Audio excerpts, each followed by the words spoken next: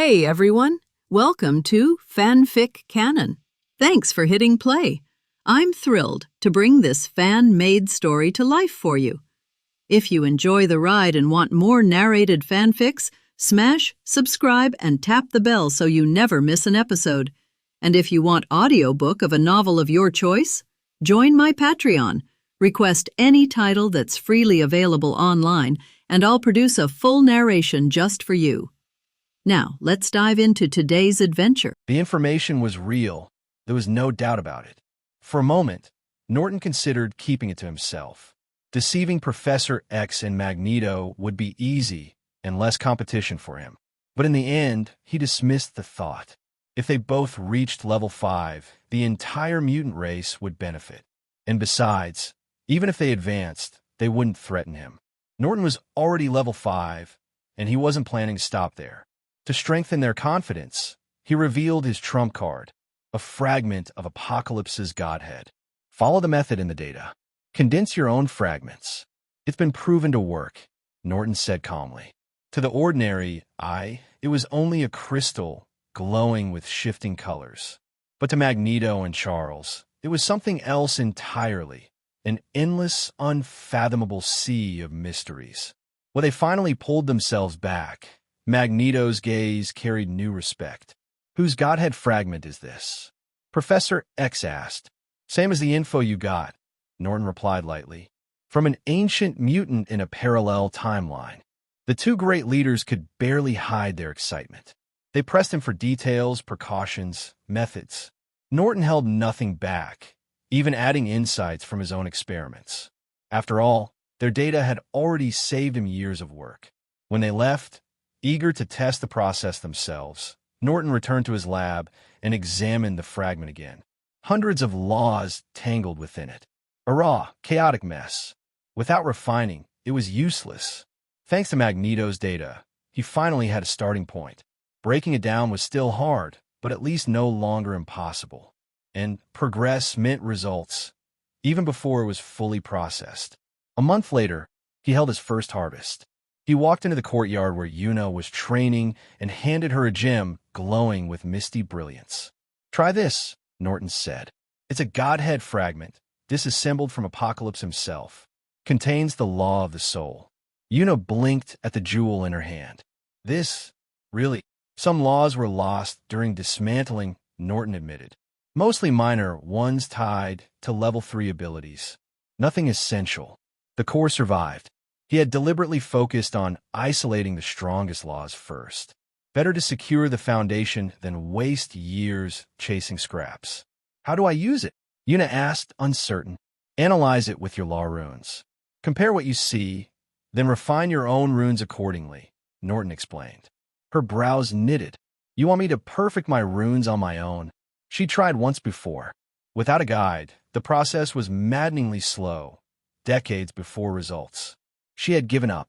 With this as a reference, your speed will increase dozens of times. With your talent, even faster.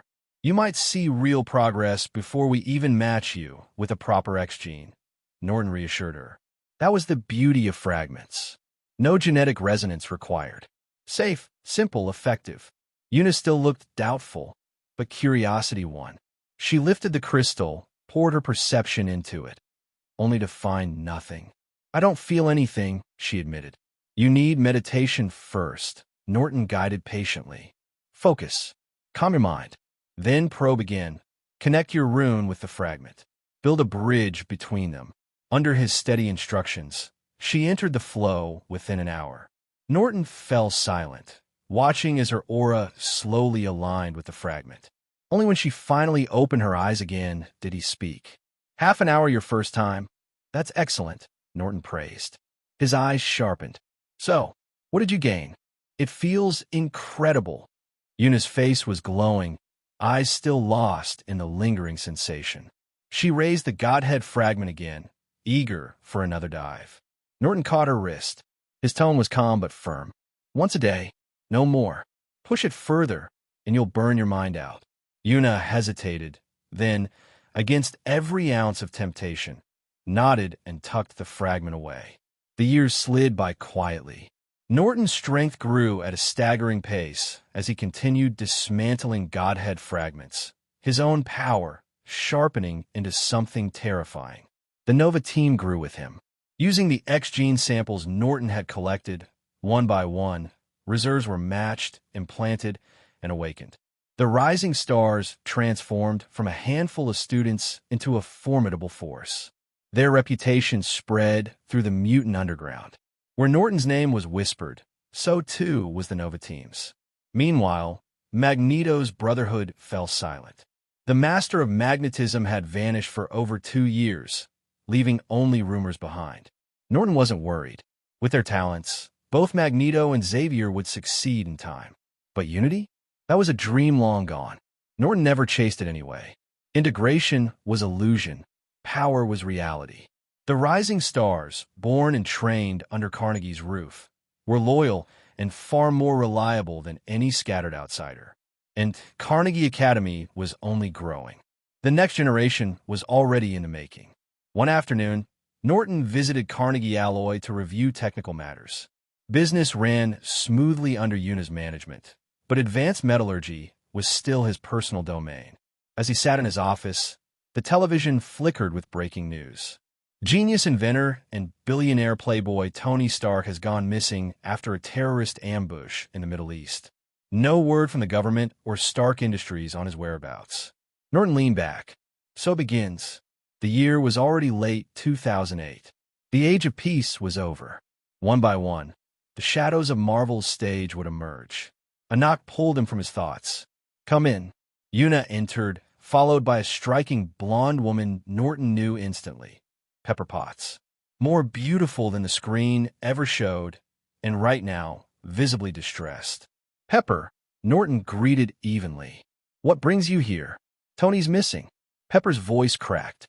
3 days, Norton. The company can't find him. The government can't find him. He told me. He told me if anything ever happened, I should come to you. He said you'd know what to do. Norton's eyes narrowed slightly. The U.S. government can't find Tony Stark, but you think I can? Pepper's desperation didn't waver. Tony trusted you. I'm just following what he said. Norton exhaled slowly. So Tony saw this coming.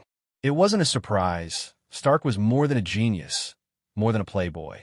He knew his enemies, and he knew who he could rely on. All right, Norton said at last. If he's alive, I'll find him. I'll bring him back. Relief washed over her face. Thank you, Norton. Thank you. You don't need to thank me. Tony and I go back a long way. If he's in danger, I won't stand by. After Pepper left, Norton turned to Una. His tone was sharp, calculated. Tony is alive. Organize a team and move them into the Middle East.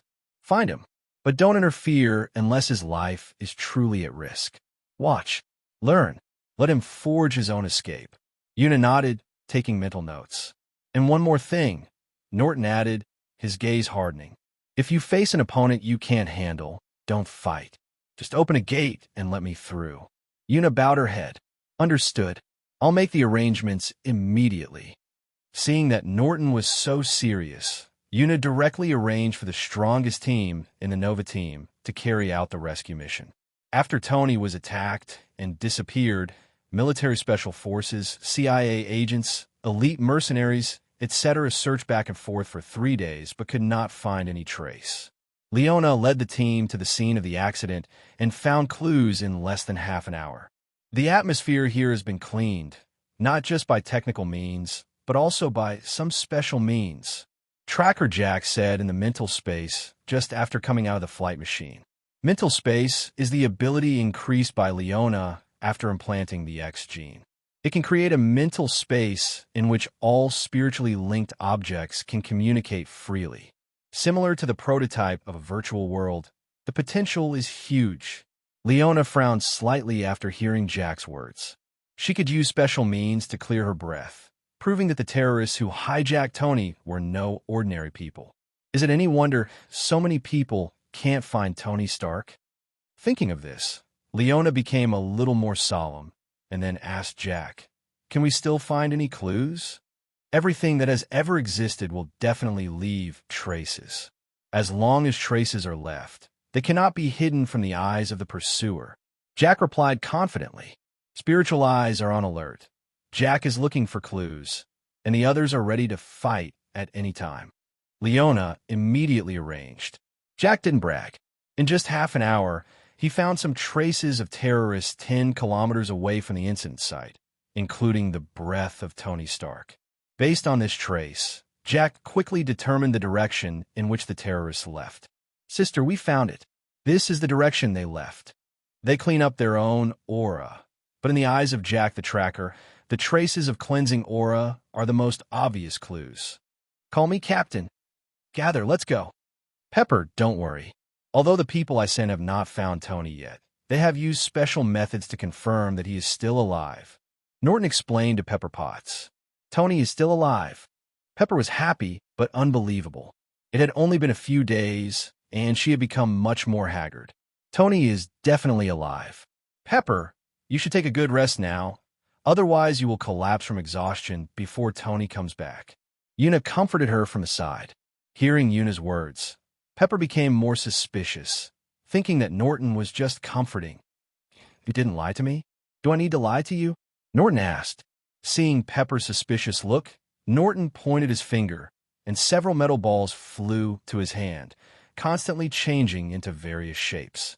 At the same time, he explained to Pepper, there are some special groups in this world, and their abilities are all kinds of weird. I happen to have one person under my command who could determine Tony's life or death. "Norton, are you a mutant?"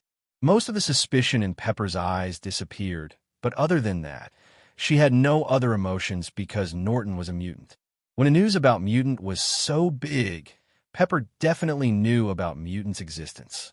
And as Tony's secretary, for Tony's safety, she also deliberately learned about mutants' X ability.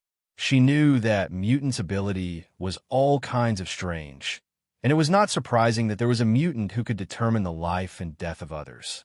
"That's right." Norton nodded affirmatively. "The people I sent to look for Tony are all mutants. As long as Tony is still alive, I can find him even if I search the entire desert. What you have to do now is wait and help Tony keep an eye on the Stark group before he comes back." "Thank you, Norton."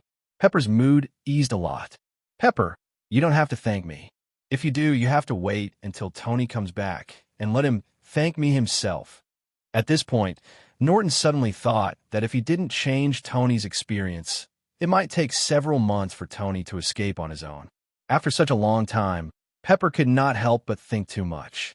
In order to prevent her from looking for her every 3 days, Norton continued to explain. "Pepper, you don't have to worry about Tony's life safety. Since the terrorists didn't kill him on the spot, they won't harm him easily. You should believe in the value of Tony's genius head."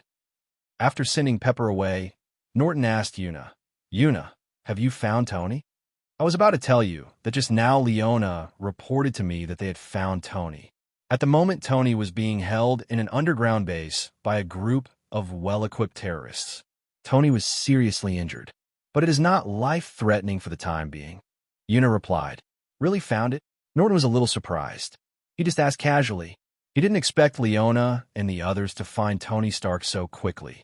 Without detailed information, how difficult is it to accurately find the underground base of a group of terrorists in a vast desert? Just look at the U.S. military. In the original plot, they had been working for several months, but could not find a single hair of Tony. In the end, Tony escaped on his own before he was discovered by them. Jack found the traces left by the group of terrorists, and then followed the clues to find their underground base. If Leona and the others hadn't deliberately slowed down their speed to hide their whereabouts in order to avoid alerting the enemy, they would have found Tony yesterday. At this point, Una's expression became serious. But Leona reported that there is someone with special abilities among this group of terrorists, but I'm not sure if they are mutants. Norton is not surprised. The terrorists who kidnapped Tony belong to an organization affiliated with 10 Rings. The Mandarin of 10 Rings is not ordinary in strength, and the forces under him are naturally not just ordinary people. Thinking of Mandarin, Norton solemnly reminded, Leona and the others should be careful. This group of terrorists belongs to 10 Rings. Mandarin from 10 Rings is very powerful. Norton doesn't know the specific strength level of Mandarin, but he is definitely not weak. The abilities of his 10 rings are very extraordinary. If Leona is caught off guard, they will probably suffer a big loss. I'll tell them to be careful. Yuna took this seriously and immediately contacted Leona and reminded her several times.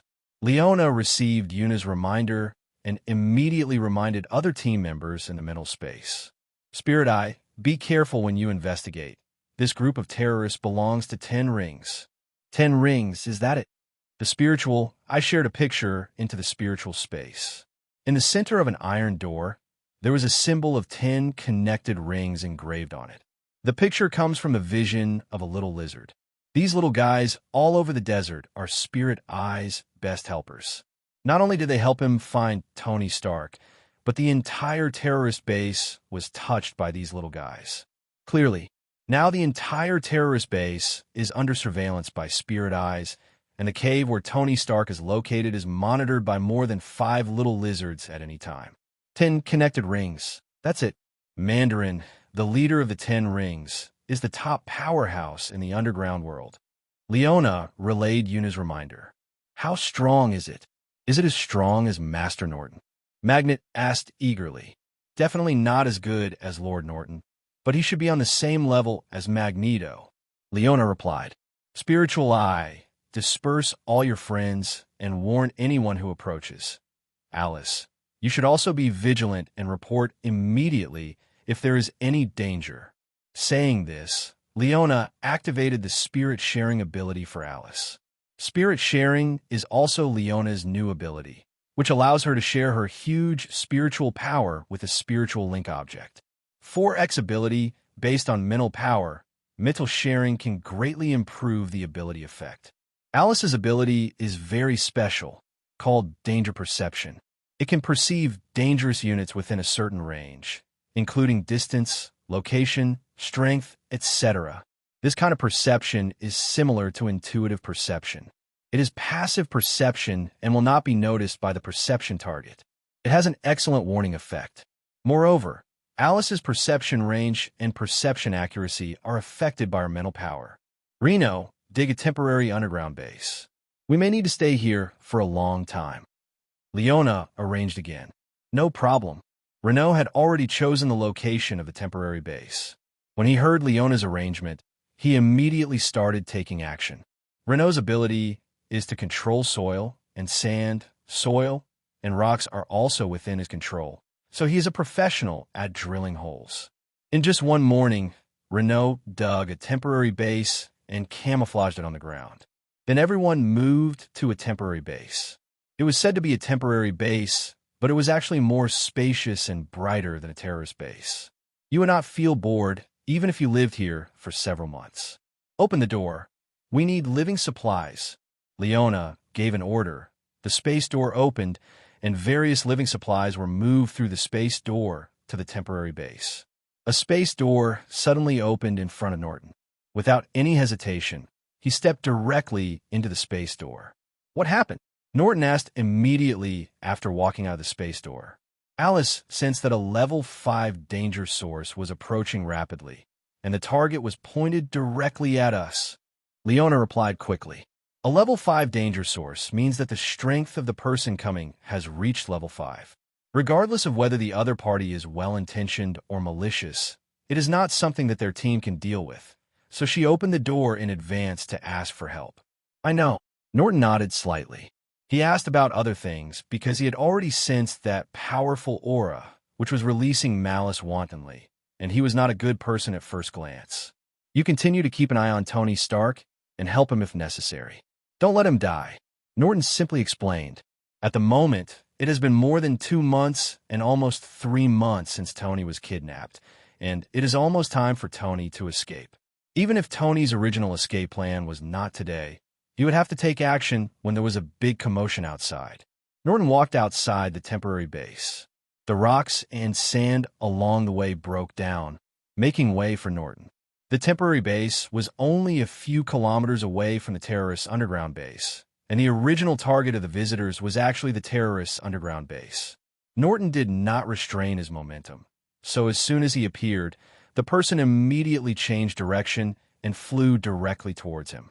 The person who came was very fast, riding on the wind, and rolled up the dust in the sky, covering his figure. It wasn't until the other party came within 1 kilometer that Norton recognized the other party's identity. He was Mandarin, the leader of the 10 Rings. The main reason is that the 10 Rings are really easy to recognize, and there's probably only one 5th-level strong person in 10 Rings. Mandarin stopped 100 meters away, but the wind did not stop. Instead, it turned into a tornado, sweeping towards Norton with sand and dust, and murderous intent lurked in the dust. Terrorists are terrorists, and they kill every time they come up, leaving no room for error. Norton immediately gave up the idea of negotiating. With a wave of his hand, the sand in the sky instantly disintegrated, and the wind was directly smoothed away. The flow of air forms wind, and air is also composed of various molecules. As long as Norton controls the air molecules, the wind will not blow. Molecular control LV-549 allows Norton to easily control the air within a radius of several kilometers. Only Mandarin has a radius of 50 meters, which cannot be controlled due to lore ejection. Molecular control is a new X ability added by Norton, derived from the related Godhead fragments disassembled from the Apocalypse Godhead fragments. Originally, Norton could, like Una, perfect his own law runes by analyzing the law information contained in the fragments of the Godhead. Unexpectedly, the learning system suddenly intervened at the critical moment, and molecular control became a new ability and a new law rune was condensed. This result made Norton very happy, thinking that he could obtain new X ability in this way. It turns out that this is not possible at all. Irrelevant law information will be directly excluded. If new law runes are forcibly generated, the only result will be a bang. Even so, the addition of a 5th-level molecular control allows Norton to further control matter. Moreover, elemental dominance and molecular control are closely related and compatible. If you encounter a suitable opportunity, you are likely to go one step further through integrate. It's not disrespectful to reciprocate, so you can take my move. Norton fired a particle cannon at Mandarin. A particle cannon, even if the energy injection is reduced, is not something that the human body can resist. Mandarin sensed the dangerous aura of the particle cannon, and the ring on his right little finger lit up. A black-body ray hit the particle cannon, and then the area within 1 kilometer suddenly turned into darkness. Black-body rays can create an absolutely lightless field, which not only absorbs light, but also energy absorbing. The moment the ring was activated, Norton felt the law fluctuations on it, and the intensity barely reached level 5. Feeling the law's fluctuations in the ring, Norton instantly raised a question. Is this ring leveraging the law through technological means, or is it some kind of treasure similar to a fragment of the Godhead? The doubts in his mind did not slow down Norton's reaction speed. The moment the lightless field unfolded, a ring on Norton's hand lit up. Light! A bright light burst out from the ring, instantly illuminating the entire lightless field. The light comes from the Godhead fragments inlaid on the ring, which are disassembled from Apocalypse's Godhead fragments and are also the core of Apocalypse's Godhead fragments. Ability is sunlight control, or sunlight power. The lightless domain of black-body rays is absolute, and the power of sunlight is also absolute. The confrontation between the two sides will naturally be effective. Obviously, Norton's sunlight power is more than a little stronger than Mandarin's black-body rays. The moment the lightless realm was dispelled, Norton saw a burst of flames coming towards him. Norton's heart moved, and countless atoms in the particle shield instantly aggregated to form a silver alloy shield. Bang! Fire explosion. As a result, only a few sparks were thrown, and the silver shield was unscathed. Suddenly, the surface layer of the silver shield decomposed, revealing a second layer of golden alloy. At the same time, the beam that followed the fireball hit the shield. This time, there wasn't even a ripple. The beam hit the golden shield and completely disappeared without any effect. The Master of Elements has been of great help in the research and development of metal materials. Coupled with Norton's 5th-level metal materials science, over the years, Even if he only invested some scattered time, he has developed hundreds of super alloy formulas. The atoms that make up the particle shield can instantly form any or even several superalloys at any time, which are enough to deal with most material and energy attacks. Seeing that the energy attack was ineffective, the ring on Mandarin's right thumb lit up, and the sand beneath him instantly turned into rocks or iron balls, which then hit Norton with great force.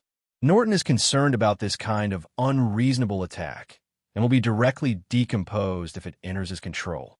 Instead, seeing the process of sand turning into rocks and iron balls made his eyes light up, and he couldn't help but look at the ring on Mandarin's right thumb. Material reorganization at the molecular and atomic level is still the kind of material reorganization that completely ignores the conservation of energy and matter and directly manifests the results. Elemental domination plus molecular control. Norton can also reorganize matter, but the two are completely different in nature. One has a process, and the other has no process. Therefore, the Mandarin ring is of great reference value to Norton. At this moment, Norton wanted to explode with all his strength, kill Mandarin in front of him, and then snatch his ring. However, considering the Nova team in the temporary base below and Tony in the terrorist base not far away, Norton resisted the urge and gave up this tempting idea. With the 10 rings in hand, Mandarin is also a level 5 powerhouse. Norton may not be able to win without using all his strength. Once the two of them start fighting with all their strength, there's a high probability that they will not be able to save the area of dozens of kilometers. Just when Norton and Mandarin were at loggerheads, a series of gunshots suddenly rang out in the terrorists' underground base. It seems that Tony has already taken action. Norton stopped attacking. However, a small nuclear bomb was synthesized by Norton and floated on the left-hand side. On the other side, Mandarin heard the gunfire and tacitly stopped activating the ring. When he saw the nuclear bomb next to Norton, his eyes visibly froze. He didn't know whether he recognized the nuclear bomb or sensed the dangerous aura of the nuclear bomb. Norton did not pay attention to the battle below, but looked at Mandarin and asked, 10 rings, Mandarin? Who are you? Mandarin asked, his voice a little hoarse and harsh, and there was a kind of suppressed anger. It was obvious that he was in a bad mood today. It doesn't matter who I am. If you turn around and leave, I won't care about your men kidnapping my friend. As Norton spoke, the nuclear bomb floated from his left to his right, and the threat was very obvious. In fact, Norton has a more powerful method, but I'm afraid Mandarin doesn't understand it. Or is the nuclear bomb more of a deterrent? Mandarin must know the power of this thing. What if I don't agree? Mandarin asked with a livid face. Normally, if someone dared to threaten him like this, he would have cut them into pieces with a laser cut. But facing the nuclear bomb that Norton laid out, he really didn't dare to take action directly. The ability of 10 rings is indeed very strong, but it does not give him an invincible body. He really can't withstand a nuclear bomb. You can try it yourself. Another nuclear bomb was synthesized by Norton. This time, Norton specifically showed Mandarin the high-purity uranium-235 and let him feel the radiation of uranium-235. Mandarin did not take action after all. Although he was a terrorist, as a terrorist leader, he was not as crazy and lifeless as the low-level terrorists. People who live longer are more afraid of death, and Mandarin has lived for nearly 100 years. However, Mandarin did not leave immediately. He still faced off with Norton in the air. His purpose is obvious, which is to hold Norton down so his terrorists can take out Tony. Norton was naturally aware of this, but he had no intention of forcing Mandarin back. As long as he ensured that he did not interfere in the battle in the base, it was enough. Tony Stark wouldn't be Iron Man if he couldn't take down a bunch of ordinary terrorists. Tony Stark lived up to Norton's expectations. In just a few minutes, the battle in the underground base ended. Then the ammunition depot in the terrorists' underground base exploded, and Tony also exploded out of the base. As soon as Tony Stark flew out, Norton's atomic flow enveloped him and brought him to his side, not giving Mandarin a chance to attack. Snort. Mandarin snorted coldly and did not take any forceful action. He just rolled up sand and dust and poured into the underground base, put out the fire inside, and rescued the surviving terrorists inside. Then they directly kicked up the sand and quickly evacuated with the surviving terrorists. At the same time, several propellers emerged from under the sand dunes in the distance. The military search and rescue team has arrived. Most likely, the movement caused by the battle just now attracted them here. Norton landed on the ground and disintegrated the tattered armor on Tony's body. At the moment, Tony's face was pale and haggard, his clothes were tattered, and there was a strange smell, and there was a glowing coil on his chest. The biggest change was in his eyes. The arrogance and cynicism in his eyes were gone. Instead, there was sadness, anger, maturity, and a sense of enlightenment, but there was no joy of escaping. The moment he saw Tony, Norton subconsciously opened his vision of time and space. This ability has not been used by Norton since he returned last time. When he saw Tony Stark this time, he also wanted to see the plot trajectory of Iron Man on a whim.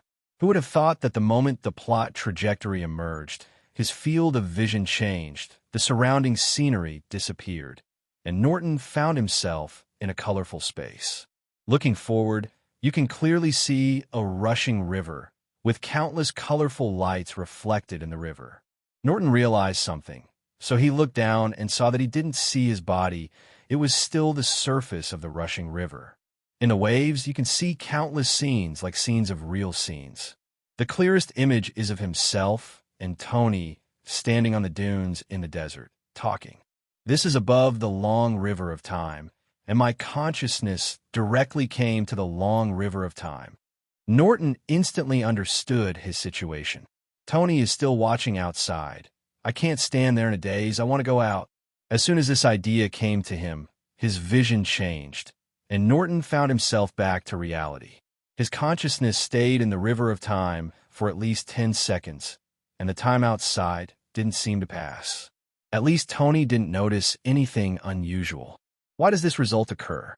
Norton didn't think about it for the time being. You can study this later slowly. Don't be in a hurry now. The most important thing now is to deal with the matter at hand. Putting aside these distracting thoughts, Norton looked Tony up and down. At the moment, Tony had come to his senses. It's okay. It's not life-threatening. It's just a little embarrassing. Norton nodded slightly. You're late. This was Tony's answer, and his eyes became a little strange. It's not too late. Norton smiled. He probably guessed why Tony was like this, but he didn't care about it and didn't explain it. Are you going back with me, or are you going to let the military take you back? Norton asked. Military. Tony made his choice instantly. Okay. Norton nodded slightly and asked again when he saw Tony's chapped lips. Bread or sandwich? Sandwich. A bottle of water and a sandwich. As soon as Norton finished speaking, a space door opened next to him, and he walked out with a bottle of mineral water and a sandwich. Norton took the water and sandwich and put them in Tony's hands. Come to me when you get back. Cumberland Island, my home, you know. After saying that, without waiting for Tony to answer, Norton and the door walked into the space door and disappeared in front of Tony's eyes. Tony was then found by a U.S. military search and rescue team and quickly returned to the United States. During the process of escaping from the underground base, Tony didn't say a word. As Tony Stark, he was unwilling to say that the military could not force him to speak, and other undesirable methods were even less likely to be used against Tony. Later, the military thoroughly searched the area and found only a bombed terrorist underground base and no other valuable information. The Nova team stayed in the temporary underground base for nearly 3 months. After the evacuation, Reno filled in the base and erased the traces. Ever since, the process of Tony's escape has become an unsolved case. After returning to the United States, as expected, Tony publicly announced the closure of the Stark Group's weapons manufacturing department. In just a few months, the share price of Stark Group has fluctuated greatly. Unfortunately, Norton had no intention of getting involved. He no longer had any interest in money. Money has lost its meaning to him because he can no longer spend all his money. Apart from anything else, in terms of gold reserve alone, the Federal Reserve may not have as much gold reserves as he does. After returning, Norton simply arranged the follow-up and couldn't wait to start studying the changes in space-time vision. It was just a glimpse before, but there are still many things I haven't figured out yet. Norton opened his space-time vision directly to the location of the portal just now. He immediately discovered that he was more sensitive to spatial fluctuations and could even clearly see the spatial trajectory of the closed portal. It's not just about being more spatially aware. Norton's mind moved, thinking about the river of time, and then he directly entered the river of time without feeling any hindrance in the whole process. It's obvious that I have also become friendly with time, otherwise I wouldn't be able to enter the river of time so easily. Back on the long river of time again. In the river below your feet, the picture you see is clear and complete, representing what is happening now. The front is blurry, and the images I see are intermittent and changing, representing an uncertain future. The rear is equally clear, and the picture seen is very certain, without any changes, representing the certain past. Norton soon discovered that even in a certain position, he still could not watch the history he wanted to see according to his own wishes. It seems that there is no important node as an entry point. The pictures seen from the long river of time are completely random. Whether you can capture valuable information depends on luck. The most important thing now is to figure out all the changes in time and space vision. So Norton temporarily gave up studying the pictures he saw in the river. After studying the meaning of the long river of time, Norton wanted to test the limits of his vision. So I looked forward. The farther away you are, the blurry your vision becomes. It seems that space-time vision is still limited. Norton came to a conclusion in his mind. But there's also an unexpected discovery. Outside the mainstream of the long river of time and space, Norton vaguely saw the existence of several tributaries. Although it's not very clear, being able to see it means that the difficulty of traveling has been reduced and the accuracy has been increased. I've studied the front, back, left, and right, but what about the top? Thinking of this, Norton looked up. Wow! Norton was shocked. The scene above is much more exciting than the river of time and space below. Countless rivers crisscross and form a large network.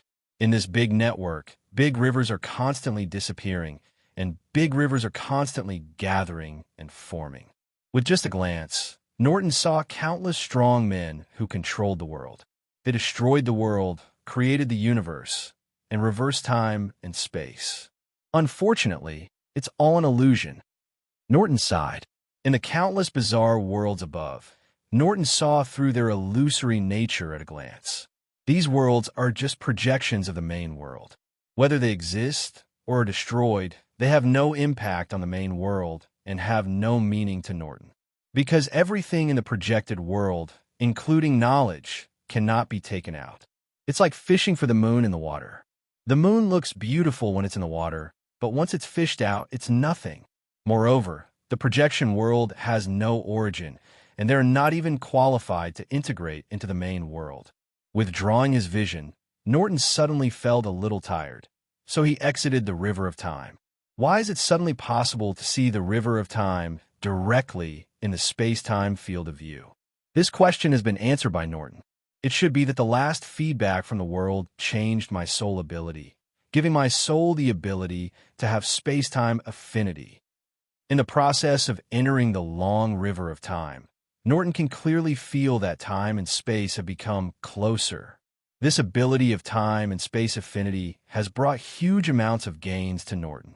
During this long journey, Norton not only understood the changes in time and space vision, but also gained a lot of basic time and space knowledge. These basic knowledge of time and space, coupled with changes in soul ability, allowed Norton to finally break through the bottleneck in time and space. Space-Time Science LV-5-1. Level 5 Space-Time Science gives Norton an additional ability, Space-Time Analysis, which increases the efficiency of space-time analysis. In other words, Norton will be able to create time and space beacons in the future. With time and space landmarks, the positioning of time and space travel will become accurate, and the risk of large-scale travel will also be greatly reduced. Norton has no idea of traveling through time and space yet, so the effect of this time and space beacon can only be tried in the future. The next day, Tony Stark suddenly returns after missing for 3 months.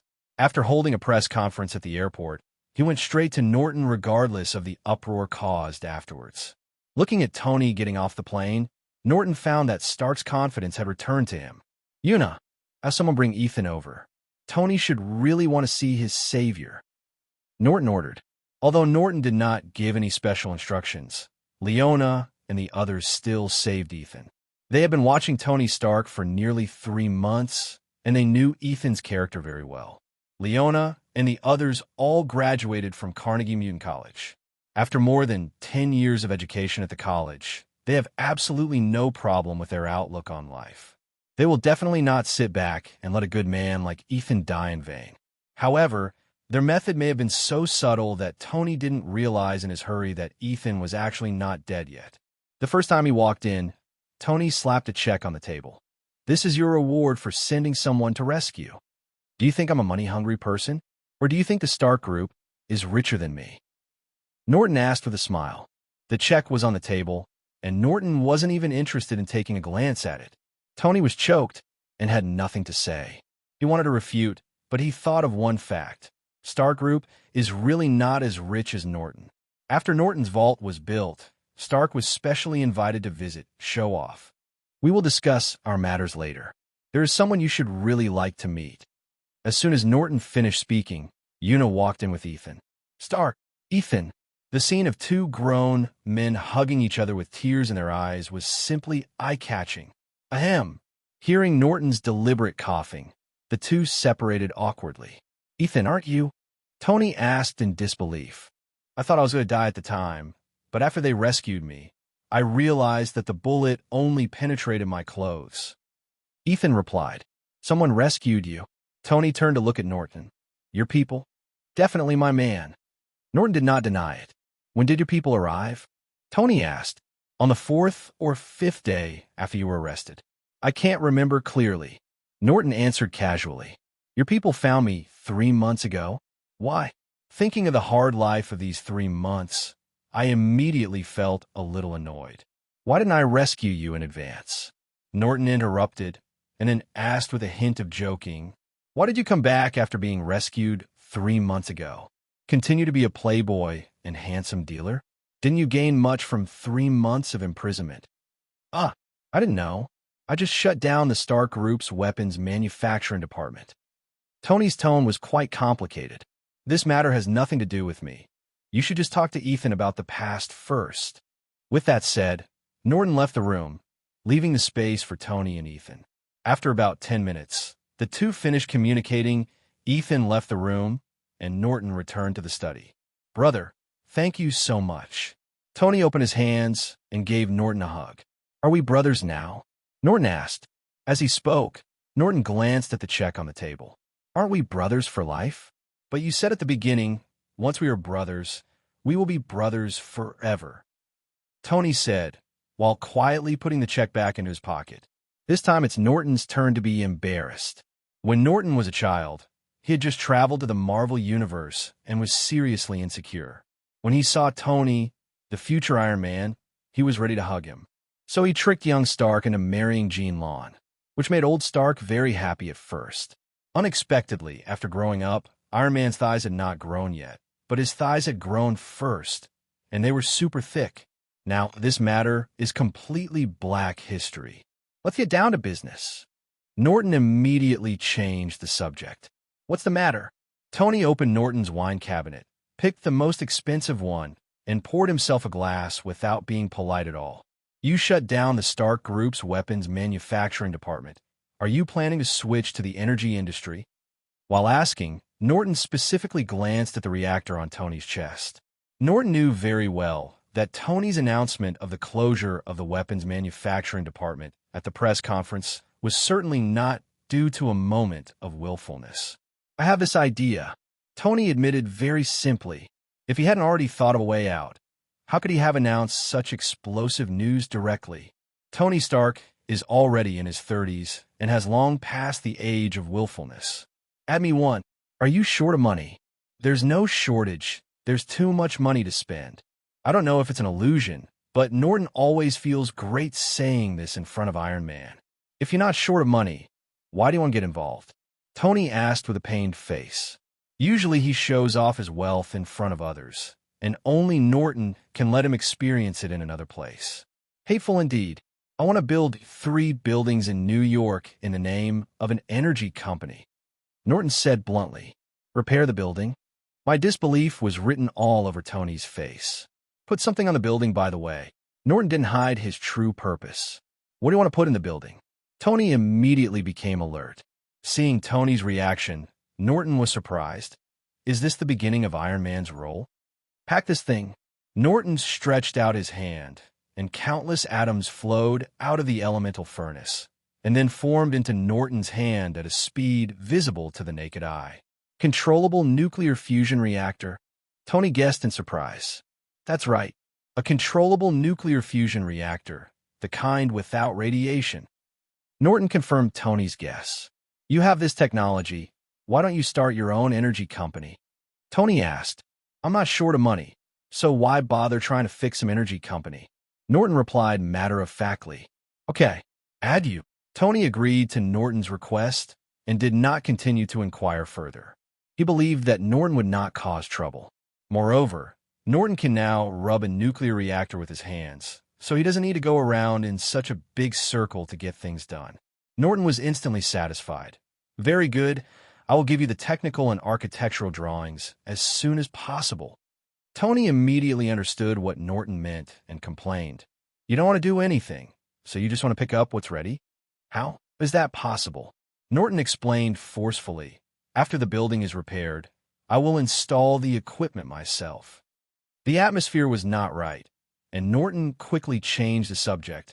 Tony, how are you going to arrange Ethan? Tony frowned.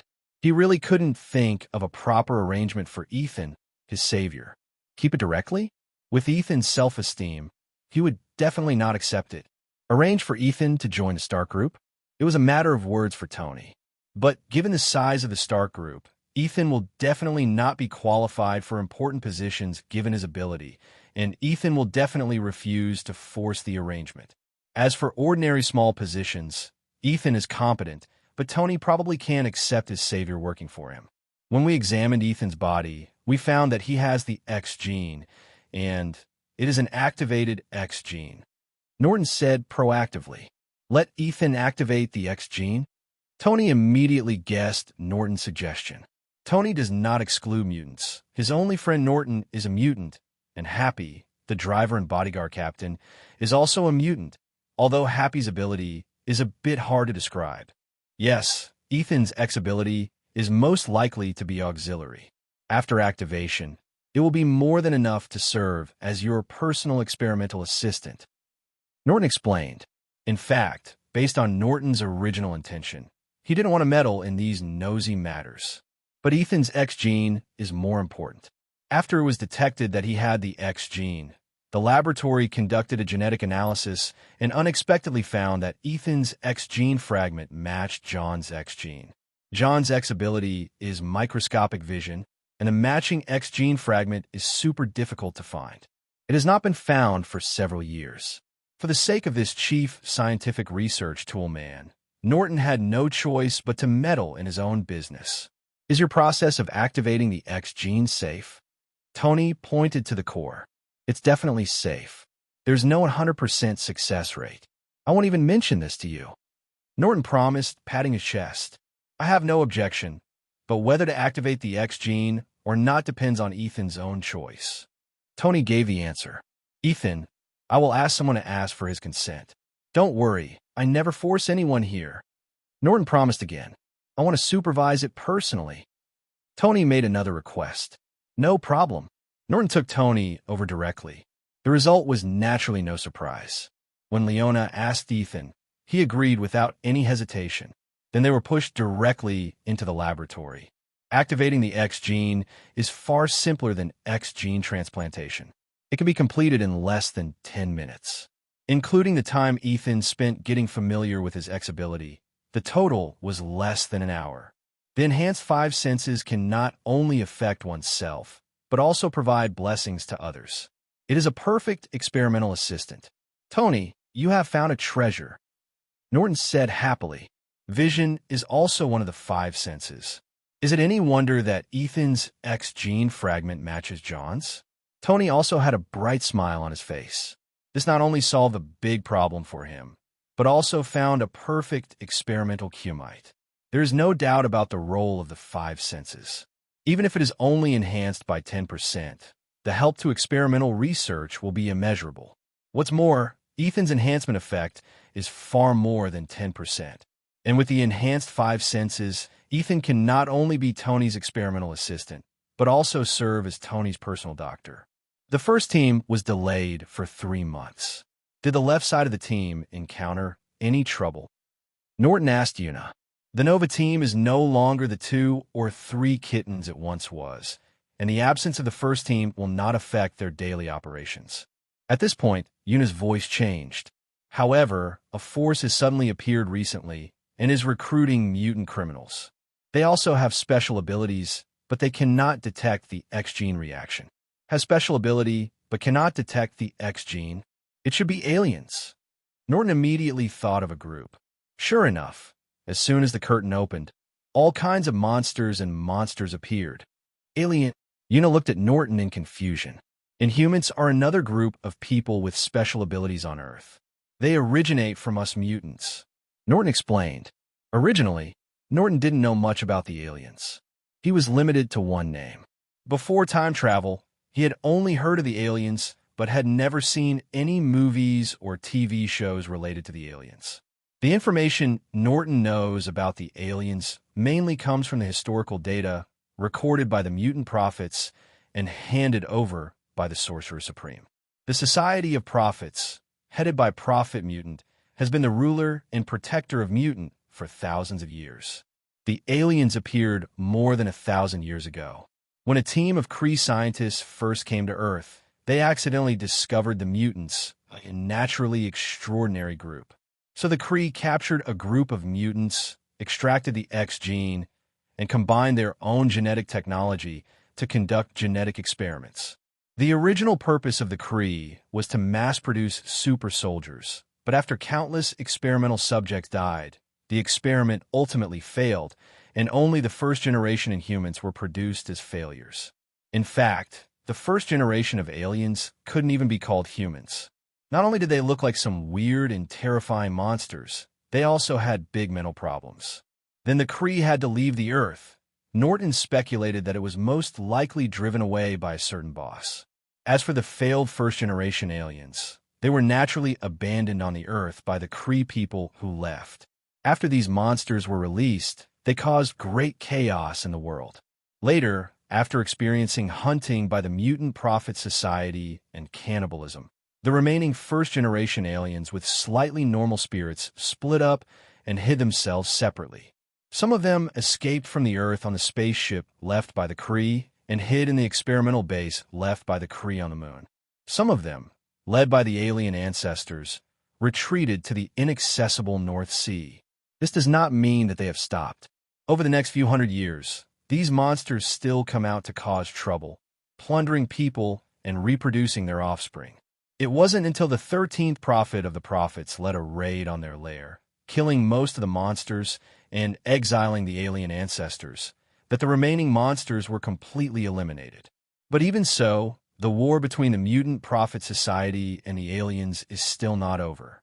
After thousands of years of reproduction, some aliens can maintain their human form. They change their identities and integrate into human society, bringing the struggle between the two sides into the dark side of the world. Later, these strangers joined the Hydra organization, became one of the leaders of the Hydra organization, and received the support of the Hydra organization. Regarding the origin of HYD Array, there is no detailed information in the information provided by Sorcerer Supreme. We only know that it is an alliance composed of a **** organization and an anti-humanity organization. So the underground war between mutants and aliens continued until modern times. Fortunately, the power of the Mutant Prophet Society always had the upper hand and was able to suppress the aliens without giving them a chance to release the ancestors of the aliens. This state of affairs lasted until after World War I. At that time, the last generation of prophets passed away, but the new generation of prophets has not yet been found. The prophets of the Mutant Prophet Society are not just a title. They are mutants who truly have the ability to predict. It wouldn't be a big deal if it was just a prophet that temporarily shuts down the world. When a new prophet is found, everything will be back on track. The key is that the secret of the mutant prophet's chronology was somehow known to the Alien Organization. The Alien Organization has been planning to rescue the Ancestor, so naturally, they will not miss this rare opportunity. So the foreigners mobilized their best personnel and invited a group of foreign aid to raid the Prophet's headquarters when the official members of the Prophets Association were gathering. The specific process of this battle is not recorded in the data. The result was added by Sorcerer Supreme. Both sides perished together. The Mutant Prophet's headquarters turned into dust, and no one who participated in the war came out alive. The mutant prophethood, which had been passed down for thousands of years, disappeared, and the remaining peripheral members formed the Hellfire Club. Fortunately, the outcome of this alien group on Earth is no better than that of the mutant prophets. The remaining outer members of the Inhuman organization were split into two, and humans and Inhumans parted ways. Humans who were originally controlled by aliens became independent under the leadership of Red Skull and joined Hydra as an organization and became one of its leaders. The remaining aliens chose to lie dormant, but they did not give up their identity as Hydra and still represented the alien organization. This probably means cut off one head and two will grow. Now, the aliens who have been dormant for decades are starting to make moves again. Most likely, they think that their strength has recovered a lot, and they want to release the ancestor of the aliens. Norton briefly told Una the origin and purpose of the aliens, and then arranged. Let Leona and the others investigate and find the headquarters of these aliens as soon as possible. It's enough to find the headquarters of those aliens. They don't need to do anything. I will handle it myself when the time comes. The mutant prophets no longer exist, and Norton has no interest in rebuilding the prophets.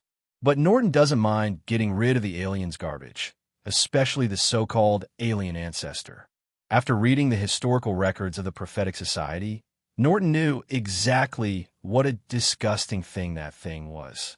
Modern aliens, after nearly 2,000 years of artificial selection and natural elimination, have stabilized their genes and can barely be called human beings. But calling that alien ancestor a monster is an insult to a monster. This thing feeds on aliens and humans. In order to maintain its human form, it must eat aliens regularly. And in order to maintain mental stability, it must eat purebred humans regularly. The prophet will guess from historical data that the original split of the aliens was most likely because of this thing. However, even though he is as powerful as the 13th generation prophet, he can only choose to exile rather than kill him. This shows that although the alien ancestor is disgusting, his strength is definitely not weak. Fortunately, that thing is still on the alien planet, in that deserted place, and Norton can do whatever he wants without being tied down. As long as it's less than level 6, Norton is confident he can kill it. That thing that can't even maintain mental stability will definitely not reach level 6. Tony Stark is in the laboratory building a new suit, and he won't come out to cause trouble in the short term. Mandarin from 10 Rings has never been found, and Norton has no choice when encountering such a veteran of Taoism who has been practicing for decades. The ring on his hand will probably not be available in a short time, and he will have to look for opportunities later. So during this period, Norton had to ask the Nova team to target the alien organization that suddenly appeared. The real elite of the aliens have already died together with the mutant prophet, and the remaining aliens are much more immature in their methods. Leona and the others soon caught the tail and followed the clues to find out the hidden power of the alien organization bit by bit. These strangers are so well hidden. If you don't investigate, you won't know. Once you investigate, you will be shocked. Una placed a large pile of files in front of Norton. From ordinary people to well-known big businessmen, from senior officials from various countries to SHILD agents. There are people in every corner. When Una mentioned SHIELD, Norton immediately thought of Snake and Shield. It can only be said that they were once a family. After the separation, the choices were almost the same, and they probably had a lot of cooperation. Otherwise, they would not have gathered together to infiltrate the Snake and Shield Bureau. If they didn't have such strong potential power, how could they dare to jump out and cause trouble? Norton was not surprised by the power controlled by the aliens. Such a huge organization, especially its huge social influence, is enough to make a country fearful. It's a pity that they seem to have forgotten who their enemy is. Norton didn't look at these files carefully. For him, these files didn't have much practical significance. The only one worthy of Norton's attention is the ancestor of the aliens, and killing this disgusting guy is the first goal. As for the other alien minions, Norton wouldn't mind cleaning them up if they come along. Have their headquarters been found? Norton asked. This was his biggest concern. I found several suspicious locations, but I'm not sure which one is their headquarters. These aliens are scattered all over the world, and there is no location that I pay special attention to. Una replied, Then don't act rashly for the time being, and let Leona and the others continue to monitor. Norton arranged. Unless you find the headquarters of the foreigners, or you find signs of a gathering of high-level foreigners, you don't need to report other small things to me all the time. Do you need to inform SHIELD about these strangers lurking in SHIELD? Una asked, pulling out the last few files. Notify Snake Shield? We're already a family, so what's the use of informing them? Norton shook his head and said, No, we don't have to worry about Snake and Shield affairs. Snake Shield? Una blinked. Slip of the tongue, it's Shield. The company's business with SHIELD is as business as usual. Don't worry about other things. Definitely, if they offend our team members, don't care about their identities. There was no hint of a slip of the tongue in Norton's tone. But Una didn't ask for details. I know. In fact, Norton has always known about SHIELD's problem, but he just didn't take it to heart. Clean up SHIELD ahead of time. If Norton takes action, it can be done easily, and it won't be too difficult. At least it won't be a problem to keep the SHIELD brand. But is this necessary? No need, at least not for Norton. SHIELD is an international organization in name, but in fact it is a dog raised by the U.S. government, and this dog has been a bit unruly recently. There is no need for Norton to take over. He has no shortage of subordinates. This kind of little matter that does not involve the life and death of mankind should be left to the good brother Iron Man to handle. Consider it an experience. Without enough experience, when will Iron Man grow up? Norton didn't need to worry about tracking down strangers, so Norton continued to improve the equipment in his hand. When I was discussing with Mandarin before, I tested the Ring of Light but found that the experience was not good. If you only have one ring, it's still acceptable. If you wear a few more, wouldn't it be suspected of plagiarizing the Chinja gang? Moreover, his hands are full of rings, which is too low level. It doesn't suit my temperament at all. It must be changed. Norton thought in his mind, but how to improve it specifically? This is another problem. Norton had read some books on making magic equipment in the library of Holy Place in New York. However, the core of magic equipment is magic arrays and magic runes. Both of these things require magic energy and can only be driven by magic energy. Norton has no magic energy and does not want to find a dimension to borrow magic energy. The most important thing is that the equipment with the Godhead fragment as the core does not require additional energy to drive. So Norton can only explore on his own, trying slowly and little by little how to maximize the effect of the Godhead fragments. This is why Norton covets the 10 rings on Mandarin's hand. It's a pity that Mandarin is really stubborn, and he can't be found in the blink of an eye. Not only the Mandarin, but also the people are more stubborn than Nua expected. Tony Stark has come out to cause trouble again, but there has been no movement from the aliens. Norton didn't always pay attention to the situation on Tony's side. When Una reported the matter to him, he realized that Tony had already defeated the first boss. During the entire process, Norton did not receive Tony's call for help. Therefore, there is a high probability that the process will have some twists and turns, but the result will be a near miss. This time, Norton had disassembled the tattered suit of armor that Tony had handmade in the cave, but Stan still built the Iron Overlord. Most likely, Tony did not have time to destroy the original blueprints when he escaped. As a result, the blueprints fell into the hands of Mandarin and then were sent to Stan. I just don't know how Stan got the arc reactor on Tony's chest this time. After all, Ethan has been staying at Tony's house as an experimental assistant, so Stan doesn't have many opportunities to do anything. Norton guessed that it was most likely a family drama and a baptism of the soul. It may be hard for Tony Stark, but it's essential growth for Iron Man. No, as soon as he finished the press conference, Tony flew to the Norton yard in his armor. "Hey, brother, what do you think of my new suit?" Tony greeted Norton. "Tony, your aesthetics are still so low grade. The gold-red paint is really inferior." Norton looked disgusted. "No way. I think everyone on the internet says it's cool." Tony always felt good about himself. "You came to me just to show off your new weapon, right?" Norton asked. After hearing Norton's inquiry, Tony did not continue to worry about the armor painting issue. He finally remembered his own business. "Brother, are there any stronger superalloys out there? Sell me some. What effect do you want from the superalloy?" Norton asked rhetorically. There are many superalloy Nortons, but they are not on the shelves. After all, as a business, Norton cannot directly sell the best products to customers. Song needs to be 10 grades better than similar products on the market to monopolize most of the market. But Tony had already found him personally, so it was hard for Norton to hide him. "Rot, what are the latest superalloys you have here?" Tony asked, looking like a fool, and money comes quickly. "The key is not which superalloys I have, but which ones do you want?" Norton said, even louder. "You have all the superalloys I want." Tony obviously didn't believe it and thought Norton was bragging. "Definitely. If anyone else comes, I will definitely answer no. But who said, Tony, you're my brother?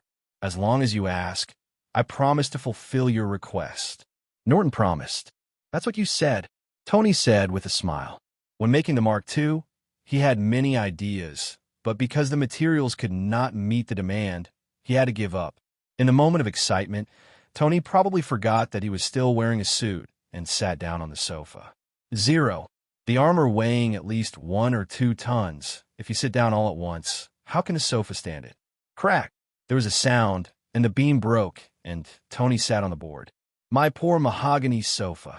Norton observed 3 seconds of silence for the sofa, pulled Tony up, and asked, "Tony, can't you get rid of this iron not on your body?" "This armor requires special supporting equipment to disassemble it," Tony replied helplessly. Only then did he suddenly feel that wearing this armor in the house was indeed a bit awkward and inconvenient. Norton knocked on Tony's armor and asked, "How about I help you dismantle it?" Hearing Norton's question, Tony nodded subconsciously. But suddenly thinking of Norton's ability, he asked a little doubtfully, "Wouldn't the entire armor be destroyed directly?"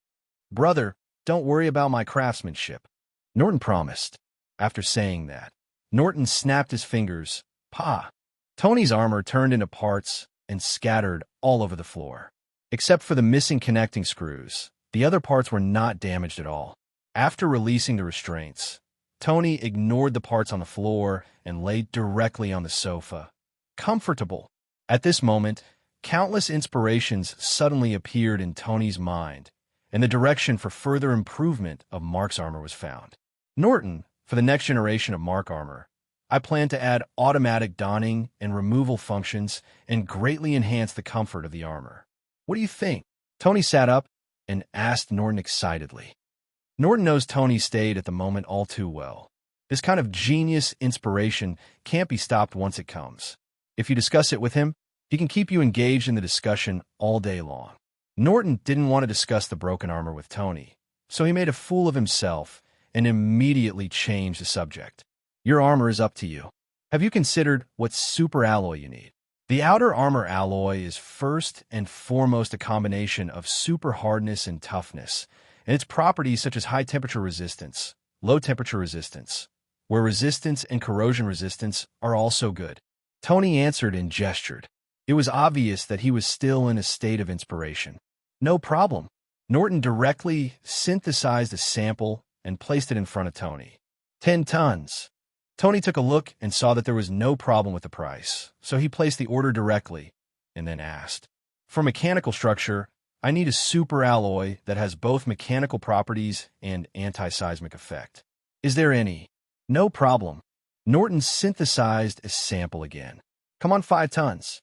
Does the inner shock-absorbing structure need an alloy with both toughness and shock-absorbing effect?" "Can. This costs 2 tons.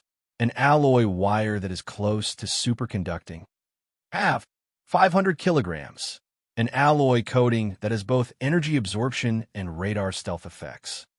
"Yes. 100 kilograms." Every time Tony made a request, Norton immediately brought out samples, and each sample perfectly met his needs. Tony wanted to test the limits of Norton, so he finally asked, "What if I want an alloy with performance comparable to vibranium? I also have alloys here that are comparable to vibranium. As long as you can afford the price, Tony, I can sell it to you." Norton synthesized a sample again.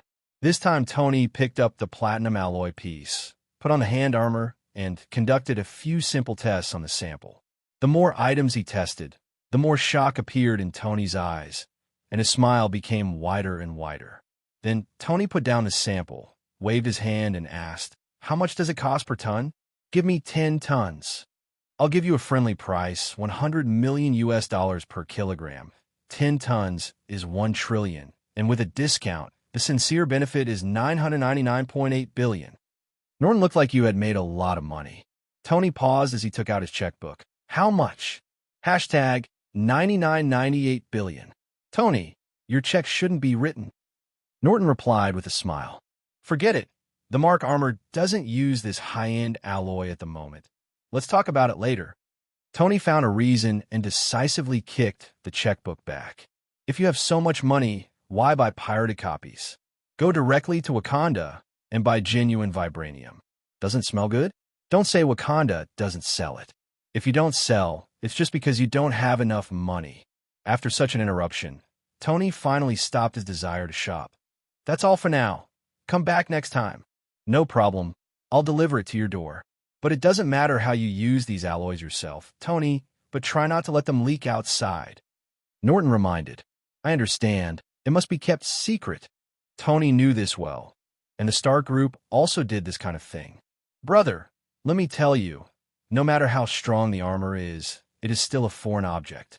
You can't wear the armor 24 hours a day, right?" Norton asked again. "That's right." Tony nodded. Seeing Tony on the road, Norton immediately started to sell Tony. The third generation of lightweight alloy wire, woven into regular clothing, is enough to protect against close-range rifle fire. If a special weaving method is used, it can also perfectly resist the kinetic energy of bullets. Even if it is hit by a sniper rifle, it will remain unscathed. Whether you're yourself or a relative or friend, it is necessary to prepare one. Buy 100 kilograms and get a free knitting method. Tony thought about it and felt that what Norton said made sense. Just as he was about to place an order, he suddenly changed his mind and asked, "How much does it cost per kilogram?" "The friendship price is 10 million per kilogram, and the sincere benefit is 9.9 billion for 100 kilograms." Norton said with a smile. "Friendship price?" Tony just had the words, "I don't believe," written directly on his face. "Brother, it's really a friendship price this time." Norton explained, "What I'm selling you is the third-generation alloy wire. A complete set of protective clothing only costs 10 kilograms, which works out to 100 million. It's really not expensive. The first-generation alloy wire sells for 5 million per kilogram, and a set of protective clothing costs 20 kilograms. The cost is also 100 million, and the defense effect is only half. Is a 100 million set of bulletproof clothing expensive? If you only use it as a body armor, it will definitely be expensive, ridiculously expensive. But if you regard it as life-saving equipment, it is definitely worth the money." The curtain of the Marvel Universe has been opened. In the future, various supervillains will emerge one after another, and dangers are everywhere. Those big shot, people who are not short of money will definitely not mind buying themselves 1 or 2 sets of life-saving protective clothing. Therefore, alloy wire will be Carnegie Alloy Company's flagship product in the next few years. As for selling a new generation of more expensive products to Tony, is Norton trying to make money? Definitely not. He was thinking about Tony's safety. Iron Man is very powerful when he puts on the armor, but Tony Stark is just an ordinary person when he takes off the armor. I'm so worried. Norton suddenly realized that he wanted to hug his thigh at first, but how could he become the real thigh in the end? Soon, Norton discovered that although Tony had not developed thighs, he had a tendency to become a mascot. As soon as Tony left, Una brought him good news. The alien organization has made unusual moves. What's going on? Norton asked. The spiritual I discovered yesterday that some of the peripheral members of the alien organization were suddenly called together. Today, we continued to follow and monitor, and found that almost all the middle-level members began to gather at the top.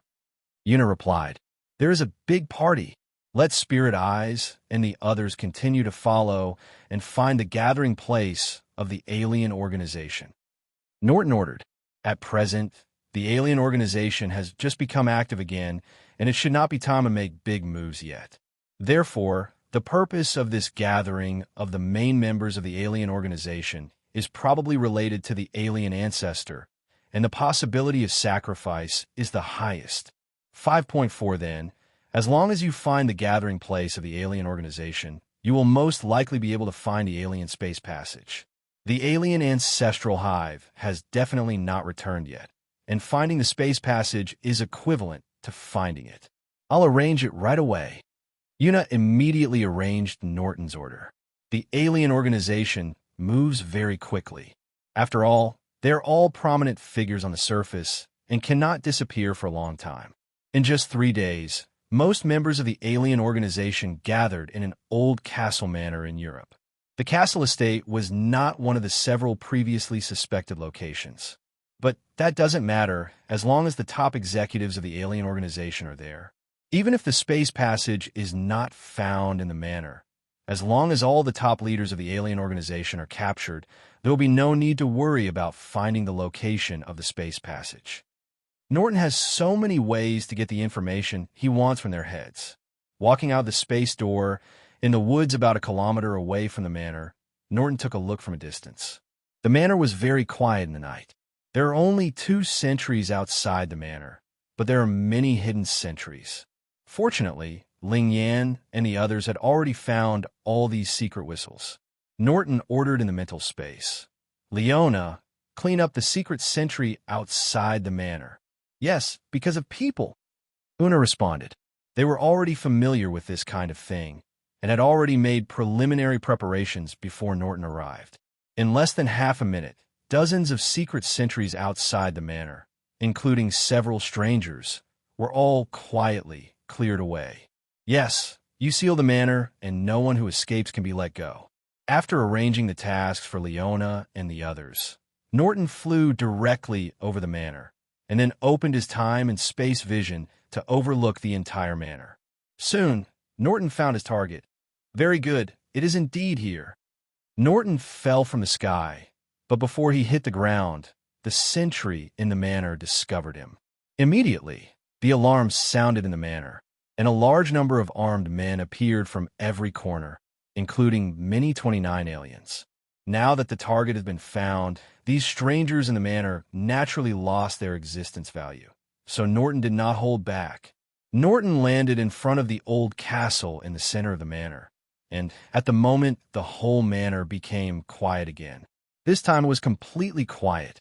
It was as if those people had never appeared before, leaving no trace at all. A group of ordinary people, as well as aliens that were no more than level 3, were completely unable to resist and were directly decomposed and eradicated by Norton, including the senior leaders of the Inhuman organization hiding in the castle. Norton also wiped out all of them. "Come in and clean up the loot." Norton ordered from the mental space and then walked into the castle. Based on the observations he just made in the sky, Norton found the closed space passage in the underground secret room of the castle. The layout of the secret room is very simple. Except for some black squares, there is nothing superfluous. Are these the keys for aliens to open space passages? Norton picked up a black square. in which he saw the remaining spatial power and defective spatial information. Although the spatial information is defective, it can barely open the spatial channel, but it can only be used to sacrifice ordinary people. It's a pity that it's useless for me. Norton put it aside. He didn't need this kind of thing, and the channel opened by this block was not stable enough. Walking to the center of the secret room, there is a circular shallow pit. This shallow pit is probably the place where the alien organization made sacrifices to the alien ancestor. Norton's spacetime vision saw the traces left by Zheng Jin's repeated opening of space channels in the shallow pit. These traces are enough for Norton to resolve accurate spatial coordinates. It just takes some time. Then try the effect of spacetime analysis. At this time, the new ability obtained by Spacetime Learning LV5 came into use for the first time. Great! As soon as the spacetime analysis was turned on, Norton immediately felt that these spatial traces became clear and the originally chaotic spatial information seemed to become orderly. In just half an hour, a space beacon appeared in Norton's hand. Once the accurate spatial landmarks are obtained, these remaining traces are naturally useless. The remaining spatial information from the past will interfere with the new spatial channels, so Norton directly clears them all. Opening the space-time channel, Norton is already familiar with it.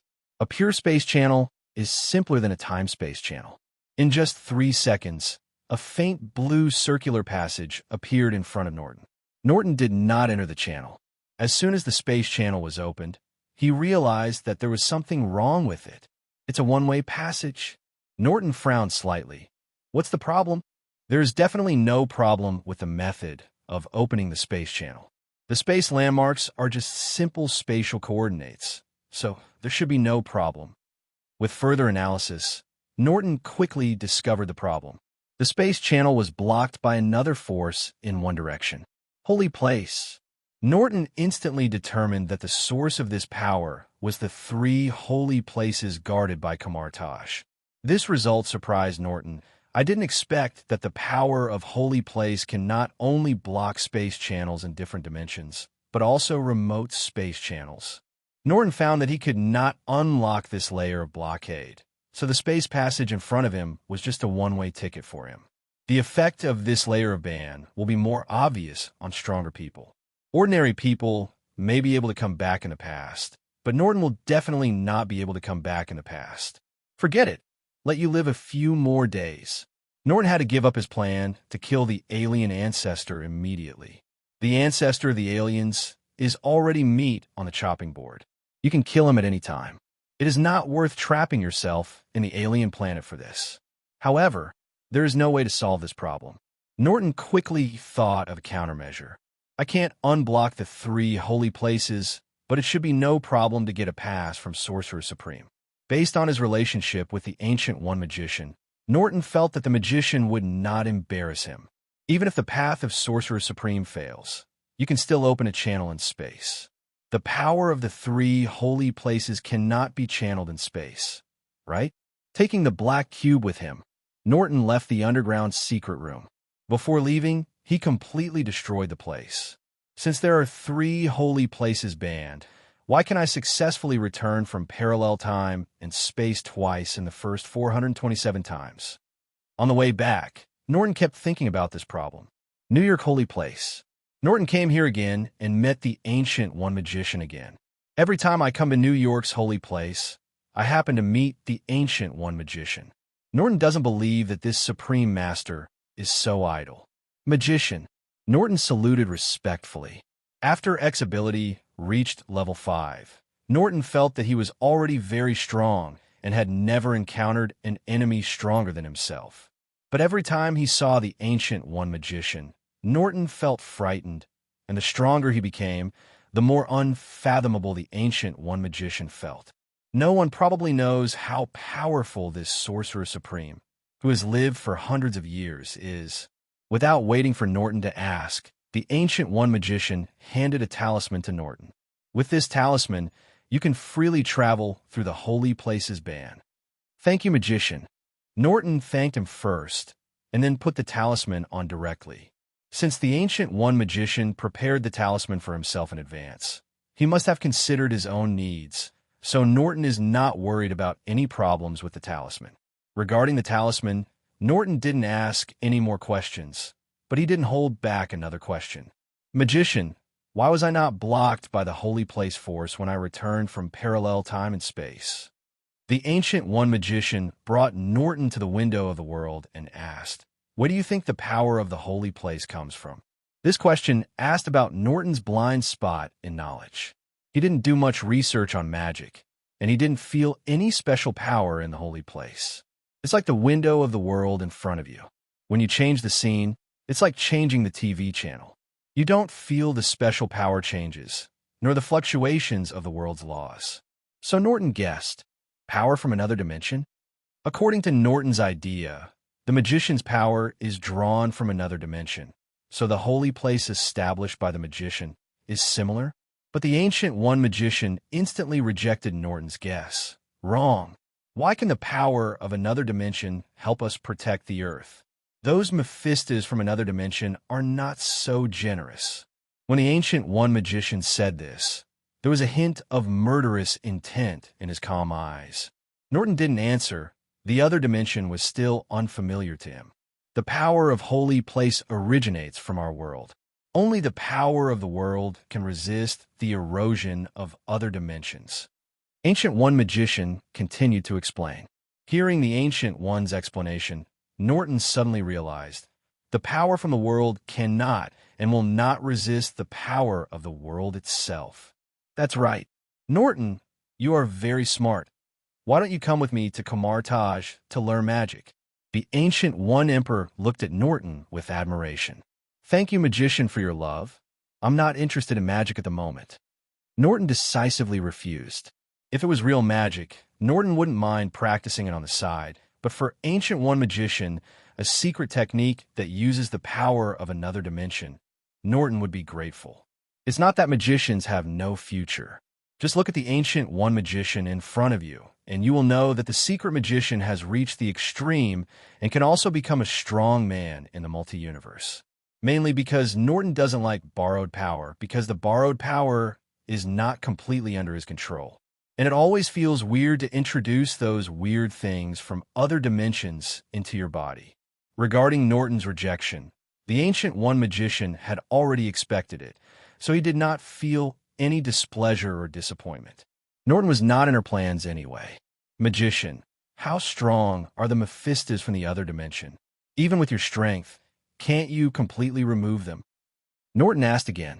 Those multidimensional Mephistas will be enemies sooner or later, so Norton should understand their strength early. The so-called Mephistas from different dimensions are all existences that coexist with their own dimensions. They are the masters of their respective dimensions. They will not die if their dimensions are not destroyed. Ancient One Magician explained. Although the Ancient One Magician used honorifics when referring to them, there was no respect for the stronger ones in his tone. What if the dimension is destroyed directly? Norton asked. The Ancient One glanced at Norton and replied, destroying the dimension requires power beyond the dimension, which is still too far away from us. I put the knowledge about dimensions in the library. You can look at it at any time. That sigil can also be used as a key to enter and exit the holy place. Thank you, magician. Norton did not continue to disturb the Ancient One Magician. He went to the library to read for a long time, and then left the holy place in New York. I have been given the keys to the holy place. It seems that the Ancient One Magician has begun to prepare for his own funeral. Magician, what do you want to do? Back home, Norton rubbed the sigil in his hand and couldn't help but think about it. Unfortunately, there is too little information, and Norton cannot see through the Ancient One Magician's plan. The only thing that is certain is that there should be no harm to the Earth. Forget it. Don't think about it anymore. Now that you have obtained the pass, let's deal with the so-called Alien Ancestor first. Putting on the talisman and taking the space beacon, Norton came to the underground experimental site. The blue space channel opened again. Norton, let me go with you. Una looked at Norton worriedly. No, it's just an exile bug. I can deal with it. Norton slapped Una. Norton doesn't know what the environment of the alien planet is like. There is a high probability that it is not suitable for human survival. In addition, when dealing with the alien ancestor, there's a high probability that powerful means will be needed. So it's not suitable to take Yuna with me. The most important thing is that after a wave of enhancements in Yuna's ability, she can solidify a spiritual guardian state for Norton. No matter the distance, there will be no weakening. This eliminates the need to take Yuna with us.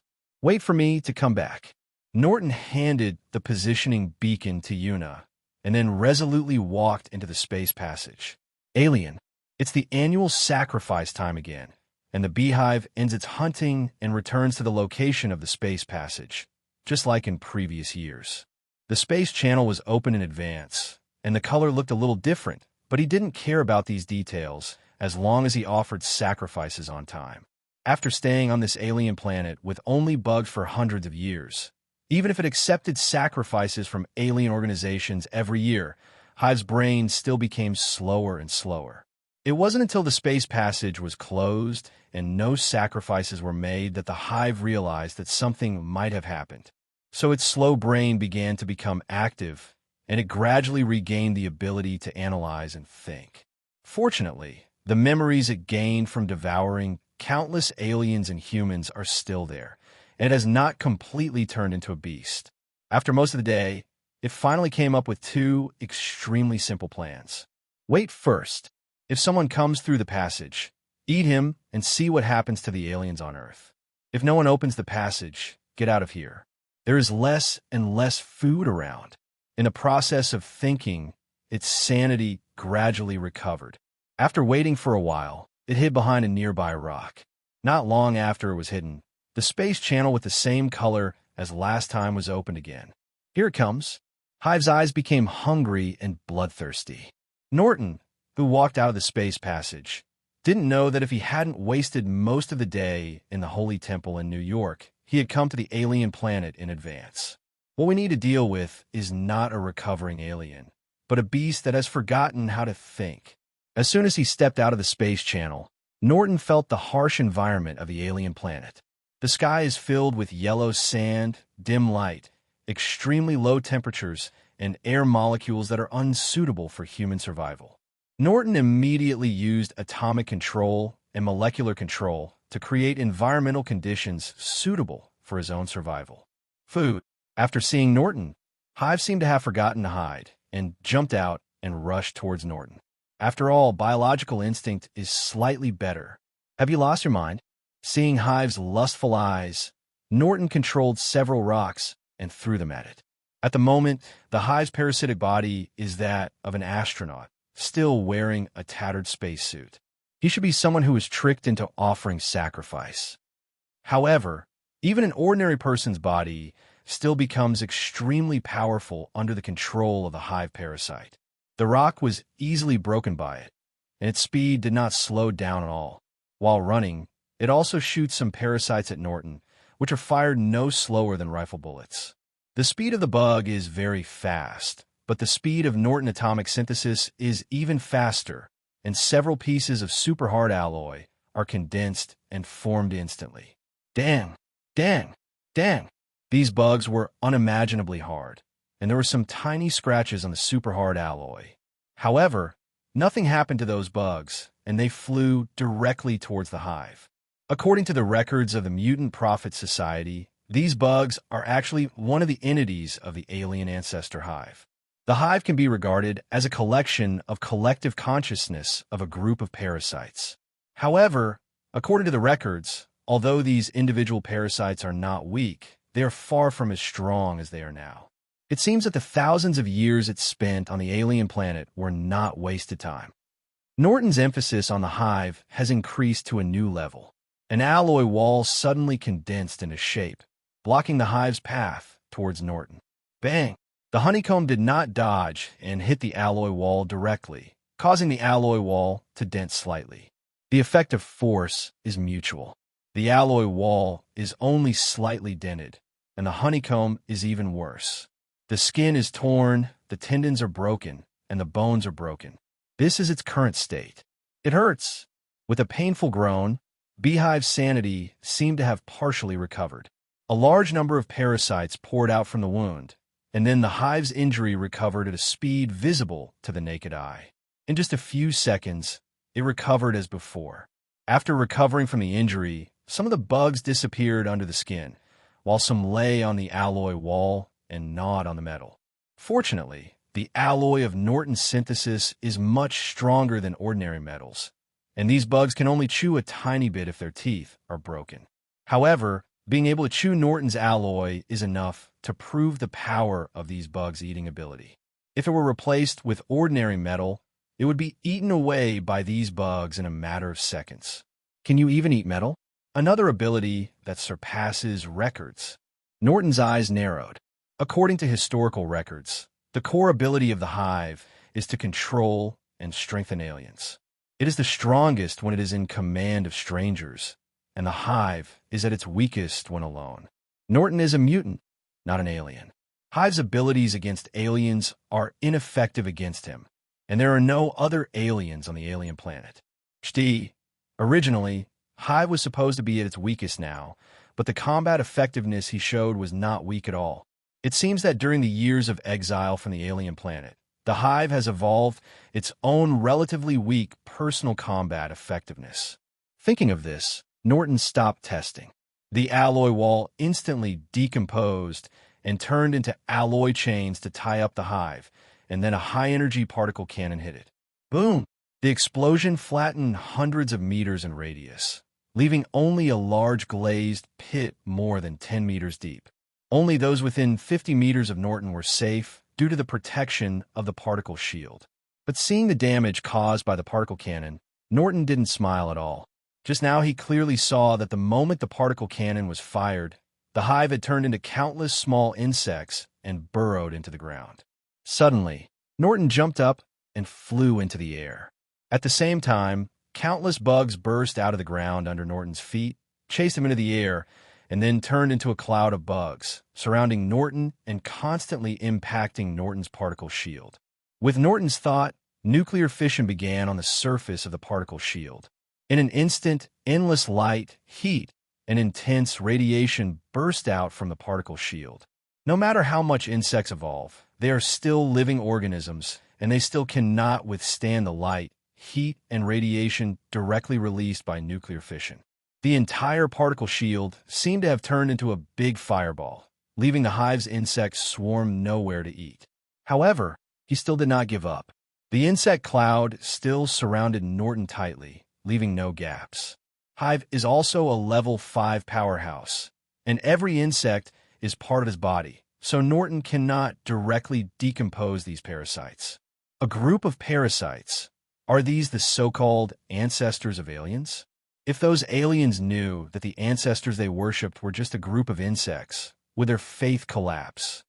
Norton passed his consciousness information to the insect swarm. Who are you? Among the insects, a head condensed. Norton Carnegie, a mutant. Norton replied, Mutant. The swarm suddenly became angry, but soon fell silent again. That's right, mutant. Do you remember it? Norton continued to ask. I know. It was mutant who banished me here. Hive's consciousness was very calm, as if it was stating an unrelated matter. I want to thank you, mutant. If you hadn't awakened my consciousness, I might have completely turned into a bug. Norton was not affected by Hive's words at all, but asked, Oh, how are you going to thank me? Eat you and turn you into a part of me. How about this thank you? Mutant. The insect swarm became turbulent and seemed to be a little bit unable to bear it. Norton turned a blind eye to the changes in the insect swarm. If you can eat these nuclear fuel, then please come. You won't last long, mutant. Hive grew angry. With the fury of the Hive, countless rocks flew up from the ground and then smashed into Norton's shield. Controlling rocks is another new ability, and it has not been used just now and has been hidden until now. Really? Got you. Bullshit over. Norton had a huge smile on his face. Suddenly, the Hive seemed to sense something and instantly became extremely angry.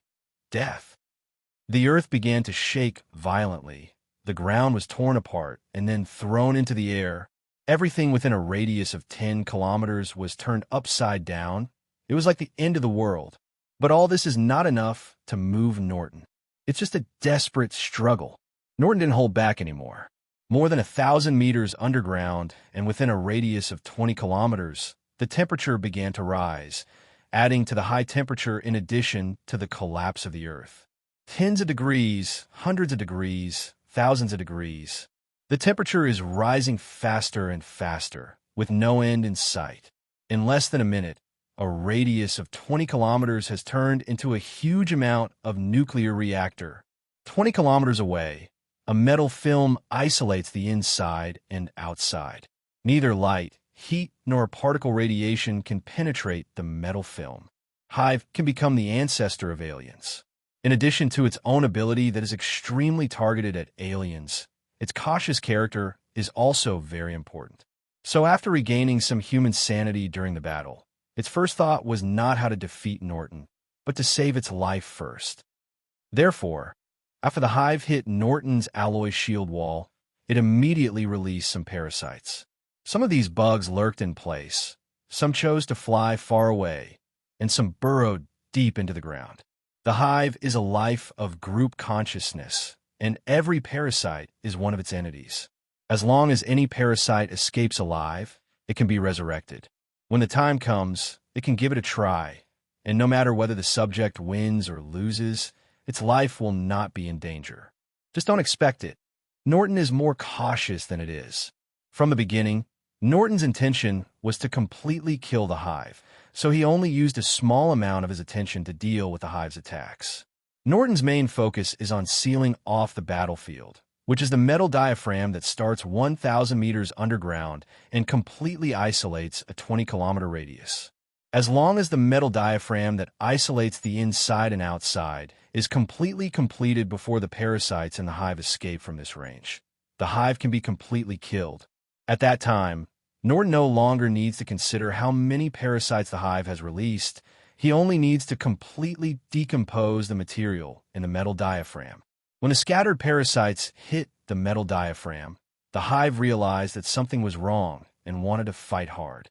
Unfortunately, it's too late. Norton has already taken action, and the metal glass membrane has completely transformed into a nuclear reactor of huge amounts. The resistance of a single parasite is not very strong, and it is quickly killed by the high temperature and high radiation without blind spots.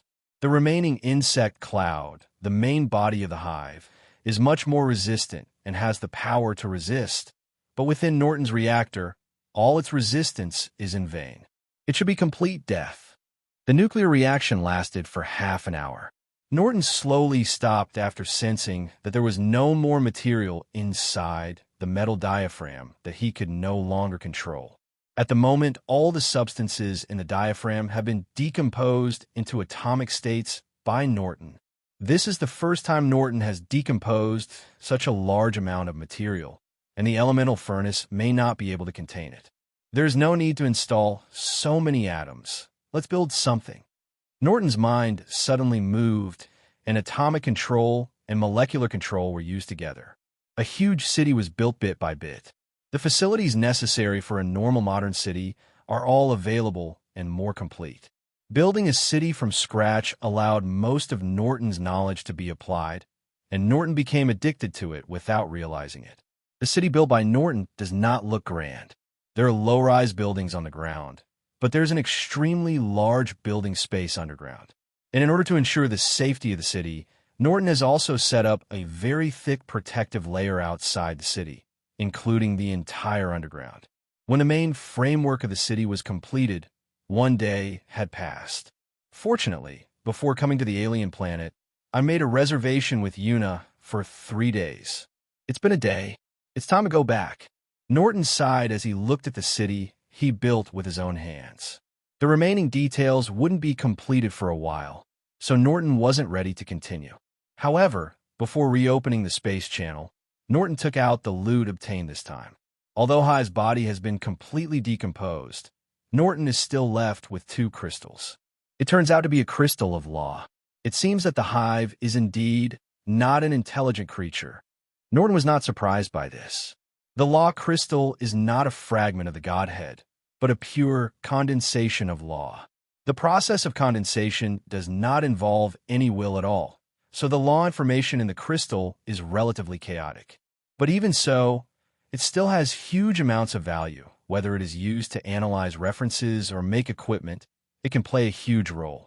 Of the two law crystals left by the hive, one condenses the law of genes, while the other condenses the law of the earth. The former is relatively perfect, reaching level 5, and must be the core ability of the hive.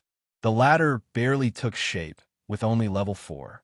It was probably an ability that evolved after it was exiled to an alien planet. Gene law.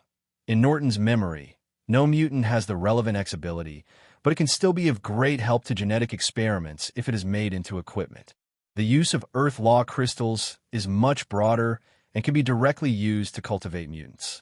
Among the Nova team, there are many players whose abilities are related to the Earth and field attributes. Norton was quite satisfied with this. It's not bad. Finally, so much effort was not in vain. Definitely, the biggest gain from this trip to the alien planet is not the 2 law crystals, but the original alien star. Although the alien planet is not suitable for human survival, it is a planet with life after all. The key is that the space can still be connected to the Earth, making it easy to travel between 2 weeks, and its value is inestimable. Please give me flowers. However, compared to law crystals, the disposal of alien stars is much more troublesome. Forget it. Let's talk about it when we get back. Norton locked on the space beacon left on the Earth. The space channel is opened. Where the space passage was originally opened, Norton built a hull to cover and protect the space passage. Leaving a beacon in the hull, Norton resolutely stepped into the space passage. The sound of the space channel opening awakened Una, who was guarding the secret room. When she saw Norton walking out, she immediately rushed up and asked with concern, "Norton, are you okay?" "It's definitely fine. A bedbug can't hurt me."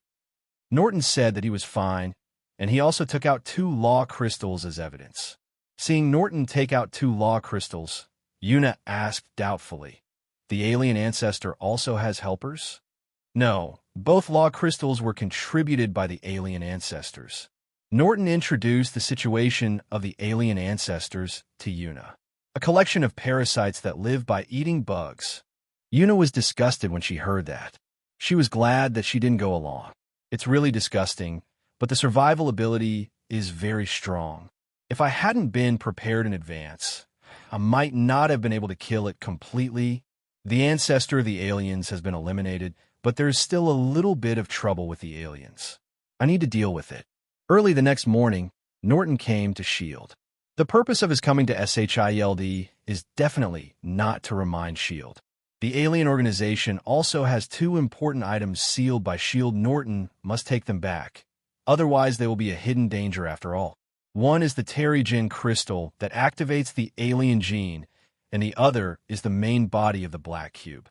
Although the alien's genes have been completely integrated into the gene chain, according to laboratory research, a specific gene fragment that every alien has was still found. This specific gene is mostly a backdoor left by the Kree, used to activate and control aliens. As the gene is inherited and stabilized, this specific gene is completely integrated into the alien's genes. The purpose of the Kree creating the Inhumans is to be used as super soldiers, so leaving a backdoor to control the Inhumans is normal. The ancestor of the aliens was able to control the aliens, mostly through his own genetic ability to control the specific genes of other aliens. The Terrigen crystal serves as a medium to activate alien genes, and Norton is not prepared to let it wander outside. The ancestor of the aliens has died, and the remaining aliens who have not activated super abilities, let them die naturally. Norton personally came forward, so it was impossible for S.H.I.E.L.D. to refuse Norton's request because of 2 items of unknown use. Anyway, there are many such items in S.H.I.E.L.D.'s warehouse. Even the current director of S.H.I.E.L.D. is unwilling to do so. After Norton played the financial threat card, he had no choice but to compromise. With the influence of the Carnegie family in the United States, it only takes a little effort to get Congress, which already has objections to S.H.I.E.L.D., to cut funding. After taking the things back, the Terrigen crystal was useless and was directly sealed by Norton. It was the main body of the black squares that aroused Norton's interest after integrating all the black squares and revealing their true colors. This thing does not seem to be a natural creation, nor is it an artificially synthesized substance, but a creation of the law of aliens or mutants. Norton quickly studied the essence of black matter, a kind of law creation between energy and matter, with extremely excellent space compatibility. With in-depth research, Norton soon discovered that this thing could solve huge amounts of his own problems. Originally, the biggest problem in developing alien planets was transportation. After all, Norton could not help open space passages at any time, and black matter can solve this problem. This thing seems to be able to be used to build a permanent space passage. Norton's eyes lit up, and he began to deduce the construction plan. This was not difficult for Norton, and a complete construction plan was quickly developed. However, Norton did not directly build the space channel, but called Una and others over to discuss it. After all, if alien planets are really to be developed, Una and the others will definitely be the ones to contribute. Norton has no interest in traveling to alien planets anymore. Are you interested in developing aliens? Norton asked. Not interested. John shook his head first. Alien didn't have the X gene he was interested in. Selena is also not very interested, and there are no mutant students on the alien planet. However, Una was more interested in developing a new planet and asked a series of questions. How is the environment on the alien planet? Are there any resources worth developing? The environment of the alien planet is not suitable for human survival, but I built a city on the alien planet, which is enough to support the long-term survival of a small number of humans. As for the resources of Alien, I haven't paid attention to it, but for such a big planet, there must be resources worth developing. Norton briefly introduced the basic situation of Alien. Is the alien planet dangerous? Una asked again. In addition to the harsh environment, the dangers of the alien planet mainly come from the bugs living underground. These bugs are difficult for ordinary people to deal with, but they pose no threat to the Nova team. However, the living environment of those bugs is very complex and difficult to clean completely. Norton replied.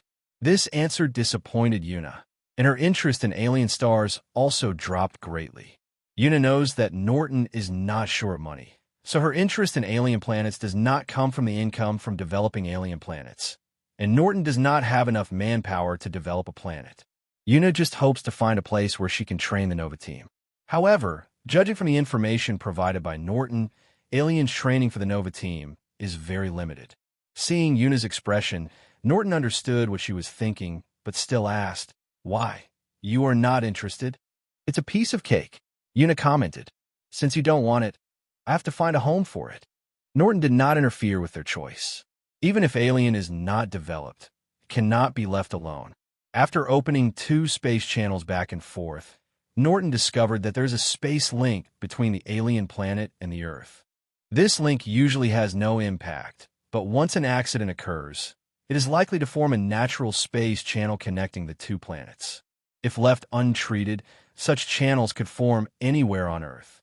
Once alien bugs are allowed to travel to the Earth along the subspace channel, it will be a disaster for ordinary people. It is difficult for ordinary people to deal with those bugs that can appear and disappear underground. Although under normal circumstances, such an accident may not occur once in hundreds of thousands of years.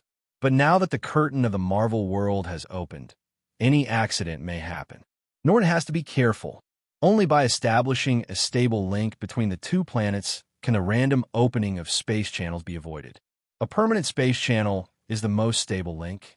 However, building a space channel in your own home is completely different from building it elsewhere. Until there is no problem with the 3 holy places, even if the space passage is established, free travel will not be possible.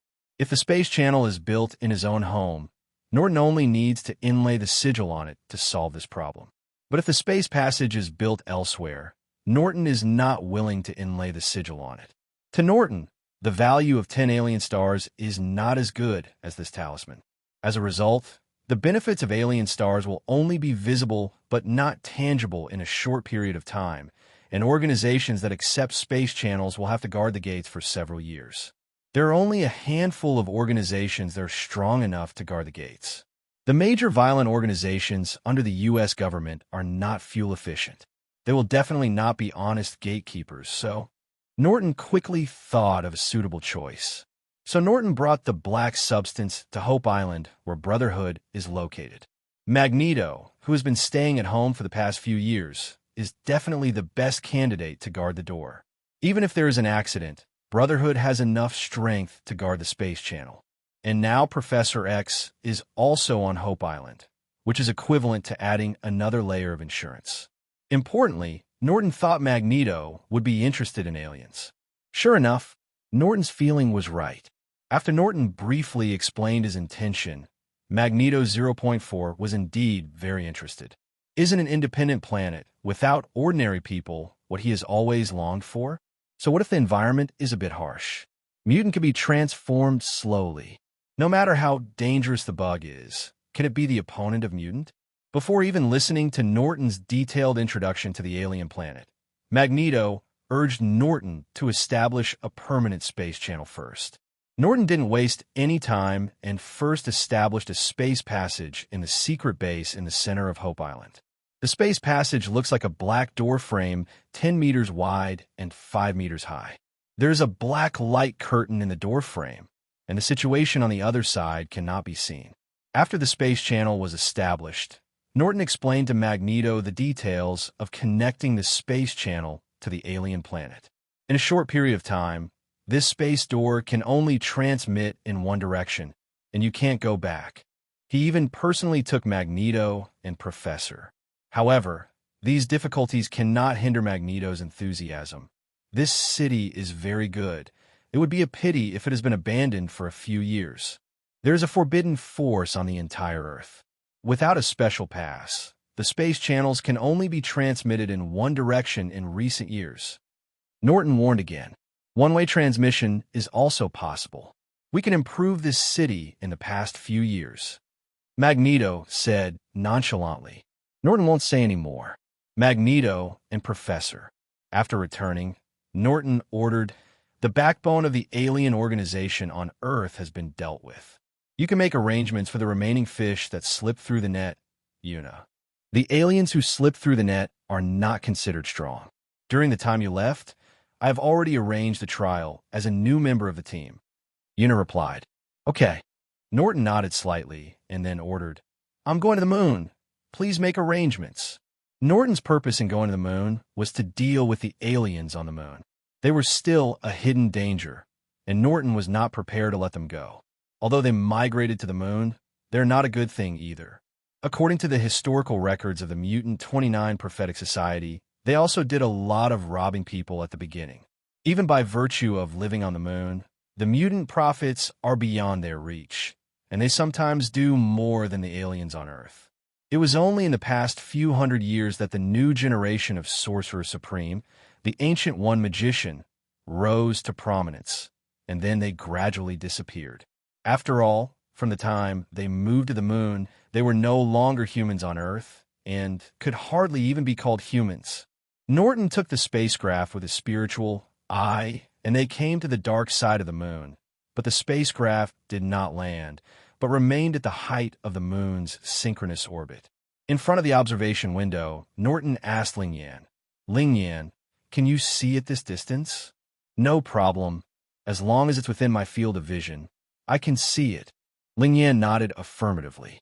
The distance at which the spiritual eye observes law fluctuations is not fixed, and is mainly limited by the range of vision. In space, his range of vision is obviously much larger than on Earth. What if it's underground? Norton continued. That depends on the depth and the intensity of the law's fluctuations.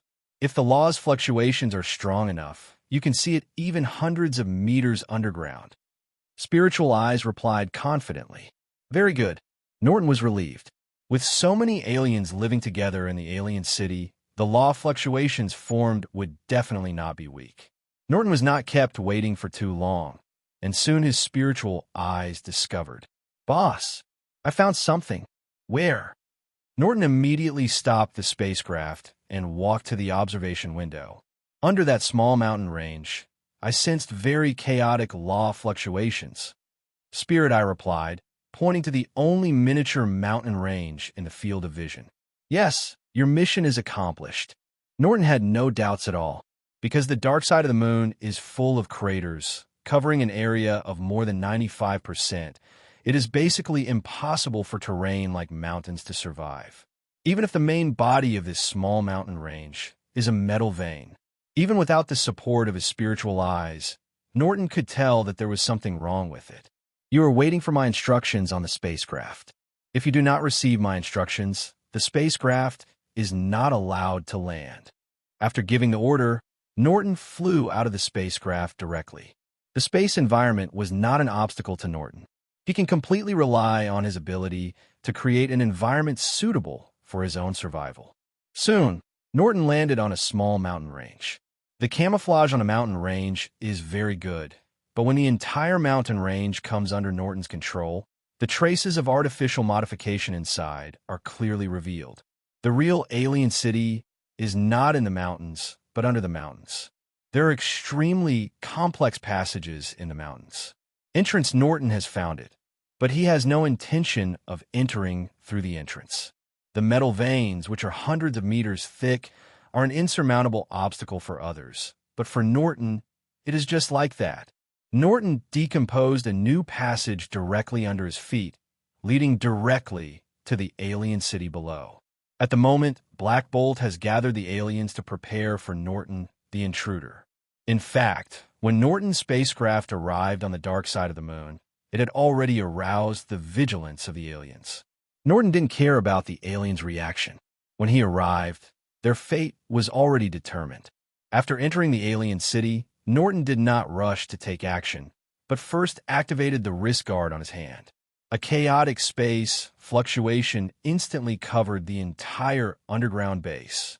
The bracers are equipment made by Norton using fragments of the space Godhead, which are also dismantled from apocalypse fragments of the Godhead.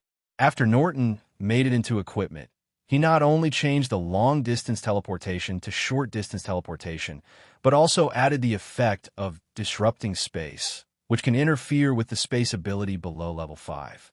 This is one of the pieces of equipment that Norton is most satisfied with. There are a lot of aliens in the city, and it is difficult to keep aliens with spatial abilities. Norton doesn't want to let them go. Since Norton didn't take the usual route, he waited for dozens of seconds before Black Bolt and his men hurried over. Such a long time is enough for Norton to prepare. Who are you? Why did you break into my kingdom? Black Bolt asked. He only asked questions, but did not take action directly. Black Bolt was obviously very afraid of Nuwa. The other aliens looked very angry, but without Black Bolt 890's order, they did not dare to take action and just surrounded Norton. Looking at more and more strangers around him, Norton didn't feel nervous at all. These aliens have distinct shapes, such as King Black Bolt and his men, these aliens with obviously higher status. They are all human appearances. Other aliens whose status is one level lower. Most of them have ferocious and strange forms, and some cannot even maintain a basic human form. I'm mutant. After glancing around, Norton slowly said the answer. Upon hearing this answer, Black Bolt's expression suddenly changed. He had obviously thought of something. But it's too late. As soon as Norton finished speaking, the entire alien city was filled with endless light and heat. The aliens with relatively fragile bodies were killed by the light and heat for the first time, and then set on fire. The lower-level aliens with slightly stronger bodies could only wail in the light and heat, and they obviously couldn't hold on for long. However, only strangers were attacked, and the city's buildings were not affected at all. Seeing the miserable situation of those low-level aliens, Black Bolt immediately gave up taking action and chose to compromise. Stop! Mutant, no matter what you want, I will promise you, as long as you let my subjects go, they are all innocent. Black Bolt's words were majestic, and he looked very responsible as a king. Too bad it doesn't work for Norton. Innocent? Ha! Norton smiled disdainfully, with no intention of stopping. When humans kill those snakes, insects, rats, and ants, will they consider whether they are innocent? even if we let go of the feud between Eren and Mutant. When Norton saw the forms of low-level aliens, he no longer regarded them as human beings. Killing them is no different than killing some beasts. Norton won't have any psychological burden. Black Bolt could no longer endure being treated like a snake, insect, rat, or ant. Even if he was wary of Norton's strength, he still had to give it a try. Kill! King Black Bolt shouted, which was both an order and an attack. The aliens who still had some strength immediately launched a counterattack, and Norton was instantly overwhelmed by various attacks. The aliens have various abilities and different types of attacks. Unfortunately, the ability level is not enough to break through Norton's ever-changing particle shield. The only level 5 inhuman, Black Bolt, has the ability to be restrained by Norton. The power of sonic vibrations is greatly reduced in a complete vacuum environment. Norton did not fight back. He was just a defensive colleague, maintaining the light and heat that flooded the city. That's it. Come down and clean the battlefield. Norton gave the order in the mental space. The light and heat that flooded the city have disappeared, along with those strangers. Only the ashes on the ground prove their existence. But before Yuna led the Nova team into the city, Norton decomposed the ashes. In this city, except for the things that Norton deliberately preserved, everything else was burned in the light and heat, especially the living things. Norton didn't leave a single cell behind. In Norton's eyes, these strangers are not even worth studying. Following the passage opened by Norton, the Nova team filed in. Seeing Norton again, the respect in their eyes rose to a higher level. During the battle, just now, Norton did not hide and tuck in. They shared the mental space simultaneously. They all witnessed the scene where Norton took action, controlled the city control system, and then searched this base thoroughly. Norton ordered. Yuna called to the back. Billy, it's your turn. The internet-addicted boy walking at the end of the team immediately put down his game console and came forward. Here he comes. Seeing that he looked unreliable, Norton warned. This city was originally a base left by the Kree, and the control system was also written by the Kree. Be careful, Billy. Don't worry, boss. I promise there will be no problem. Internet-addicted teenager Billy Solo assured. Then he randomly found a data interface, and his whole body turned directly into a string of data and drilled through the interface. Billy's original ability is to digitize consciousness. The digitized consciousness can enter the online world and swim around, but does not have powerful intrusion ability. Recently, his ability has been improved, and his body can also be turned into data and enter the online world. Moreover, after the body was digitized and entered the network, Billy gained powerful intrusion ability, and 007 was no longer his opponent. Billy's combat effectiveness after entering the data world is linked to his mental power. Yuna explained to Norton. You can enjoy Leona's spirit sharing bonus by linking it to your spiritual power. No wonder you are so confident. Norton doesn't have to worry anymore. While Billy was completing the control system, the rest of the team was not idle either. They divided into several teams and started searching from the outside. Although the periphery is not too important, it still needs to be searched thoroughly. The abilities of aliens are all kinds of strange, and Norton is not sure that light and heat can kill all aliens. However, even if there is an alien who escapes through special abilities, his strength will not be too strong, and the Nova team can completely handle it. Only Yuna and Leona, who acted as the central commander, still followed Norton, slowly walking towards the core area of the city. As the residents of Black Bolt and his family, as well as the city's control center, the most valuable thing must be here. As soon as the three Nortons reached the core area, the door opened by itself, and at the same time Billy's voice sounded from the speaker at the door. Welcome, boss, eldest sister, and captain. Has the control system been completed? Yuna asked. It's not completely done yet, but I have completely suppressed it and obtained temporary management rights. I will soon be able to rewrite its core program and make it ours. Billy replied. After turning several doors in a row, the owner stopped in front of a door that was obviously higher level. This door is not under the jurisdiction of the control system, Behind the door should be the most important place in the city. Billy explained. Little things. Norton waved his hand gently, and the heavy door opened automatically. The entire base is under Norton's control, let alone a door. If it weren't for the preservation of the city's control system and Billy's risk, Norton could easily destroy the city's central computer. Behind the door is a warehouse, which stores a large number of precious materials, but these are only superficial things. The real core is the 3 hidden chambers. The largest secret room holds a large amount of paper archives, and Norton has not taken care of it for the time being. A medium-sized secret room contains some high-tech instruments, which should be left behind by the Kree, and I am not interested in them yet. Norton opened the smallest secret room, and what was stored here was what interested him the most. There are no other miscellaneous things. There are only a few crystals displayed in the secret room, which are crystals of law. There are only 3 larger ones, and the auras of the 3 crystals are almost the same, which is exactly the same as the law crystal that Norton got from the body of Black Bolt. It should be the Alien King from the previous 2 installments. The remaining 5 are all barely formed law crystals. The types of law are different. They should be from 4th-level aliens who have died for more than 1,000 years. There are a little few 4th-level crystals. Hello, no. Over the years, 3 level 5 kings have been born. There can't be only a few level 4 aliens. Put these crystals into a box and hand them to Yuna. Shop. Then he opened the base where the crystals were displayed and took out a thick stack of gold foil paper. Even though it was gold paper, you could still feel the primitive atmosphere on it. Obviously, it had a long history. The gold paper was written in ancient Latin, but Norton couldn't help it, and he quickly deciphered the content.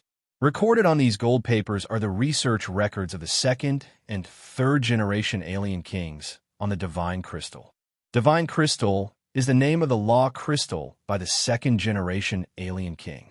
The first law crystal originated from the out-of-control 1st generation king and was discovered by the 2nd generation king when he cremated his father's body. Through the research records on gold paper, Norton finally understood why most of the aliens in this city did not have human appearances. Because the animal shape is more conducive to the condensation of law crystallization. As a result, this group of aliens has taken a different path from the aliens on Earth. Their selection criteria are to maintain sanity and genetic stability, and there is no limit to their physical shape. Only the highest-ranking aliens are required to have both human and animal forms, which means they can transform. Even so, the probability of 4th-level alien condensed law crystals is not high. In addition, those used in research, so there are only 5 left. After reading the contents on the gold paper, Norton destroyed it directly. He killed all the aliens, and it was useless to keep this research record. Then the 3 of them went to see 2 other secret rooms. Norton asked people to move the instruments left by the Kree back to the spacecraft.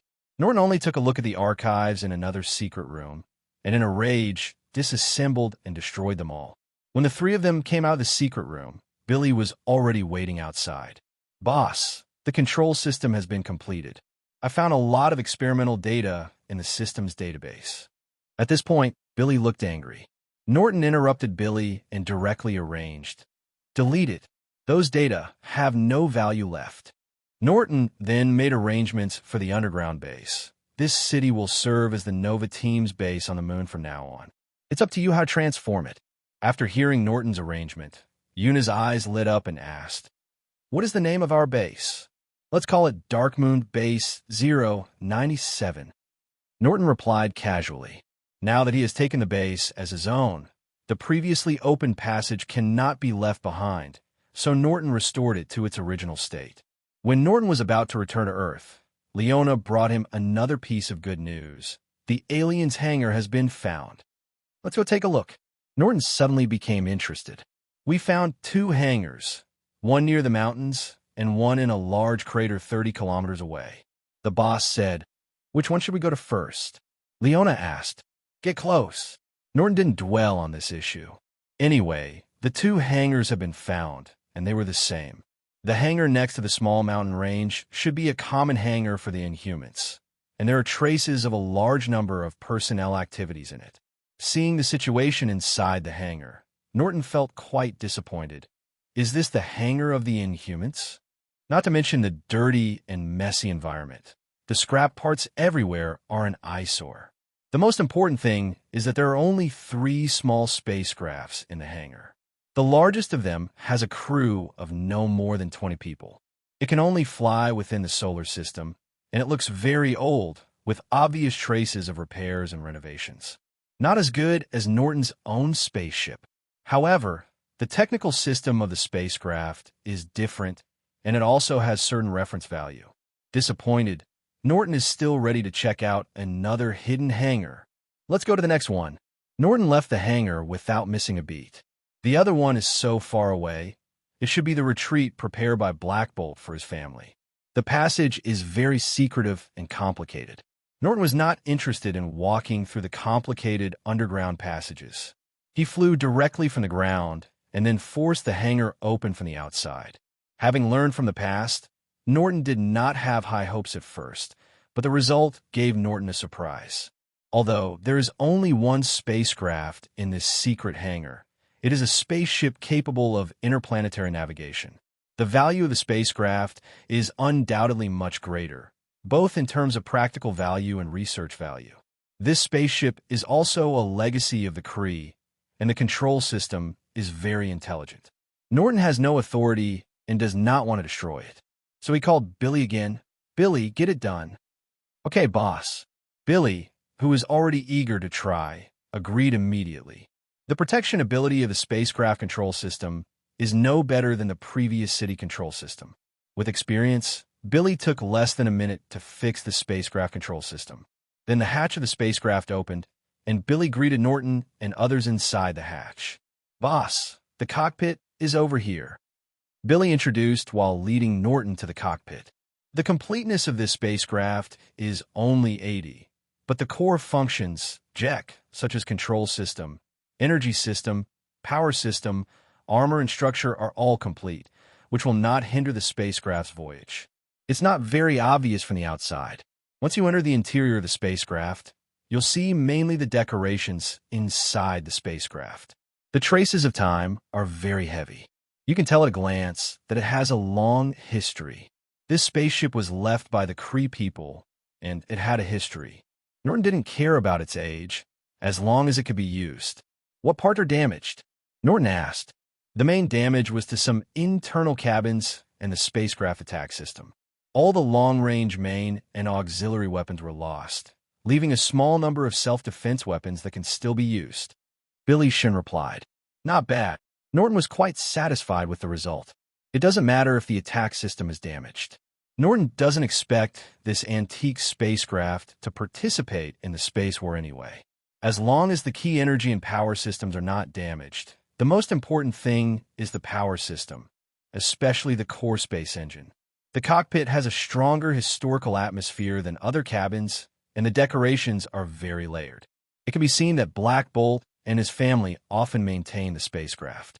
Welcome back, Captain, the electronic female voice sounded.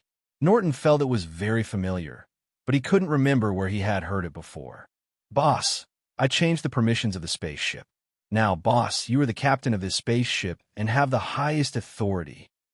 Billy explained immediately. Norton glanced at Billy and sat in the captain's seat. Can the electronic sound synthesized from several familiar sounds be unfamiliar? I didn't realize it, but Billy, who looks like an internet-addicted boy, is a bit sultry. Start self-check. Norton issued the order for self-check. Overall self-examination. Spaceship integrity, 806. The spacecraft energy reserve is 65. Suggested repair plan. The self-test results are similar to what Billy said, just a little more detailed, but the condition of a single component is still not detailed enough. Space engine self-check. Norton continued to issue instructions. The space engine is warming up. The self-test this time is much slower, and the engine needs to be warmed up before the details of the engine can be detected. The self-inspection ended soon after. The three-dimensional model of the space engine did not have damaged areas marked in red, but the overall status was displayed in yellow high-risk status. The reason for the risk is very simple. The engine as a whole is aging, and it is expected that parts will be damaged within 3 times. What a pity! Una next to her side, and Billy and the others were also quite disappointed. I thought I could find a spaceship that could travel far away, but it turned out to be just a look-alike, but not usable one. It will break within 3 times. No one dares to try it, and the value of this spaceship will naturally be greatly reduced. Although it cannot be used, the research value is still great. Norton was not disappointed. He had no intention of flying other people's spaceships into the universe. Dismantle it. With this sample, we should be able to develop our own spacecraft faster. Norton decided the fate of the spacecraft. The fate of this spacecraft has already been determined.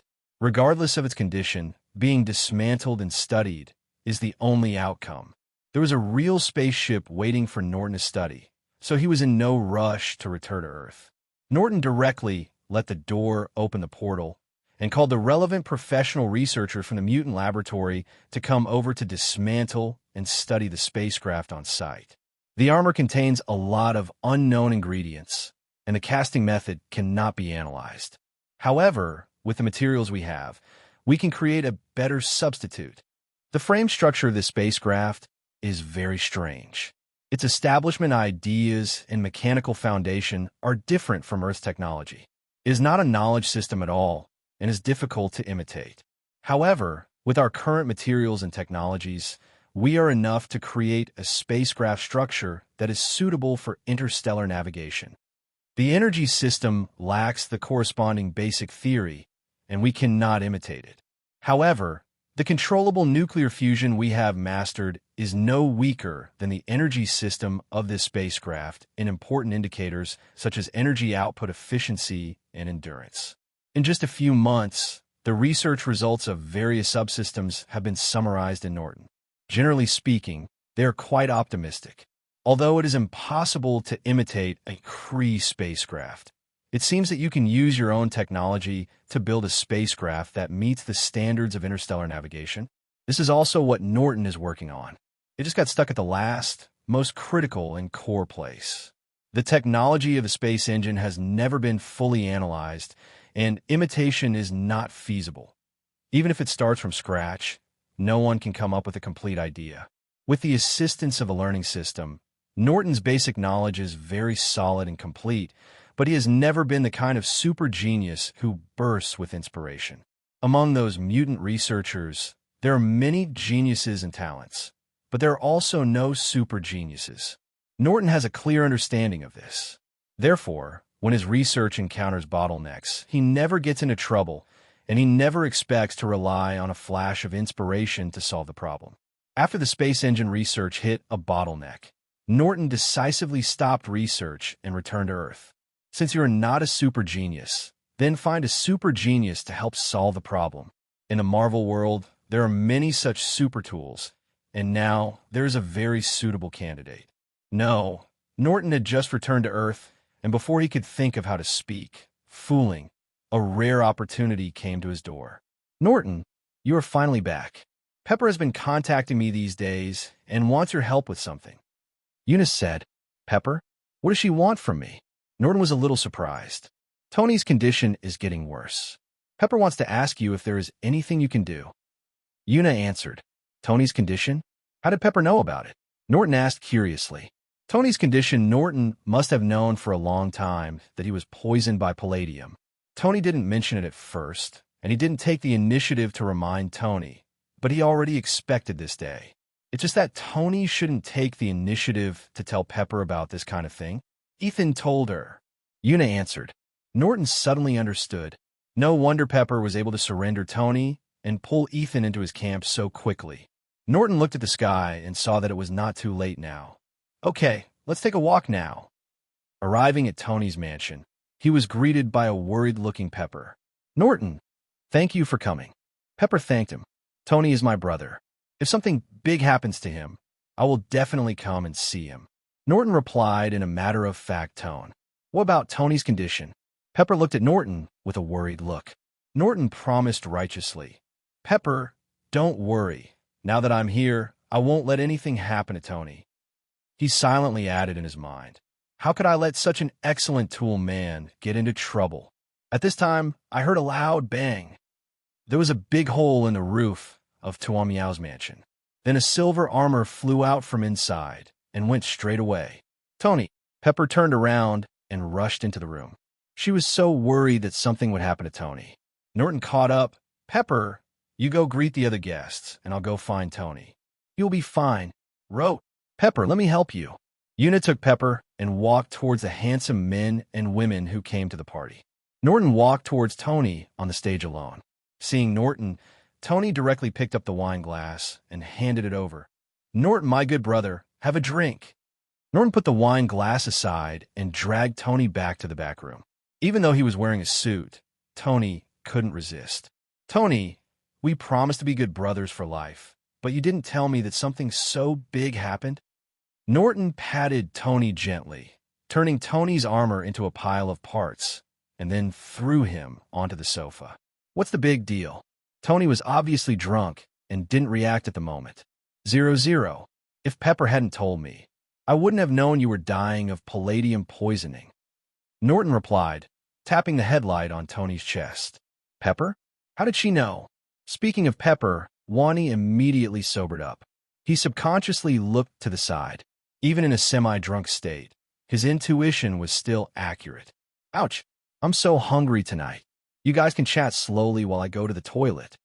Ethan said decisively. Ethan, Norton interrupted Tony directly and said, don't blame Ethan for leaking the secret. This matter is your own problem. You didn't come to me for such a serious matter as palladium poisoning. Do you think I can't solve your problem? Or do you think your life is worthless? What's the point of looking for you? My situation is very complicated, and the palladium poisoning is just superficial. Tony also wanted to forcefully explain. You haven't looked for me. How do you know I can't help it?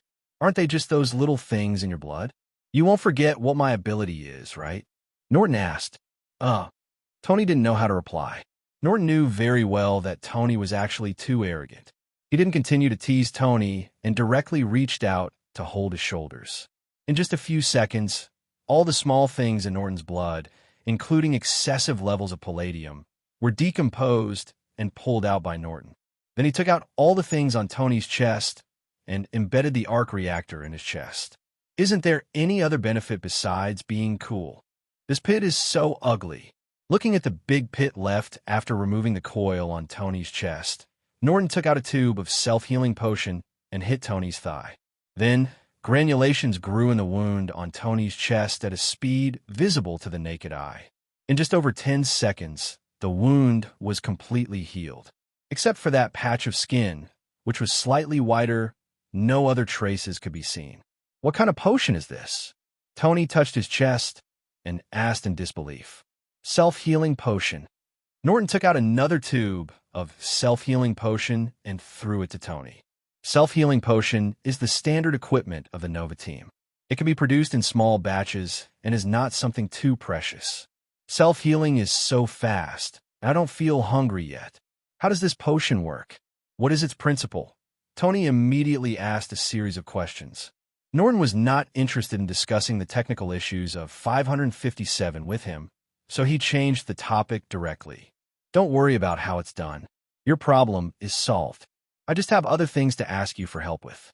Brother, is there anything else you need my help with? Tony's mind immediately calmed down, and he immediately forgot about the potion and so on. You are my brother. Why can't I ask you for help? Norton said it definitely. Is there anything else you can't handle? Tony asked. I'm not an all-knowing and all-powerful God. There's definitely something I can't handle. Norton asked directly. Stop talking nonsense. Can you help? Help. Definitely help. Tony nodded without hesitation. But you have to tell me first what exactly is going on, right? Don't worry. This is what you're best at. Help me research something. Norton replied. What are you studying? Tony felt reassured.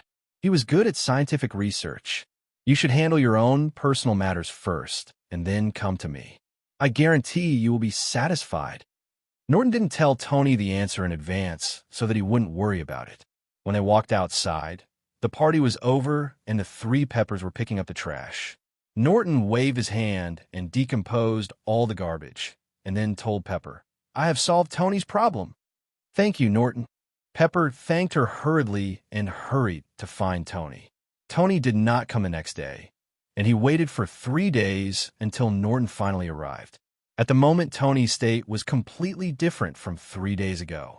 The decadent temperament completely disappeared, and he turned back into the high-spirited Iron Man. Norton glanced at Tony's chest. His injuries had recovered, but he still wore an arc reactor on his chest. But judging from the state of the arc reactor, it should have been replaced with new fuel. I guess this is why Tony was delayed for 3 days. "Sorry, Norton. I kept you waiting for so long. I've been busy these past 2 days. Tony apologized to Norton. "It's okay. I'm not in a hurry for 2 or 3 days anyway." Norton waved his hand indifferently, then pointed at the arc reactor on Tony's chest and asked, "Why are you still carrying this thing? Don't you feel panic? I'm used to wearing it.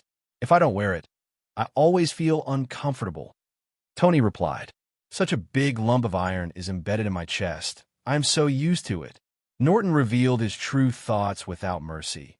"You are so insecure." Tony smiled and did not answer directly.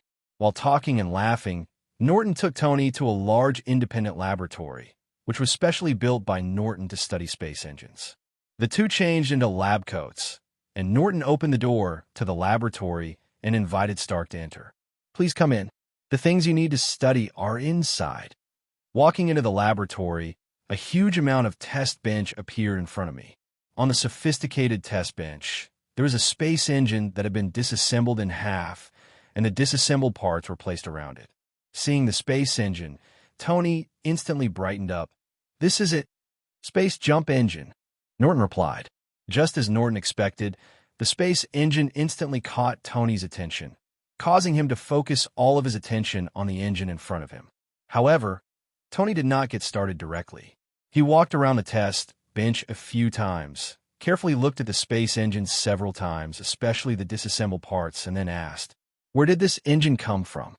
"Teared down from an alien spaceship," Norton replied. "And spaceships." Tony became even more interested. "There was originally a spaceship that was basically intact, but I have dismantled it. The core components of the spacecraft are right in front of you," Norton replied. "You're willing to dismantle a perfectly intact spaceship?" Tony looked regretful. "It's just an old antique. I wouldn't dare to drive it anyway, so why not just dismantle it and study it?" Norton didn't take it seriously. Tony looked at her carefully twice, then nodded. "You are indeed not young." Only then did he notice that the signs of aging on the engine parts were clearly visible. He thought it was due to wear and tear just now, but now it seems that it is simply due to age. "How's it going? Are you sure?" Norton asked. "It depends on what you need: repair, copy, or redesign a space engine," Tony replied calmly. Norton couldn't tell whether he was sure, but since he didn't explicitly refuse, he seemed confident that he could handle it. Neither restoration nor imitation was what Norton wanted, so he replied, "This space engine comes from an extraterrestrial civilization. The technological system is very different from that of our Earth, and this is technology from more than 1,000 years ago. So it's best to develop a set of our own space engine technology based on our technology." "Our space engine technology? It's very challenging, but I like it." Tony's eyes lit up with fighting spirit. He felt something called passion. This kind of passion can usually only be felt when developing a new generation of Mark armor. "Very good. This laboratory is handed over to you. If you have any needs, please tell me, especially in terms of materials." Norton directly handed over the authority of the entire laboratory to Tony Stark. Tony was not polite and immediately made a request. "Do you have a control system for this space engine?" For high-end equipment like the space engine, software is no less important than hardware. The control system definitely exists, and it is more complete than the hardware. There is nothing missing. There is a backup in the quantum computer in the laboratory. You can study it at will. Norton replied. Billy took down the main control system of the spacecraft, and naturally all the sub-control systems were also taken down and directly parsed into familiar computer language. It is precisely because of the complete software system that the research on other parts of the spacecraft can be so fast. The quantum computer in this laboratory is one of the achievements of this scientific research. Thanks to the inspiration from the spacecraft control chip and control system algorithms, Norton was able to perfect the manufacturing technology of quantum computers. The computing efficiency of quantum computers far exceeds that of previously used silicon-based computers. Suddenly, Tony asked in amazement, "Brother, how did you do it? How did you do that?" Norton didn't realize what Tony was asking. The control system of the space engine has been perfectly translated into our computer language. "How did you do it?" Tony asked, pointing to the code on the screen. The code on the screen is very familiar. It is the most widely used computer language now. It is absolutely impossible that aliens used this computer language more than 1,000 years ago. I have a mutant named Billy Solo. His ability is datization, and data assimilation is his newly developed derivative ability. Norton explained, "As for the principle, don't ask me, I don't know either. Many of mutants' abilities have no scientific basis." Okay, Tony didn't ask further. Mutants' ability was not scientific, and he already knew it. With this complete control system, the difficulty of research will be reduced by at least several levels. The space engine has completely aroused Tony's enthusiasm. He has been spending all day in the laboratory recently, and even the Stark Group's affairs are handled remotely. Iron Man naturally disappeared. This has made the outside world a little suspicious, especially the news media. Suddenly, Tony Stark is no longer a walking news topic, and it always feels like something is missing. Tony has been absent for a long time, and naturally all kinds of rumors began to fly. One of the rumors is the most recognized by the public. With Tony's character, as long as he can take 2 steps, he will definitely go out and wander around. If he hasn't shown up for so long, he is probably seriously ill. Fortunately, the Stark Group is relatively stable. Otherwise, most people would think Tony was dead. Only people who are relatively close to him know that Stark is fine and is just obsessed with scientific research. On the other hand, Hammer Industries, a former rival of the Stark Group, has been jumping up and down recently and is likely to replace Tony Stark as the darling of the media. During lunchtime, while watching a news video, Norton asked, "That guy Hammer has been provoking several times in the media. Why don't you respond?" "It's just a joker. How can I have time to care about him? And the Stark Group no longer sells arms." Tony replied nonchalantly, "This guy has been so arrogant recently. He must have found some trump card." Norton guessed, "No matter what trump card he has, it has nothing to do with me." Tony said firmly, "Nothing is as important as scientific research now." It can only be said that Tony Stark is indeed the top genius in the Marvel world and the world's biological sun. Creatures like super geniuses just don't make sense. Since he took over the laboratory, the progress of space engine analysis has been rapid. No matter what difficulties he encounters, Tony, who is bursting with inspiration, cannot stop him. Even the most serious difficulty only bothered Tony for 3 days before being solved by Tony. As the technology contained in the space engine is continuously analyzed, a new set of space engine technology, based on Earth technology, is gradually maturing in Tony's hands. Seeing the stars and the sea will no longer be a dream. Norton did not do anything else during this time because he spent part of his time in the laboratory researching with Tony. Norton is definitely not as inspirational as Tony, but his comprehensive basic knowledge is exactly what Tony does not possess. When Tony encounters difficulties, he can often inspire Tony from other perspectives. Definitely, Norton's purpose in staying in the laboratory is definitely not only to assist Tony, but more importantly, to learn the new technologies developed by Tony as soon as possible, including the full set of space engine technologies. This is not difficult for Norton. He only needs to watch it once to learn and master it. It took 3 months for Tony to completely disassemble the space engine into parts and then reassemble it. The reassembled space engine was still able to run. Even because of the refurbishment of parts, the theoretical service life of this space engine has been increased a lot. Definitely, Norton still won't use it. Even if it is refurbished, it is still more than 1,000 years old. This space engine is useless. Tony put canvas on the engine cover and pushed it away from the test stand.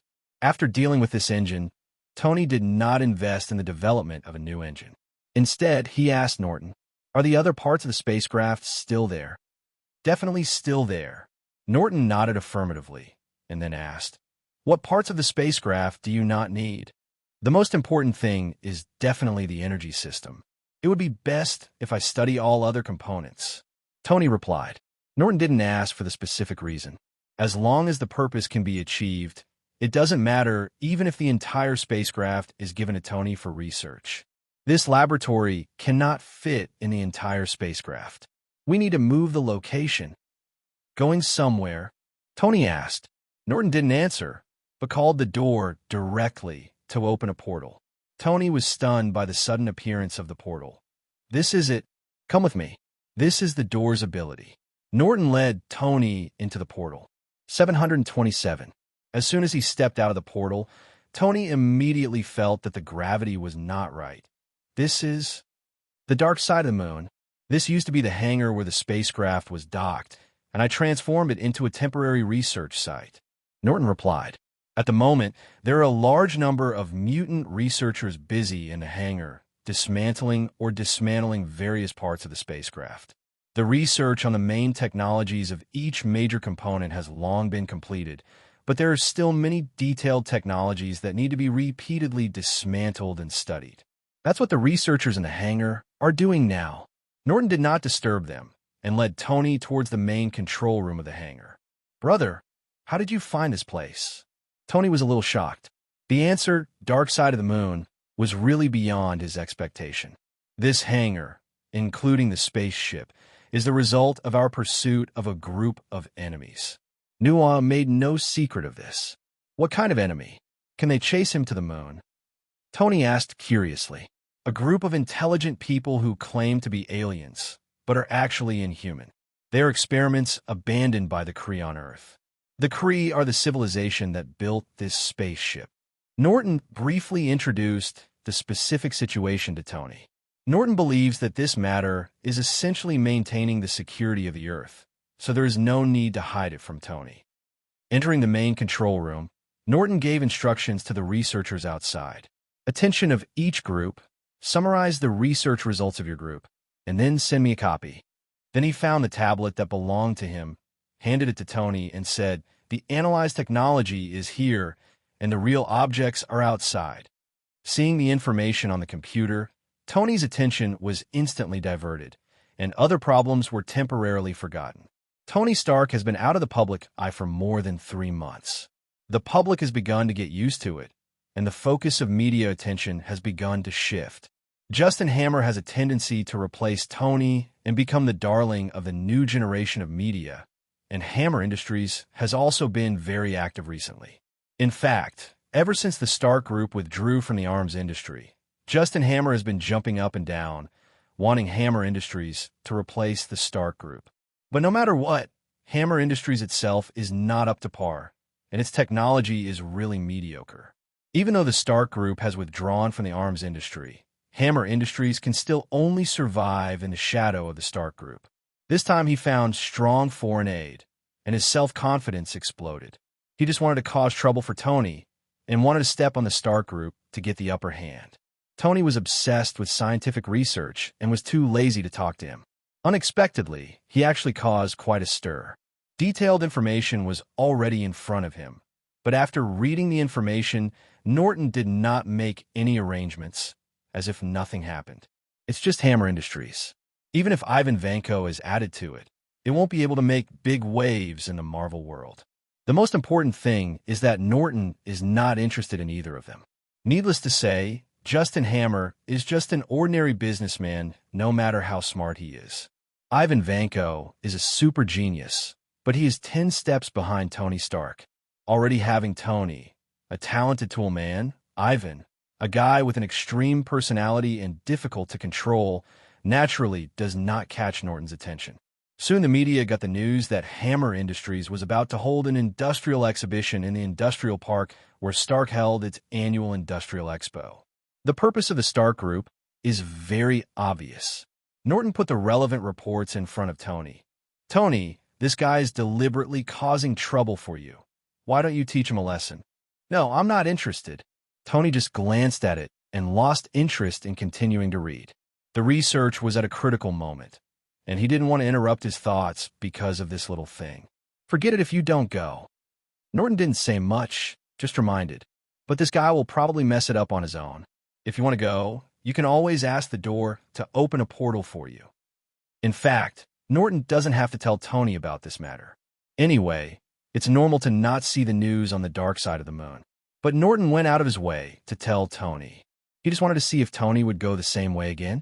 Iron Man versus Whiplash. Norton imagined it in his mind. The results may not be very exciting. The materials Tony used to build the steel armor were specially supplied by Norton, and were far from comparable to the defective products provided by Hammer Industries.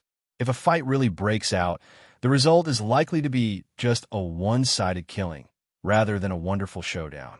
The exhibition of Hammer Industry was held as scheduled, but then it was messed up unexpectedly, which is in line with the consistent style of Hammer Industry.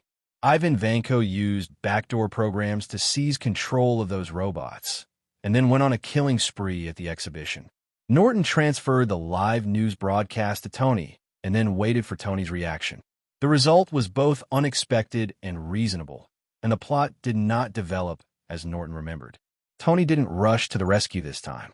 When he saw those arrogant robots, he just smiled disdainfully and then continued to work on his own affairs. Facts have proved that Iron Man really did not need to take action in this matter.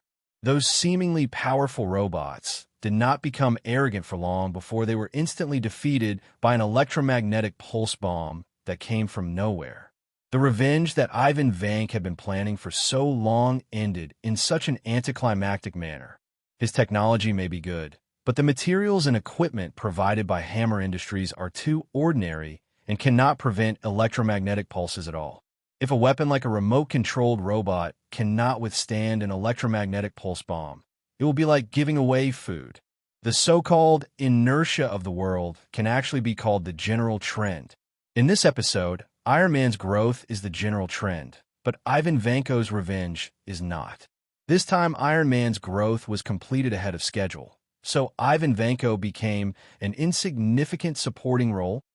If Tony's growth had not been completed in advance, with his previous mentality, he would not have been able to stay quietly in the laboratory for such a long time.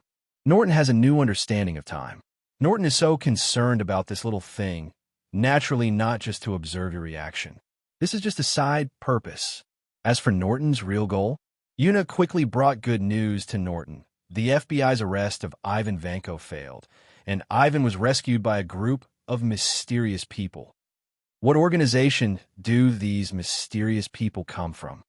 Norton asked.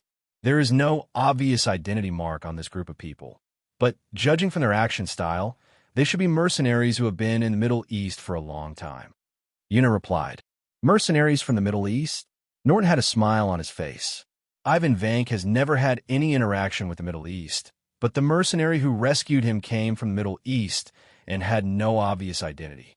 The identity of the man behind the scenes, Norton, has been mostly determined. Keep an eye on Ivan Vank's whereabouts, and pay attention to everyone who comes into contact with him. If you find anyone with a special identity, report it to me immediately. Also, don't act rashly without my further instructions. Norton gave the further instructions. Soon Ivan Vank was transferred out of the United States, and then transferred to the Middle East. More and more people have come into contact with Ivan along the way, and the image of the man behind the scenes is getting closer to the goal Norton expects. The Middle East was not Ivan's end. Less than 2 days after arriving in the Middle East, he was secretly transferred onto the ship. This time he was sent directly to South America and ended up in a secret base. The team members tracking Ivan Vanko saw an acquaintance in this base, the terrorist Tautian who had kidnapped Toby Stark. Since then, the identity of the person behind the scenes has been completely confirmed. It is Mandarin, the leader of the 10 rings that Norton is most looking forward to. Mandarin had kidnapped Tony but failed, so he would definitely be interested in Ivan, who had a grudge against Tony and was only weaker than Tony. Moreover, Ivan had little reputation before. and his only conflict with Tony was like a poor imitation. There would be no big organization competing with 10 rings. Taking this into consideration, Norton began arranging for people to monitor Ivan Vank a few months ago, hoping to find Mandarin through Ivan. Norton has been coveting Mandarin's 10 rings, especially the one with the ability to reorganize matter. It's just that Mandarin, this old fox, is too meticulous and can't find any traces. So Norton has great hopes for Ivan Vanko, hoping that this bait can successfully catch Mandarin. As expected, Norton was not disappointed. Although he did not find Mandarin directly, he successfully put down the bait. Next, as long as you wait patiently, you will most likely be able to reach Mandarin. This time may not be too short, but Norton is patient enough. The plan to track down Mandarin has just come to an end, and there is another good news from Tony. Norton, I have completed the preliminary design of the space engine, but there are some process issues in the manufacturing of the prototype that need to be solved by you personally. No problem, I'll be right back. Norton immediately prepared to return to the moon.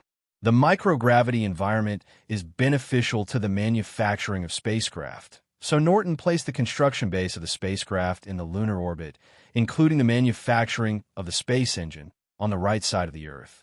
But just as Norton was preparing to go to the moon, an unexpected person found the Carnegie Alloy Company. Seeing the arrival of 163, Norton asked, "Director Nick Fury, a child's order shouldn't need to be handled by the director himself, right? Other people will naturally handle the order. I have other matters to ask you, Mr. Carnegie." Nick Fury did not beat around the bush. Nick Fury doesn't dare to treat Norton the same way he treats Tony. The two are about the same age and come from prominent backgrounds, but Norton and Tony are very different. Although the influence of the Stark family in the United States is equally huge, the Stark family is not prosperous, and there's only Tony in this generation. As long as Tony himself has no objections, the Stark family will not have any objections. There's also the Carnegie family behind Norton. When facing Norton, Fury must consider the attitude of the Carnegie family. If you have anything to say, just tell me. Norton was in a good mood today, so he didn't refuse directly. "Has Stark been with you these past few months?" Fury asked. "Tony is indeed here to help me research some technologies." Norton replied affirmatively. Tony didn't keep it strictly confidential when he came over, so SHILD wouldn't be surprised if he knew about it. It wasn't a shameful thing, CJFB, and there was no need to hide it. After receiving a positive reply, Fury directly stated his purpose. "I want to meet Stark." "Meet Tony." Norton instantly thought of Fury's Superboy plan, but it had nothing to do with him, and there was no need to forcefully intervene. So Norton said, "I will tell Tony about this. As for whether he wants to see you or not, that is Tony's own business." "Thank you. Please tell Stark as soon as possible." Fury thanked him. Fury's attitude was so good that Norton didn't feel embarrassed to embarrass him. If the director is not busy, you can go to the reception room first and wait. I will contact Tony right away. Norton did not deceive Fury. He indeed returned directly to the lunar research base and told Tony about it. Tony thought for a moment, and for the sake of his father's relics, he finally went back to see Nick Fury. Norton didn't know what the two talked about, but judging from the change in Tony's expression, this meeting might not be pleasant. The result of this meeting between Tony and Fury was not pleasant, but a seed has been planted in Tony's heart, although he may not even realize it. After returning to the moon, Tony soon forgot about it and took Norton to start building the prototype of the first-generation space engine. High-end equipment, such as space engines, have very high requirements on manufacturing processes, and it does not mean that they can be manufactured just because they are designed. In order to complete the design as quickly as possible, I did not consider the manufacturing process issues at the beginning of the design of this first-generation space engine. Tony introduced to Norton. Norton didn't care about this and said confidently, "With me here, all process problems are not a problem. Norton's atomic-level control is enough to meet all process needs." "Good, let's get started." Tony handed the data parameters of each part to Norton. In just half a month, the prototype was built purely by hand and was successfully released. If it is not in the process of manufacturing parts, The parameters of other parts will be continuously fine-tuned based on the manufactured finished parts. The prototyping time should be a few days ahead of schedule. The space engine designed by Tony is not large, and because there is no need to consider process limitations, it is half the size of the space engine disassembled from the Kree spacecraft, only about 3 meters in diameter. Although the volume has been reduced by half, the power has not been reduced at all, which is theoretically sufficient for interstellar navigation. Looking at the spherical space engine, Tony suddenly asked a question. How should we test it? Space engines are completely different from ordinary engines. The testing methods of ordinary engines are definitely not suitable for use on space engines. The fixed test site can only test the first half of the engine operation at most, which is the preparation stage for space jump. However, if you want to test the safety and stability of the engine, a complete space jump process is essential. A single space engine is obviously not enough to test the complete space jump process. Fortunately, Norton had already considered this and took Tony to the newly built hangar next to it. In this hangar, a dish-shaped spacecraft with a diameter of 10 meters and a height of 6 meters has been half-assembled. The 3-meter diameter space at the core is obviously reserved for the space engine. This is a test spacecraft specially designed by my researchers to test the space engine. Norton introduced to Tony. Its only purpose is to test the performance and safety of the space engine. For this purpose, all unnecessary supporting facilities are sacrificed, and only a few modules such as the energy and control core are retained. With that said, Norton handed Tony the detailed technical information of the test spacecraft. It's rough, but it's enough as a test spacecraft. Tony commented. He didn't like this test spaceship very much, and the metallic primary color paint didn't suit his aesthetics, but Tony didn't deny its practicality. And with his eyesight, he could naturally see that this test spacecraft was not only testing the space engine, but other core modules such as energy and control systems were also tested. The so-called test spacecraft is obviously a simplified version of the complete spacecraft design. The purpose of researching space engines must be for real spaceships. Although Norton did not explain this, he did not hide it either. While Tony was studying space engines, he also studied other technologies required for spacecraft, and the research results were not hidden. There are some parts of the test spaceship in front of you that were designed by Tony. So if Norton has mastered a complete set of spacecraft manufacturing technologies, Tony Stark must be almost the same. When he invited Tony to participate in the study, Norton knew this would be the result, but he still chose to invite Tony to participate. Anyway, the starry sky in the universe is so big, Norton can't take advantage of it, and he won't lose anything by letting Tony get a piece of the pie. And even if Tony masters a full set of technologies with the level of technology of the Stark Group, he is still far from being able to create a spaceship. Norton is similar. He also doesn't have the ability to manufacture spaceships on a large scale in the short term. At most, he will build 1 or 2 for fun. The early testing process was not smooth sailing, but no major problems were encountered.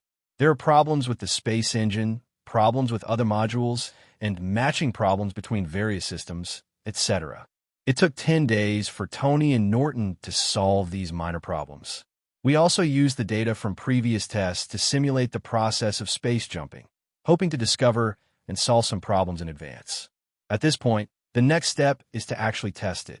Neither Norton nor Tony believed that the first space jump could be successfully completed, even if it was only a short space jump within the solar system. If something goes wrong during the jump, how do we recover the spacecraft? Tony asked a question. It would be nice if it could jump to the target location. Even if the spacecraft breaks down and cannot return, other spacecraft can be sent to find it. I'm afraid that something goes wrong during the jump, and the spacecraft jumps to an unknown location, which would be very troublesome. The solar system is so large that there are many areas that are difficult to explore if no signal is received. It's okay. I installed a space beacon on the spacecraft. Even if something goes wrong, as long as the space beacon is not destroyed, I will be able to find it. Norton said confidently. Okay, let's get started. With Norton's assurance, Tony felt relieved. The upper part of the hangar is opened. The test spacecraft takes off, and then begins to accelerate until the spacecraft escapes from the gravitational constraints of the moon and the space engine starts. Norton and Tony frowned at the same time. In the footage captured by satellites in lunar orbit, the test spacecraft trembled slightly midway through the space jump. If it's during a normal flight, you don't need to worry about this slight tremor. But space jumping is different. Even a slight tremor often means there is a problem during the space jumping process. Any feedback? Norton asked. The detector at the predetermined location did not detect the appearance of the spacecraft. A researcher replied. The quantum communicator is out of communication range. Another researcher also gave bad news. Although quantum communication technology has sprouted on Earth, and its advantages include no delay and anti-interference, communication distance is a problem. After Norton learned the corresponding technology, it made some optimizations, but due to the technological level of the Earth, the communication range is still limited. Sure enough, something went wrong. Fortunately, Norton was prepared. Tony naturally looked at Norton. Without Tony's urging, Norton had already opened a portal, but instead of rushing through it, he threw a detector connected to a cable first. The probe was quickly recovered, and Norton said thankfully, "Fortunately, the spacecraft is still in space and did not jump directly into a star. Tony, put on the space armor and let's go there together." Norton greeted Tony and walked into the space passage together. Expanding the space channel beyond 10 meters in diameter is cumbersome, so Norton wanted to try to see if he could repair the test spacecraft on site. Passing through the space passage, it was pitch black and almost no light could be seen. Even if the light source is turned on, the surroundings are still dark and nothing can be seen. What on earth is this place? There's no light at all. With this question in mind, Tony released several detectors on his armor. The space armor Tony wears was designed and manufactured after he took time out of research after arriving on the moon. From the beginning of the design, the core goal of this space armor was to survive, so Tony did not install weapons on the armor, but chose to carry various detection equipment and tools. I don't know either. Norton shook his head, determined the direction of the spacecraft, and then flew over with Tony. Please give me flowers. In the vastness of space, the scale of space is enlarged a lot invisible. When Norton opened the space channel, it was just a little bit off. But what about the final result? The exit of the space channel is at least dozens of kilometers away from the test spacecraft. Halfway through the flight, Tony suddenly exclaimed, "This is actually the outskirts of the Kuiper Belt, and we seem to be on the other side of the sun."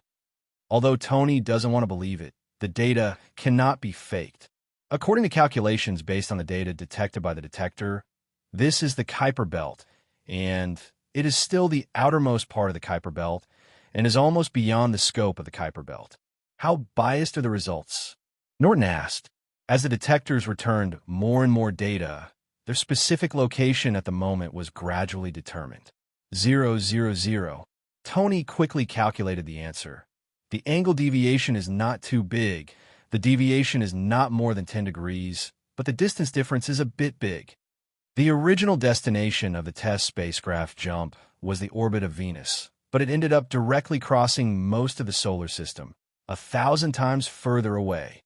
There must be something wrong with the spatial scale.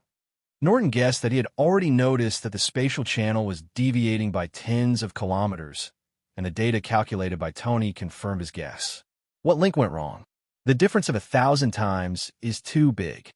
Norton asked again. There's a problem with the coordinate calculation model. The conventional distance calculation method is not applicable in the universe. No wonder those computational models in the Kree Space Engine control system look so weird. Tony quickly thought of the problem, solved the question in his mind, and then fell into deep thought. Computational models? Norton quickly recalled those models. Norton also knew about those weird calculation models that Tony mentioned. He didn't pay attention to them before. It was hard to understand, and he just thought it was because of the different technological systems. Soon the two arrived at the test spacecraft. The silver-white spacecraft was quietly suspended in the universe, with only the top signal light flashing. At the moment Tony was still deep in thought, Norton did not disturb him, placed him next to him, and then went to check the status of the spacecraft himself. Soon, Norton breathed a sigh of relief. It's okay. The test spacecraft did have a lot of problems, but they were just minor problems and no major failures. At the moment, the test spacecraft looked like it was broken, but in fact it just entered standby mode automatically because it could not receive the control signal. And due to a problem with some circuits, the external indicator light went out. For Norton, minor faults in the test spacecraft are not difficult to repair, and he can also handle some areas that need adjustment by himself. But it's probably impossible to drive the spaceship back. It is definitely impossible to fly back through most of the solar system. Not to mention the dangers that may be encountered along the way, Norton cannot accept the long flight time. The best way is naturally to return through space jump. However, if you want to accurately jump to the vicinity of the Earth, you must first find the correct coordinate calculation method. This is not a simple matter. 067. I definitely won't be able to do it in a short time. It depends on Tony. Thinking of this, Norton couldn't help but turn his head and look at Tony Stark, who was deep in thought. At this time, Tony woke up from his deep thoughts. What's wrong with the test spacecraft? They're all minor glitches, and I will be able to recover them soon. The most troublesome thing is the coordinate calculation problem for space jumps, Norton replied. If this problem is not solved, the space engine will not be able to be used. After all, jumping irregularly is no different from delivering food. It's really troublesome. It's not just a matter of a few computational models. Behind those computational models is a whole new set of knowledge. Tony also frowned. He found some inspiration, but the computer on the suit was far from enough to help him find the answer. I'll repair the spaceship first. If I can't fix the space jump problem in a short time, I'll just leave it here and talk about it later. Norton was quite tolerant. It was just a crude experimental spaceship, and he could afford to lose it. At worst, it will take a month to build a new test spacecraft. But Tony is not willing to give up just like that, or is unwilling to admit failure in the field he is good at. I have found some ideas, but the conditions are not good here. I can only extract the data of this jump, and then perform deduction calculations on an unused computer. No problem. Norton opened the outer casing of the spacecraft and asked Tony to extract the data, while using his ability to repair the glitches of the test spacecraft. While repairing the spacecraft's faults, Norton also installed various detectors brought by Tony onto the test spacecraft. Since this test spacecraft cannot return in a short time, let's use the waste and let it stay here to collect deep space data. After finishing all this, Norton reopened the space channel and returned with Tony. After returning to the research base on the moon, Norton built a quantum computer set for Tony to use for his simulation calculations. How long will it take? Norton asked Tony. I'm not sure either. This is a brand new knowledge. We currently lack even basic data, so it will definitely take a long time. Tony replied, Fortunately, we have a ready-made space engine and a mature space engine control system that can be used as a reference. Otherwise, just collecting basic data would require countless investment of time and resources. Tony said it very tactfully, but Norton understood. Don't think about the stars and the sea in a short time. Norton is not disappointed, and he has no plans to enter the stars and sea in the short term. We are not short of time. Anyway, we are not yet ready to enter the sea of stars. Humanity is even further away from the sea of stars. The quantum computer does not require Tony to keep an eye on it. So, after setting up the calculation program, he said goodbye. Brother, I can only help you so far. From now on, you will send me a copy of the calculation results every month. When the results will be available can only depend on God's will. Tony, thanks. Norton threw a box to Tony. Tony took the box, but didn't open it. He wore a suit and carried the box into the portal. After a few months, Tony Stark returned to the Stark Group again, but this time, it did not cause a sensation. Tony Stark, the top tool man, is gone, but research will continue. The spacecraft is not just a space engine. Other modules are equally important. Fortunately, the technical difficulties of other modules have been solved, and what is left is detailed adjustment and continuous testing. Norton's mutant researchers can handle these tasks. At best, the efficiency is not that high. Anyway, the core space engine is not yet available, so there's no need to worry about the other modules. they can be polished slowly. As a result, Norton did not continue to stay at the lunar research base. He put aside his research work and returned to Earth. Since the stars and the sea are temporarily out of reach, we can only focus on the present. Are there any new discoveries at Ivan Vank? Norton asked Una. Ivan never came out after entering that base, and no important person from 10 Rings went to the base. Only a large amount of supplies were continuously sent in. Una replied, Norton doesn't know whether Mandarin is really stubborn or is too ambitious to invest heavily without checking it personally. Aren't you afraid that Ivan Vank will rebel?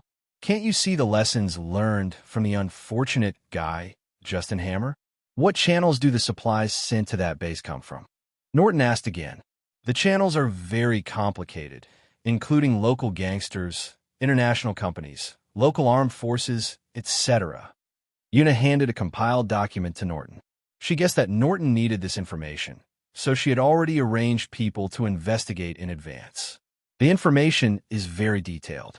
Not only the organizational forces that directly deliver materials to that base, but also the organizations that indirectly deliver materials are also investigated clearly. The forces involved are spread all over the world, and their influence is so great that it is difficult to predict. Naturally, these organizational forces cannot all be minions of 10 Rings, and even most of them are just fog bombs arranged by 10 Rings. 2.1. It's not easy to find clues to the 10 Rings, and it's even harder to find a Mandarin hiding behind it. Norton could only give up temporarily. He put down the information in his hand and said, That's right, continue to monitor. 10 Rings must have something up its sleeve when it releases such a huge smoke bomb. If you really want to be coy, doing nothing is the best option.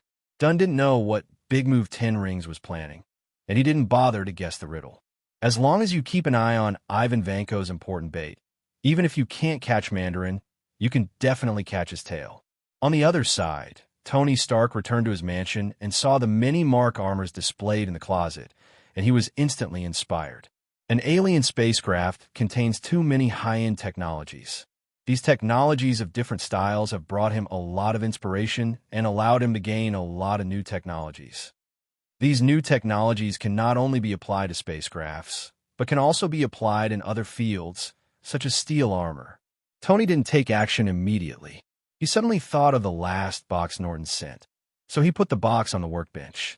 When the box was opened and he saw what was inside, Tony's eyes instantly lit up, and he called out to Ethan loudly, Ethan, it's time to work.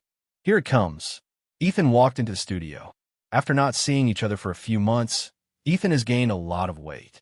Fortunately, X's ability has not deteriorated, and he is still the perfect experimental assistant. Tony didn't care about this. All he could think about now was the Mark armor. With an explosion of inspiration, Tony was extremely efficient. In just 5 days, he created a new generation of Mark armor. However, Tony was obviously not satisfied and sent it directly to the display cabinet, then returned to the workbench to continue. Finally, 2 months later, looking at the latest generation of Mark armor, Tony was extremely satisfied. Okay, that's it this time. Tony decided to suspend the development of the next generation Mark armor. In fact, Tony is not completely satisfied with this generation of Mark armor, but his inspiration has temporarily faded. The new generation of Mark Armor 29 is released, and Tony Iron Man's heart is active again. JRVS. Tony called JRVS directly and began to select lucky viewers. Now that the armor has been built, it is natural to test it in actual combat. Soon, countless crime news appeared in front of Tony's eyes. He frowned slightly. They were all ordinary crimes, and he was not satisfied. JRVS, we don't want ordinary cases. The options were immediately reduced by half, leaving only a few. Without hesitation, Tony made a choice instantly. He fell in love with a fat green guy at first sight. JRVS gave the news, which happened to be the news about Hulk's battle with the military in school some time ago. It's been some time since the news broke, and Hulk is missing, but Tony believes he can find the fat green man. At the moment, Tony, who was so confident that he couldn't beat the fat green man, didn't think about it all. Tony, well, JRVS is very powerful, and it quickly determined the identity of Hulk, Dr. Banner, through various cobweb traces. Then, through surveillance, we found the location of Banner at the moment on a certain street in New York. JRVS, let's go. Tony stood in front of the armor, and in just 1 second, the new generation of Mark armor completed its automatic dressing. Tony, Dr. Na is in New York City. JRVS's voice rang in Tony's ears. Yeah.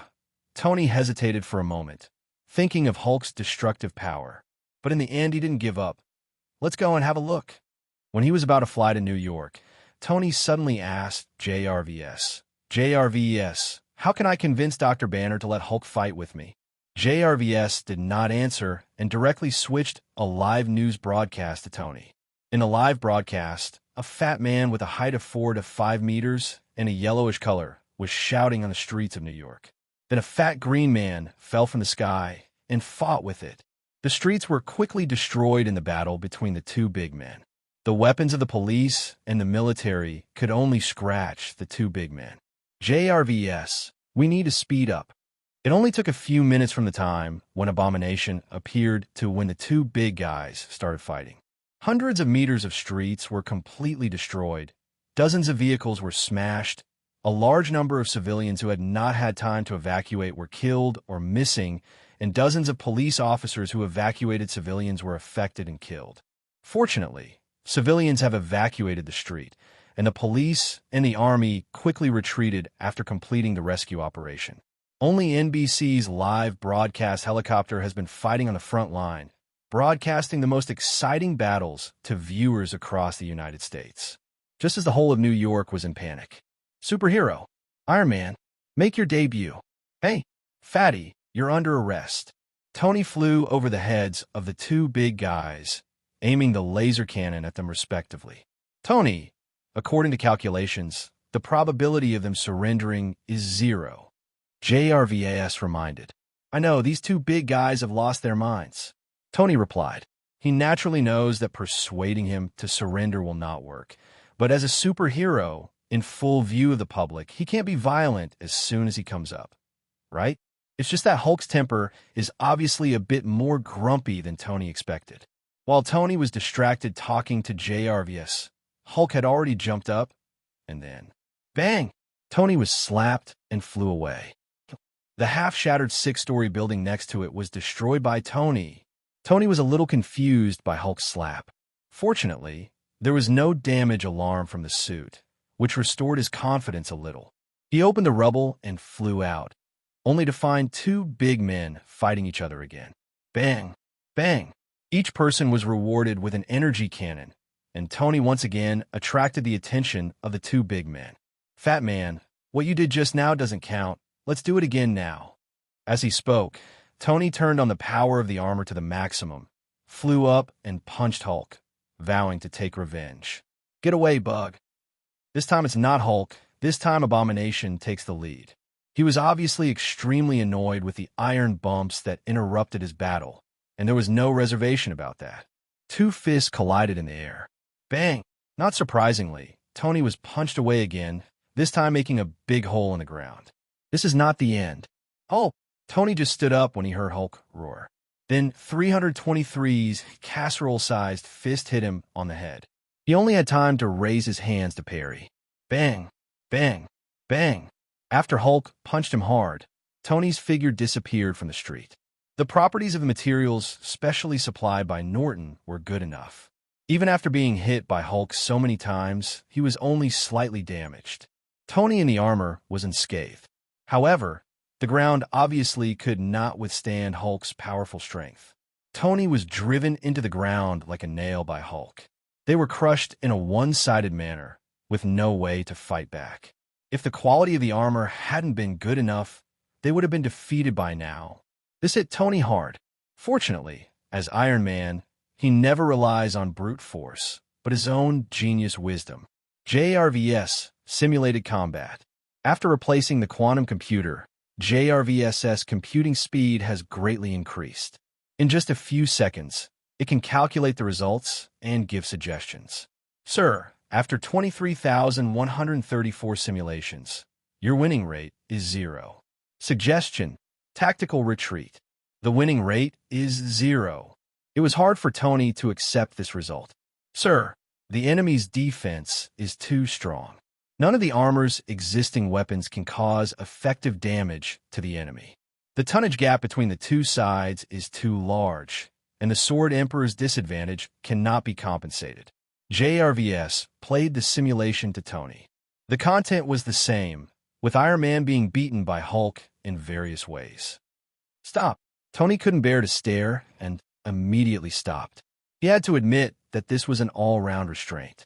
Unless he was given enough preparation time to make targeted equipment, there was really no chance of winning. But the two big guys fighting in the street obviously wouldn't give him that much time. If they cannot be stopped as soon as possible, more than one street will be destroyed by them. So Tony used his ultimate swagger. Brother, help. Tony quickly contacted Norton. On the other side, it was also strange for Norton to receive Tony's distress call. With Tony's arrogant character, it would be impossible to take the initiative to ask for help from him unless absolutely necessary. At this point in time, is there any danger that could threaten Tony's life? Out of curiosity, Norton asked, "What happened?" To make the mighty Iron Man call for help. Two big guys are fighting in New York City. They have already destroyed a street, and there is a tendency to continue to expand. But Nate quickly replied. When he heard Tony's answer, the relevant news live broadcast also turned to Norton. This is Hulk versus Abomination. Norton instantly understood what was going on. He didn't remember the specific time of this plot, and he didn't pay attention to it deliberately, but the two big fat guys, one yellow and one green, were so recognizable. If it's these two big guys, then it's normal that Tony won't be able to fight for long. Norton had roughly guessed what would happen when Tony was beaten by two big men. In Norton's memory, Hulk should be able to take down the Abomination quickly. Now they have been fighting for such a long time and still can't decide the winner, mostly because of Tony's influence. Tony, don't continue to provoke them. I'll be there right away. Norton thought for a moment and decided to help Tony once. After all, it's rare for the Iron Man brothers to take the initiative to ask for help. The on-call doorman once again performed meritorious deeds, and in an instant Nua appeared on the scene in an empty house. Walking onto the street, the first thing Norton saw was Tony, who had just pulled himself out of the ground. So he greeted, "Tony, are you okay?" "I'm fine." "Norton, take care of those two big guys first." Tony shook his head. At the moment, the two big men were getting closer and closer to the military's blockade, and it was about to spread to a wider area. "Okay, let me get them done first." With that said, Norton turned around and rushed towards the two big guys who were fighting. Both Hulk and Abomination are rough-skinned, fleshy, and powerful men. Normal weapons are completely ineffective against them, so they look very tricky, but Norton didn't take them to heart. To deal with such a reckless man, there was no need to fight against them. Hulk, in the state of extreme anger, can reach level 5 combat effectiveness just by relying on his strong defense and brute strength. However, at the moment Hulk was not in the right state, far from reaching his limit, and there was also a feeling of being unable to continue. Because of Tony's appearance, Hulk was not pushed to the limit, so Hulk's final potential was not awakened, Norton guessed. However, these speculations in his mind did not affect Norton's action. Countless particles emerged around him. In addition to the particle shield, he also added a layer of particle membrane on the surface of his body. With this film, when you look at Norton with a naked eye, you can only see a blurry figure, while the electronic device captures a human-shaped mosaic. The impact of today's incident was too bad. He didn't want to be in the limelight, so he hid his appearance in front of the public.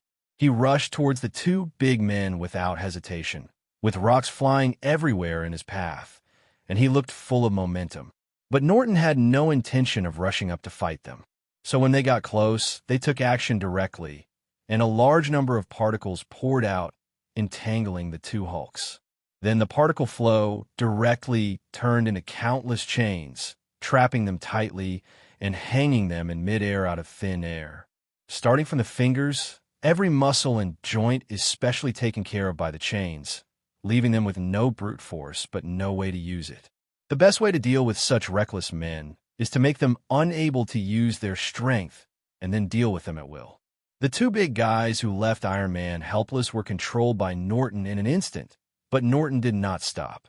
A double-edged tomahawk that was larger than the door panel and 4 to 5 meters long gradually formed in Norton's hands. This exaggerated battle axe has a long silver handle and a dark body. The most eye-catching thing is the blue particles scattered on the blade. Norton jumped up with his tomahawk in hand, and the axe blade drew a blue V in the air. Then the abominable arms were cut off cleanly. Bang! The abomination, which had lost both arms, fell to the ground. His eyes were about to burst, but his mouth was tied with chains, and he couldn't open his mouth at all. Norton slowly landed, stepping on Abomination's back. You are a warrior, but unfortunately your brain is not very good. Remember to drink less whiskey in the next life. After speaking, Norton raised his battle axe high. Just as the battle axe was about to fall, a voice interrupted Norton. Stop! Bronsky is a soldier. You have no right to execute him. Please hand him over to us. He should be tried by a military court.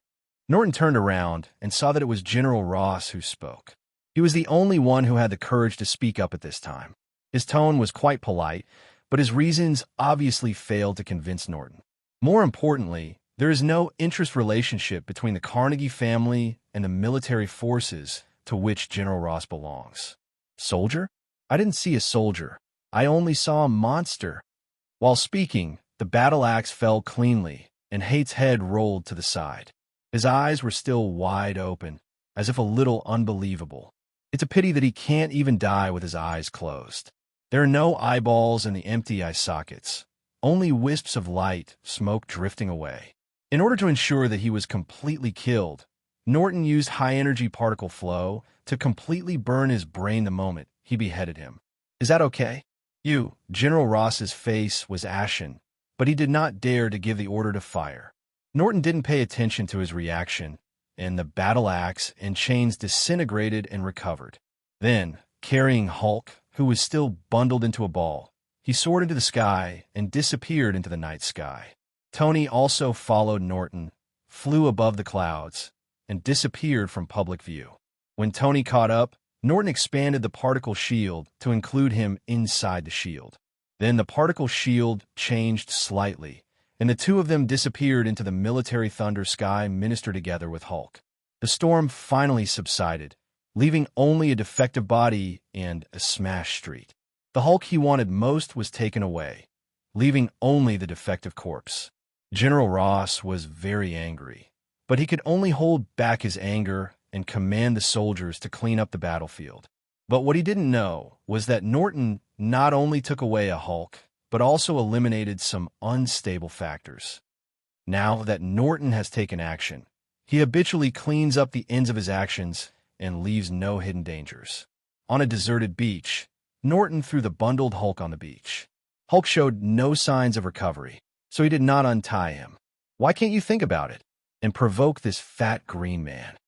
Norton asked Tony. They're fighting on the streets of New York, threatening people's lives and property.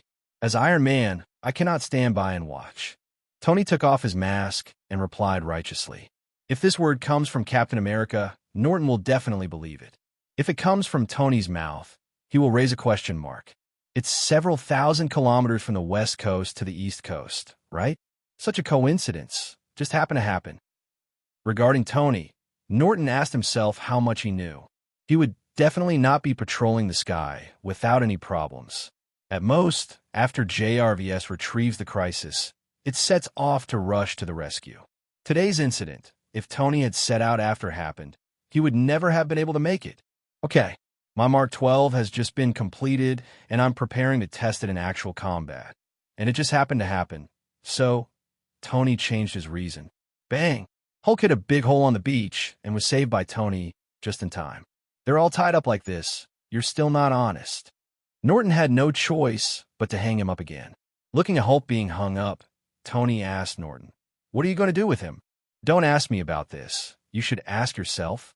What are you going to do with him?" Norton replied, "Me?" Tony instantly understood what Norton meant. He was prepared to throw this trouble on himself. I'm not interested in him, and I'm not interested in babysitting an unstable guy. Norton explained. Hulk does not have the X gene, which means that his mutation is truly a 1 in a billion miracle. This kind of miracle child has no research value for Norton. He does not lack such an unstable thug or scientist. Hulk's problem, Norton, can't you really solve it? Don't mutants also have a lot of people with uncontrollable abilities? Tony asked again. Norton did not answer directly, but asked, how much do you know about Dr. Banner's situation? Almost all, Tony replied, through JRVS. He already knew about Hulk or Dr. Banner. It was precisely because he understood Dr. Banner's experience that he wanted to help Dr. Banner. Now that you understand Dr. Banner's situation, you should know that Hulk is actually the second personality born of Dr. Banner. Strictly speaking, this is a split personality, a mental illness, and he should see a psychiatrist.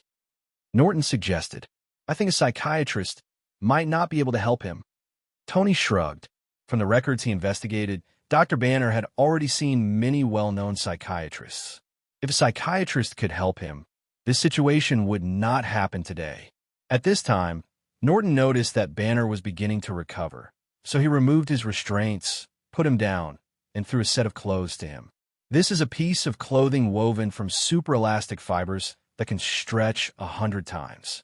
You don't have to worry about bursting when you transform into it. With molecular control, Norton's synthetic materials are no longer limited to metal materials.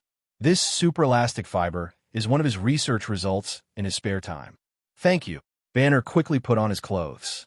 Tony Stark, PhD in physics. Tony stepped forward and extended his hand to introduce himself. Bruce Banner also has a PhD in physics. Banner shook hands with Tony and introduced himself. Norton didn't want to be a maverick, so he also introduced himself. Norton Carnegie also has a PhD in physics. Norton has not taken a doctorate degree, but with his knowledge base, he can call himself a doctorate in any subject. With Tony interrupting like this, Banner's self-blaming mood decreased a lot. Banner, who does not transform, actually gets along well with Tony. They are both physics geniuses, and they get along very well. As a pseudo-genius, Norton can also find their thinking channels. No wonder Tony wants to help Banner. This is probably the sympathy between geniuses, CJFH. They had a great conversation, so the three of them flew back to Tony's mansion together. But early the next morning, Banner still said goodbye. I think I should leave. Tony knew what he was worried about, so he advised, Dr. Banner, don't worry. Hulk can't hurt anyone as long as Norton is here.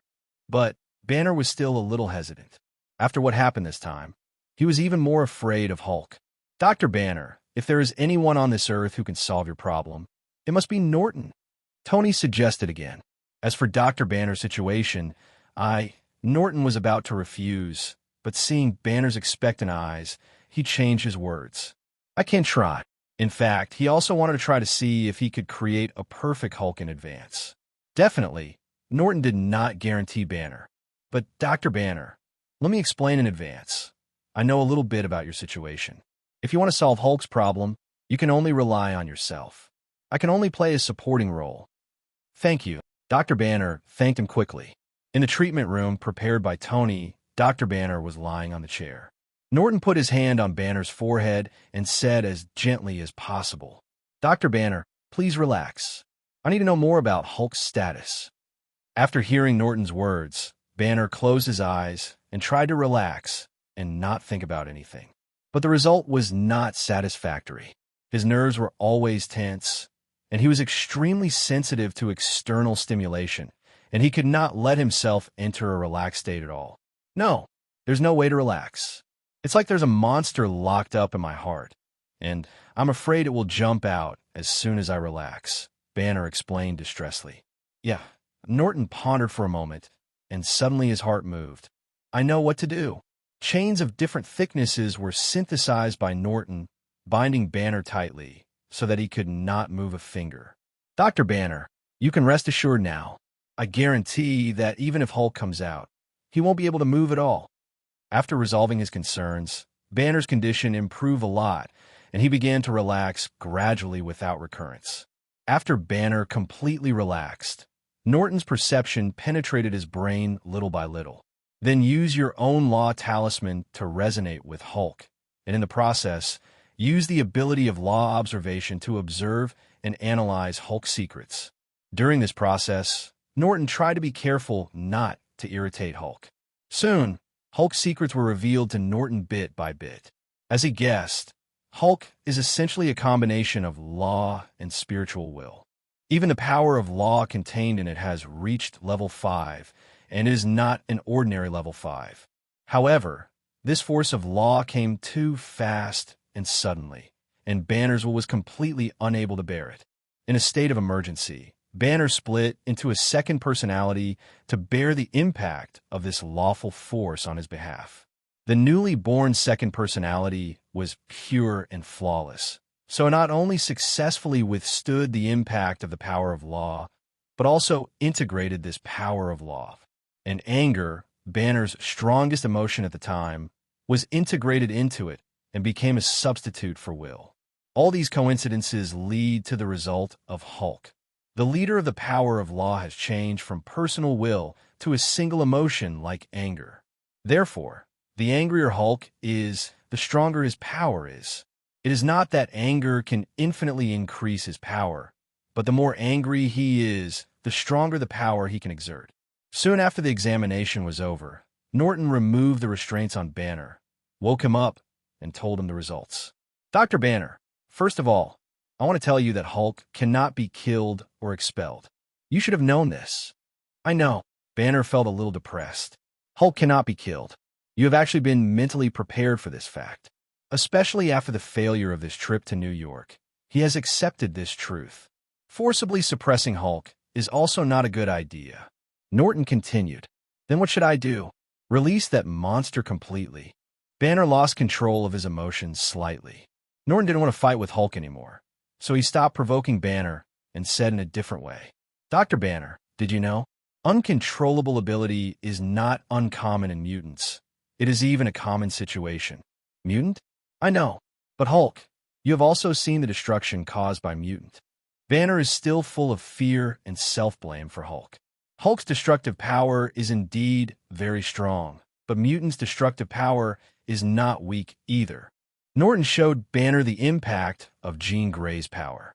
Compared with the devastating scene when Jean gets mad, Hulk is just having a small fight, more like a child throwing a tantrum and smashing things. Her name is Jean Grey, a former student of Professor. At the climax, Norton pressed pause and began to tell Dr. Banner about Jean Grey's experience.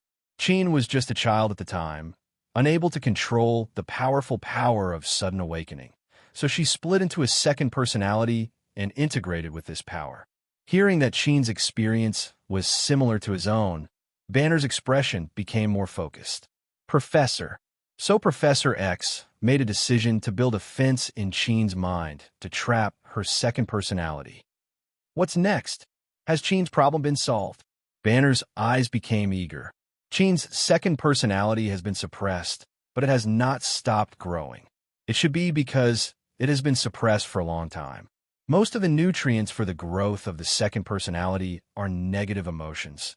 So this personality is becoming more and more dark and destructive. Until one day, the power of Professor. Banner felt as if he was struck by lightning. After a while, he asked a little stiffly, Is this the final outcome of Hulk? Norton shook his head and replied, Jean's ability is very strong, but her body is relatively fragile, so Wolverine can finish it for her. Banner understands Norton's consciousness. If Hulk reaches this point, no one can kill him. Soon Banner regained his composure and asked Norton seriously, What should I do? Seeing Banner's state, Norton knew that part of his goal had been achieved. Telling Banner the story of the piano is to dispel Banner's resistance. So far, it seems that he has listened to it a little bit, but it is still unclear how effective it will be. Essentially, Hulk is part of it, and Hulk's power is your power. What you have to do is not to resist and suppress them, but to accept them, integrate them, and finally control them. Norton suggested. Accept, integrate, control, I know. Thank you for your advice. Dr. Carnegie. Banner solemnly thanked City Norton. There's no need to thank you. It's the biggest thank you for you to be able to control Hulk. Norton waved his hand and finally made another suggestion. Please give me flowers. Find a quiet environment. This is bound to be a long process. Don't be impatient. In the end, Dr. Banner did not accept Tony's invitation and chose to leave alone. He still had concerns. Watching Banner leave, Tony asked Norton, "Do you think Banner can control Hulk in the end?" Banner is still very resistant to Hulk subconsciously. If this resistance is not eliminated, he will not be able to integrate Hulk. Norton replied, "Doesn't that mean your suggestions are useless?" It's not completely useless. At least it can establish a communication channel between Banner and Hulk so that Hulk won't lose control easily. And with this foreshadowing, when he gets rid of the knot in his heart, it will become easier to integrate Hulk. 0. The battle with Hulk made Tony realize his shortcomings and immediately placed a large order with Norton. This time he probably wants to make a big deal. Norton did not refuse Tony's order, but he still advised him, "Tony, there is no need for you to keep an eye on Hulk. You are not enemies." Although Norton had said it tactfully enough, Tony still grasped the point instantly. "Brother, you think I can't beat that big guy?" Hulk's strength, according to our classification, belongs to a level 5 strongman, the same level as me. Norton explained, "The meaning is obvious. You just can't beat that big guy. Is Hulk that strong? How could you easily subdue him in New York?" Tony didn't believe it. Hulk was in some trouble at that time and did not show his strongest strength. Norton explained, and then gave Tony a metaphor. "Hulk belongs to the reckless warrior, and I belong to the master. Even if we are at the same level, the reckless warrior is destined to be beaten by the master." Master? Warrior? Tony savored these two words carefully, and JRVS promptly provided many game videos to help him understand. He really wanted to ask Norton, what level of strength did he belong to, and what was his position? But in the end, I still didn't ask. Norton did not continue to persuade Tony, although he knew that Tony would not give up his plan. After all, it's not Tony's style to take the initiative to admit defeat, and facing up to difficulties is the real Iron Man 9.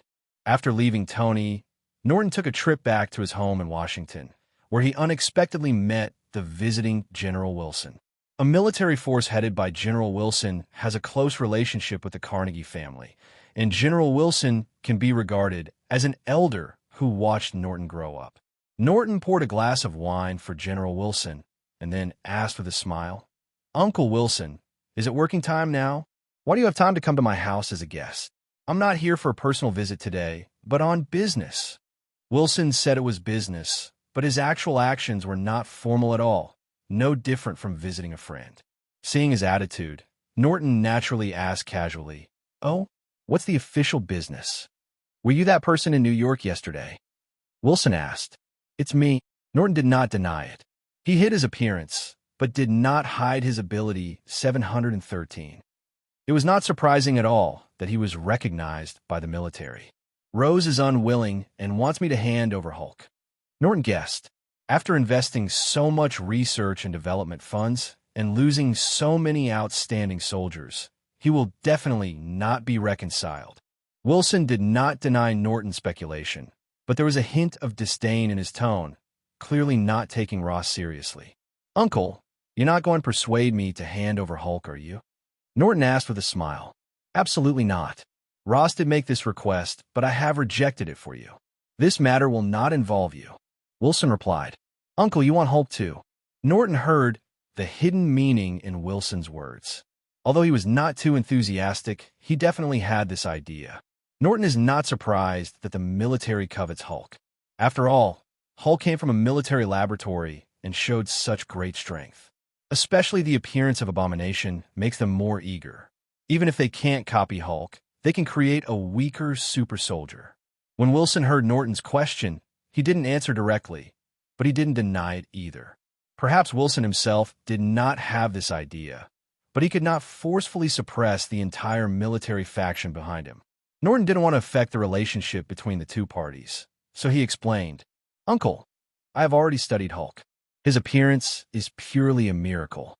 The probability of his occurrence is lower than that of X gene awakening. It is impossible to copy it. Not wanting to continue talking about Hulk, Norton sincerely made a suggestion to Admiral Wilson. And super soldiers are really not suitable for the military.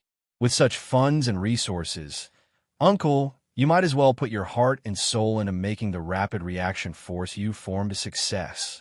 Wilson established this rapid reaction force to respond to large-scale crises within the country, so it was also called the Rapid Defense Force. The ostensible purpose of establishing a super soldier team is the same as other forces in the military. Since World War II, the military has invested too much in the super soldier project for decades, and they cannot give up. Wilson shook his head. He is not optimistic about this project either, but he can only represent one force in the military, not the entire military. With today's technology, super soldiers are destined to be a project with high investment and high failure rate. It is impossible to achieve sufficient scale. This is completely inconsistent with the style of the military. Norton suggested, on the contrary, it is a quick reaction force. This kind of force with special equipment as its core can maximize the combat effectiveness of an army while maintaining the advantage of army size. Norton, what suggestions do you have for the special equipment of the quick reaction force? Wilson continued to ask, his tone obviously much more eager than before. Sure enough, old age is still hot. Hulk is just a cover.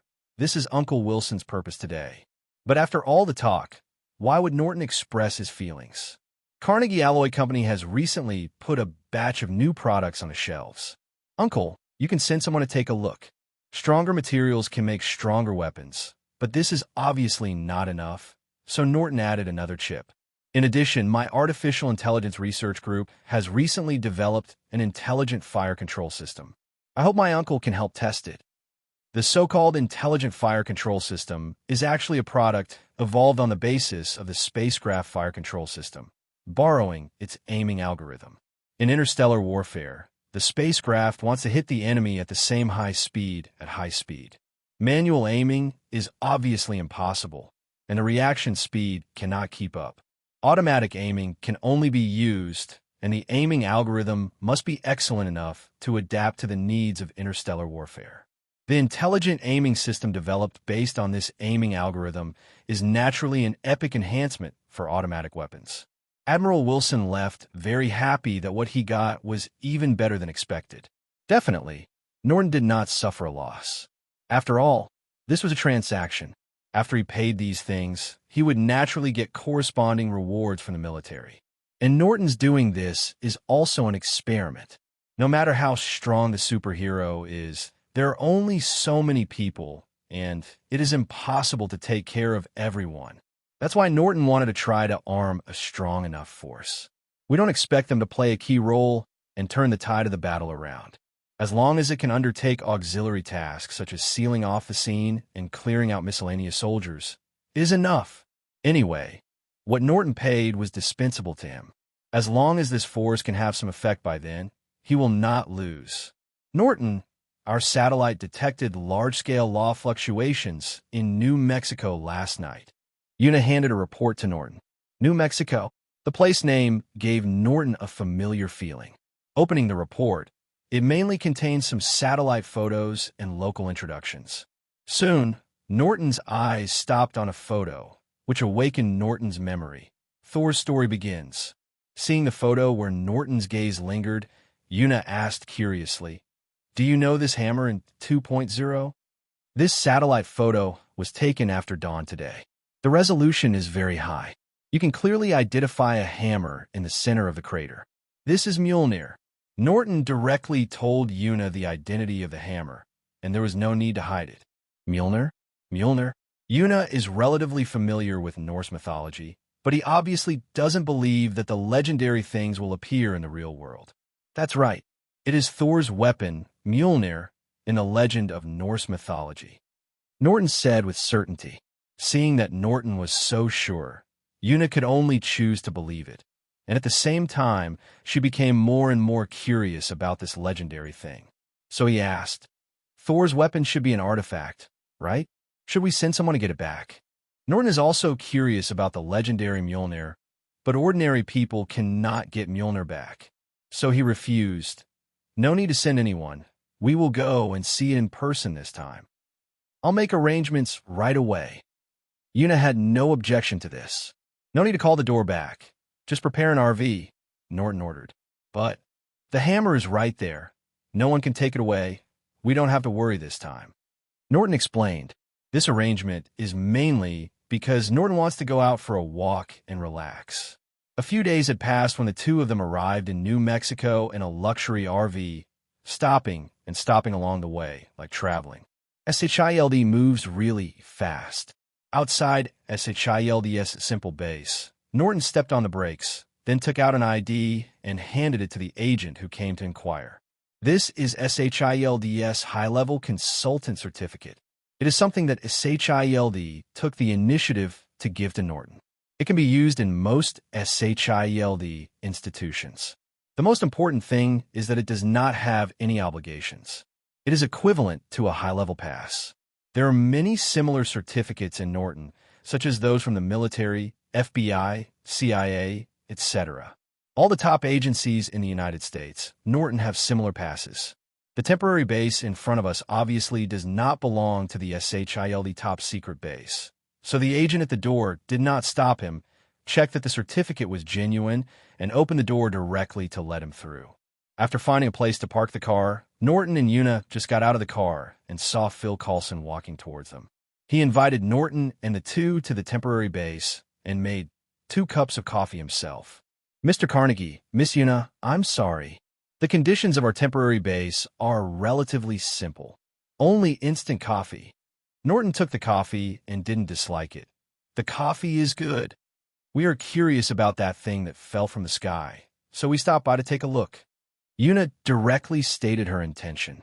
We knew very little about that hammer, and the testing equipment had no effect on it. Phil Coulson explained. Norton had already expected this answer, so he made a request. Do you mind letting us see it with our own eyes? I definitely don't mind. You two come with me. Phil Coulson immediately stood up and led the way without any hesitation. As a high-level agent, Phil Coulson already has a certain understanding of Norton's identity. Coupled with director Nick Fury's instructions just now, it is naturally impossible for him to refuse Norton's request. Moreover, SHILD knows very little about this hammer and does not know its importance, so it cannot be kept strictly confidential. Soon, Norton saw Mjolnir lying in the center of the crater. Different from the hammer in the movie, the hammerhead of Mjolnir in front of you is larger, and the whole body is covered with mysterious patterns. Even though the charm is restrained, it still looks very extraordinary. Phil Coulson, evacuate your people. Norton directly commanded Phil Coulson. Also, turn off the surveillance here. Phil Coulson wanted to refuse. Norton was only a high-level consultant in name only and had no right to interfere with the Bureau's tasks. But then director Nick Fury's voice came from his earphones. Do as he says. So Phil Coulson had no choice but to do it. Phil Coulson did not make any small moves. Not only did he remove all the agents from the room, but he also turned off all the hidden cameras. Seeing his actions, Norton nodded secretly. No wonder Phil Coulson has a good relationship with various superheroes and knows how to behave. If it were Nick Fury, he would definitely keep it in check. After clearing the place, Norton and Yuna walked up to the hammer. Phil Coulson also followed, and Norton didn't refuse this time. Yuna looked at the hammer up and down several times, but didn't see anything special, so she asked, Is this Mjolnir? Definitely. Norton nodded affirmatively.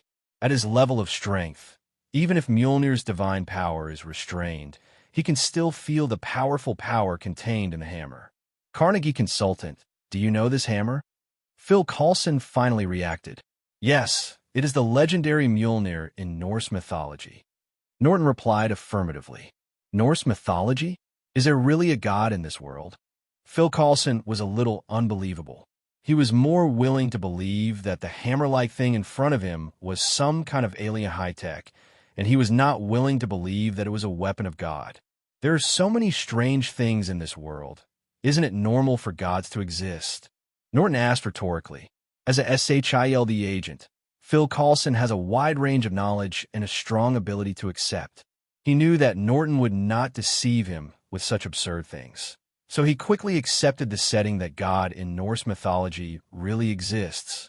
Mjolnir, Thor's weapon? As long as you can lift Mjolnir, you can become the god of thunder. Phil Coulson doesn't know much about Norse mythology. Fortunately, the internet is so developed now that he can look up information at any time. However, he can't determine whether these legends are true or false. So Phil Coulson looked at Norton with doubt. Norton shook his head and said, "I don't know much about these. I only know that they live in Asgard, the divine domain. Other legends need to be verified." He has no interest in answering Phil Coulson's questions. What he knew was very limited, and unless he verified it with his own eyes, he was not sure how true the things in his memory were. At least it says that as long as you can lift Mjolnir, you can become a thunder body. Norton is skeptical. Odin doesn't seem like such a generous person. Norton is more willing to believe that, except for Thor, even if anyone else can lift 207 Mjolnir, they will most likely be struck to death by lightning instead of becoming the god of thunder. So after feeling the powerful power contained in Mjolnir, Norton didn't try it easily, and he didn't have much interest in becoming the god of thunder. The so-called gods are all self-proclaimed by Asgard. In terms of strength, they're not necessarily stronger than the 5th-level mutant. After observing carefully for a while and confirming that Mjolnir was not very aggressive in his current state, Norton reached out and grasped the handle of the hammer. Sure enough, Mjolnir did not fight back directly, nor did he have any other reaction. But when Norton was about to exert force, Mjolnir immediately felt a shock to his consciousness. This impact on consciousness is not strong, and most people cannot even detect it. It is more like a detection program.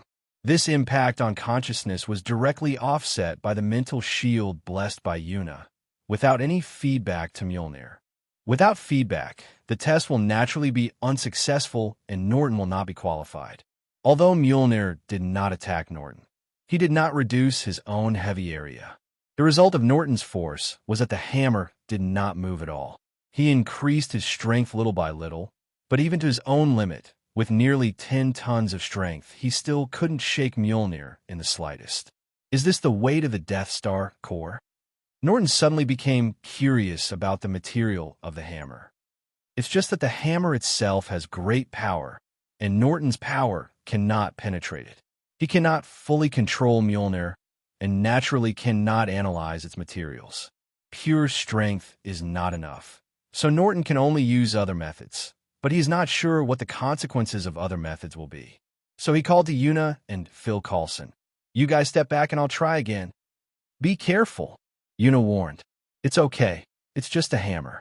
Even if it's in the hands of its owner, it can't hurt me. Not to mention it doesn't have an owner yet." Norton replied confidently. After the two people retreated, Norton probed his perception into Mjolnir's interior little by little. Perception entering the inside of the hammer is like entering a world of thunder, filled with all kinds of endless thunder and lightning.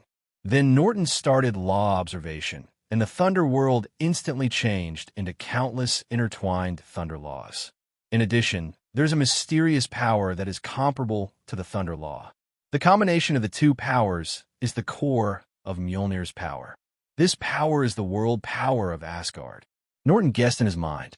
To Norton's peak, the lightning law did not respond, but the power of the world of Asgard instinctively mobilized the lightning law to start counterattack. Norton was not polite and directly activated a law rune of his own to suppress the power of law within Mjolnir. The lightning law contained within Mjolnir is very strong, exceeding level 5 and reaching level 6. However, without the support of its master and being far away from Asgard, its power was greatly reduced, and it could not completely expel Norton's power for a while. When Mjolnir and Norton were fighting, sparks of electricity began to appear on the hammer, and the electricity became more intense. Una and Phil Coulson stood aside, staring at Mjolnir intently. "Come again." Norton mobilized the power of the second law rune, superimposed the power of the two law runes, and then pressed down hard. Pop! There was a thunderous explosion on the hammer, and a strong light flashed at the same time. Una and Phil Coulson closed their eyes involuntarily. When they relieved the discomfort in their eyes and opened them again, they saw Norton playing with the Mjolnir, and the hammer returned to its normal state. Norton, you actually picked up Mjolnir. Are you now the god of thunder? Yuna asked excitedly. Norton shook his head and explained, I'm only qualified to pick it up, but I cannot use its power, so I'm not the god of thunder. After picking up Mjolnir, Norton found that his previous guess was correct. Picking up Mjolnir and becoming the god of thunder were two different things. Norton relied on his own strength to forcefully suppress Mjolnir and was qualified to pick it up. However, he could only use it as a hammer and could not completely control it. Naturally, he could not use the power of thunder in it. If Norton wants to fully control Mjolnir and become the god of thunder, he must lift it above his head and withstand the test of thunder. Needless to say, this so-called thunder test must be a trap left by Odin. Definitely, Norton is not without gain. Through this thunder hammer, he can probably estimate Asgard's strength. Thor should have been at level 5 at his peak. Even if he fully controlled Mjolnir, he would not have reached level 6. Mjolnir was a foreign object after all. The father of god Odin must have reached level 6, a level of power similar to Sorcerer Supreme, but it is doubtful how much strength he can still exert now. It's boring. After playing with it for a while and finding it boring, Norton put Mjolnir back intact and then asked Yuna, Yuna, do you want to try to lift it? Okay. Yuna grabbed the hammer curiously and tried to pick it up, but the hammer didn't move at all. Then she let go of Mjolnir in disappointment. It's so heavy, I can't lift it. Feel carefully. When you hold Mjolnir, you should feel an impact on your consciousness. As long as you pass Mjolnir's testing program, you will be qualified to lift it. Norton pointed to Yuna. Whether others can pass the test depends entirely on whether their character meets the requirements. But Yuna is different. She's good at seeing people's hearts. She has reached the 4th level of top-level psychic ability. Norton thought she would be able to trick the test. After hearing Norton's instructions, Yuna closed her eyes and held Mjolnir in her hands. After waiting for less than 3 seconds, I saw Mjolnir being gently picked up by Yuna. I succeeded. Yuna raised the hammer to her chest excitedly. Norton quickly held down her hands. You can play for fun, but don't raise it above your head. Although Yuna passed the test of Mjolnir, cheating can be considered as passing. There is still a question mark whether she can become the god of thunder. Anyway, Norton doesn't believe Odin is that generous. It failed the thunder test, and the hammer could not release thunder and lightning in Yuna's hand, so she put it back after playing with it for a while. At this time, Phil Coulson asked, Carnegie Consultants, aren't you going to take it away? Norton shook his head decisively and explained, Odin's things are not easy to get. You can study it, or you can have people try to lift it. But I suggest you, even if someone can pick it up, never lift it above your head, let alone try to take it away. Thank you for your suggestion. Phil Coulson thanked. Norton didn't know if he really listened. Anyway, he had warned them, so even if something happened, he couldn't be blamed. Leaving the room where Mjolnir was, Phil Coulson suddenly thought of the intruder last night. The behavior of the intruder last night seemed funny at the time, but if combined with the information obtained from Norton today, there is obviously something wrong with him. Phil Coulson thought for a moment, but Wong Nuozho decided to tell Norton about the matter. Carnegie Consultant, we caught an intruder yesterday, and he seems to know this Mjolnir. Is he still here with you? Norton was surprised that Thor was still here to greet him. Still next door? Phil Coulson replied. Okay, let's go over and take a look. Norton asked Phil Coulson to lead the way. Originally, Norton was planning to meet Thor, but now he didn't have to look for him, which saved him a lot of trouble. Thor, Norton asked casually. Seeing Thor's dejected look, he knew that Loki had come to see him. Hearing Norton's question, Thor raised his head in confusion. You know me? I definitely know you. Prince of Asgard, Thor Odinson. Norton nodded. I'm no longer the Prince of Asgard, and I am no longer Thor. Thor shook his head sadly. He obviously hasn't recovered from Loki's blow. He didn't even ask about Norton's identity, nor was he curious about why Norton knew his identity. Seeing Thor like this, Norton lost interest in continuing the conversation. Forget it. Let's talk about it next time. When he left, with a flick of his finger, a sunrise mark appeared on Thor's wrist. Thor rubbed the mark on his wrist and found that it couldn't be wiped off, so he ignored it. Judging from experience, this should be a simple tracking mark and harmless. Thor is not surprised that Norton marked him. If outsiders arrive in Asgard, they will also be monitored throughout the process. If it was the old Thor, if someone dared to mark him, he might explode. Unfortunately, the current Thor no longer has that kind of spirit. Norton didn't care about Thor's reaction and walked straight out of the base. It wasn't until he walked outside that Phil Coulson couldn't help but ask Norton, "Is he really the legendary Thor?" "Definitely." Norton nodded affirmatively. He did not explain in detail, but Phil Coulson still believed most of it. After all, as Norton, he would not fool them with such a thing. "I suggest you not to interfere with Thor's affairs. No matter how Odin punishes him, it is just their family matter, and he will always be Odin's son." In the end, Norton left a piece of advice to Phil Coulson. After leaving SHIELD's temporary base, Norton and Una drove to a nearby town and found a place to park with a good view. While setting up the camp, Una asked, "When will we go back?"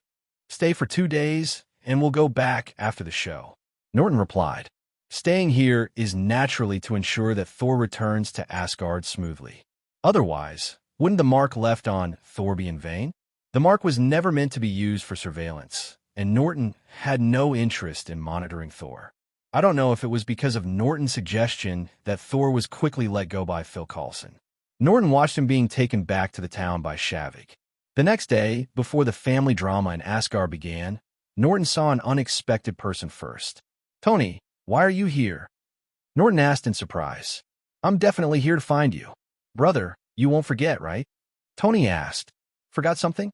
Norton looked at Tony confused. Tony had a real, expression on his face. "It seems that you have really forgotten. You completely left the energy company affairs to me, but you went out to travel by yourself. Brother, you are not enough." In fact, Norton really forgot about the energy company. After he gave Tony the money and drawings, he never cared about the construction progress of the energy company. If Tony hadn't come to him, he didn't know when he would remember to install the equipment. "Okay, after today's scene is over, I will return to New York to install the equipment," Norton assured casually. The core equipment of the 3 buildings is not a big project. Even if it is done by hand on site, Norton does not need much time. Tony didn't notice Norton's assurance, but he instantly caught the point. "A show? What's going on here today?" "You'll find out later." Norton didn't answer. Tony is not as easy to fool as Phil Coulson. A few words will definitely not sway this curious baby, and Norton is too lazy to explain repeatedly. It's better to let him see the facts with his own eyes first, and then it will be much easier to explain. Norton and the others were not kept waiting for too long. Not long after they had eaten breakfast, they saw a sudden gathering of wind and clouds in the distance, and then a colorful beam of light fell from the sky. "What is this?" Tony immediately put on his armor and flew over to take a look. This thing didn't look like a natural phenomenon, but Norton caught him. "It's Bifrost the device." Bifrost, Einstein-Rosen bridge. Tony thought of the corresponding thing. The principle should be similar, but the technical content is very different. Bifrost is Asgard's artifact and can be teleported to any corner of the universe. Norton explained briefly. He has never seen Bifrost with his own eyes, so he can only explain it according to legend. Asgard, Norse mythology's legendary realm of gods. Tony was still a little unbelievable when he saw the information searched by JRVS. Norton explained to Tony from a different angle. "If it is difficult for you to understand myths and legends, you can also say it another way. Asgard is an alien planet, inhabited by a group of aliens who consider themselves gods. They have an extremely powerful civilization, are famous in the universe, and have left a legacy on the Earth." With this explanation, Tony immediately understood. It turns out they're a group of aliens. Actually, with their race lifespan, personal strength, and science and technology, it's not a bad idea to call them gods. Norton corrected. The Earth is nominally the protectorate of Asgard. It is precisely because of Asgard's protection that no alien civilization dares to invade the Earth with great fanfare. Although what Norton said was true, this fact made Tony feel uncomfortable. Does the Earth still need aliens to protect it? Norton nodded affirmatively. In a sense, yes. It has been like this for thousands of years since Odin became a conqueror. Tony would like to say that the Earth does not need other people's protection, but he's obviously not qualified to say this now. So he did not continue to talk about this issue, but shifted his focus to the present. So, what is the situation today? A family drama, an experience arranged by Odin for his son, Thor. Norton answered simply. Thinking of Tony's character, he warned in advance. Don't take action easily later. Evacuate the people first. Let the rest of the matter be solved by themselves, as a family. Will there be a fight later? Why not evacuate the civilians in advance? Tony asked, what reasons did you use to convince them? People from these remote areas are not as easy to talk to as city residents. Norton asked, liberal democracy is no joke in such a remote place. Without sufficient reasons, even if the army is called, they will dare to take out their guns and resist. Definitely, if enough money is given, these people will definitely cooperate actively. But Norton won't do that. Even if he has more money than he can spend, he won't spend the money in vain. Okay. Tony calculated the town's population and didn't ask for trouble. Anyway, the population of the town is not large, so there was enough time for temporary rescue after the incident. Soon, four people in strange clothes walked into the town from the direction where Bifrost fell. Tony saw them from the surveillance equipment just released. Who are they? Thor. Thor's friend. Here to see Thor. Norton replied. Don't worry, it's still early. Waiting until noon. The sky changed again, and another rainbow fell, still near the town. Here he comes. It's Odin's destroyer. Norton stood up instantly. As soon as Bifrost disappeared, Norton felt an extremely fiery power, which was completely different from the previous Asgard warriors. It's obvious that what was sensed this time must be the destroyer. Tony couldn't sense the destroyer's breath, but he could hear the explosion coming from that direction, see the flames of the explosion, and produce a powerful energy reaction in his body.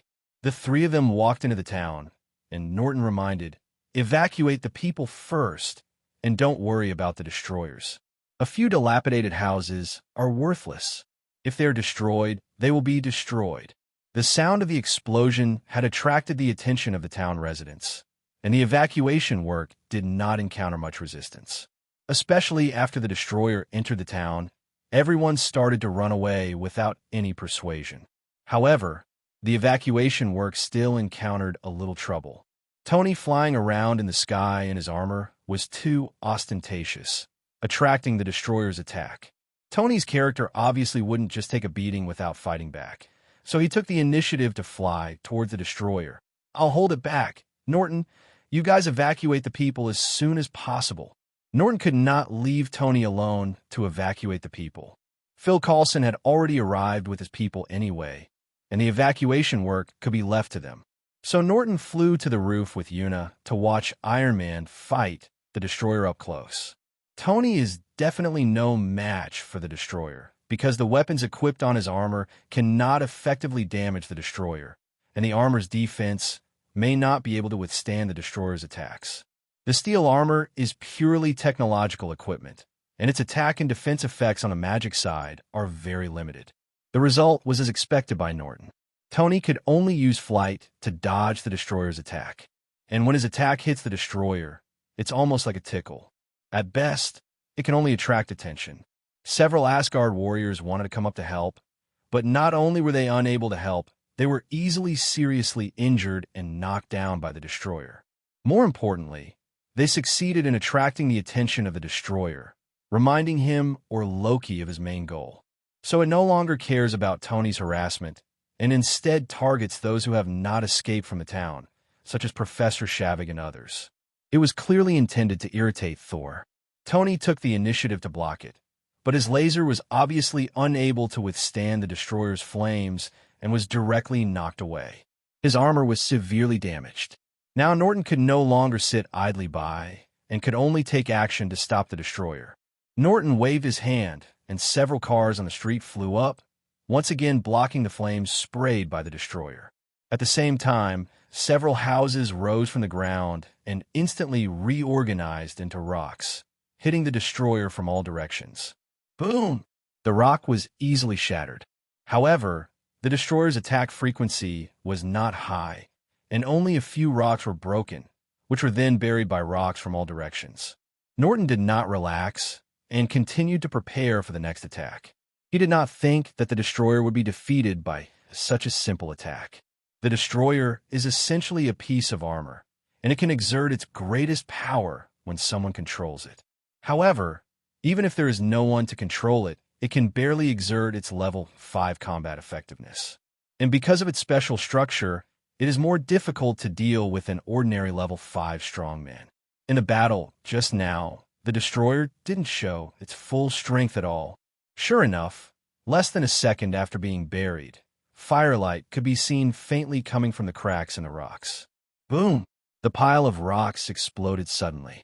The force was so powerful that even steel, not to mention rocks, could not withstand it. The burning destroyer stepped out of the flames and became even more powerful. Several alloy spears fell from the sky, penetrated the destroyer, and then twisted together in an attempt to imprison it. The flames on the destroyer's body increased instantly, and the temperature in his body increased sharply.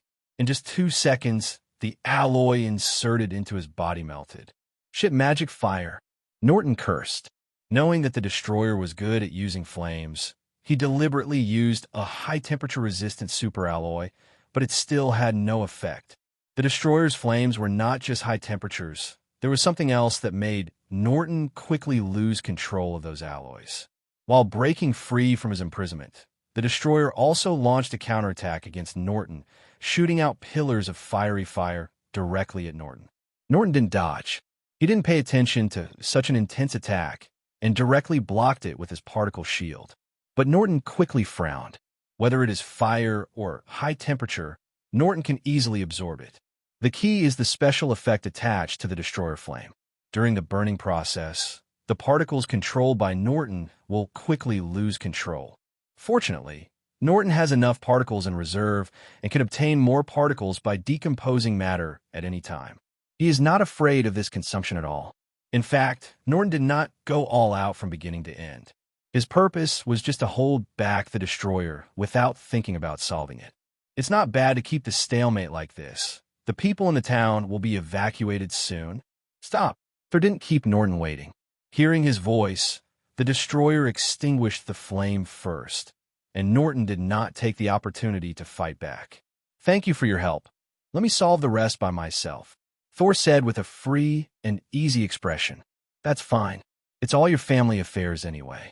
If it doesn't affect innocent people, I won't bother to care about it. Norton nodded to Thor and then flew to Yuna's side. Tony then landed next to Norton. What does this kid want to do? Tony asked. Soon you'll find out. Norton doesn't spoil anything. Is he actively seeking death? More than 100 meters away, Tony's armor still captured Thor's voice.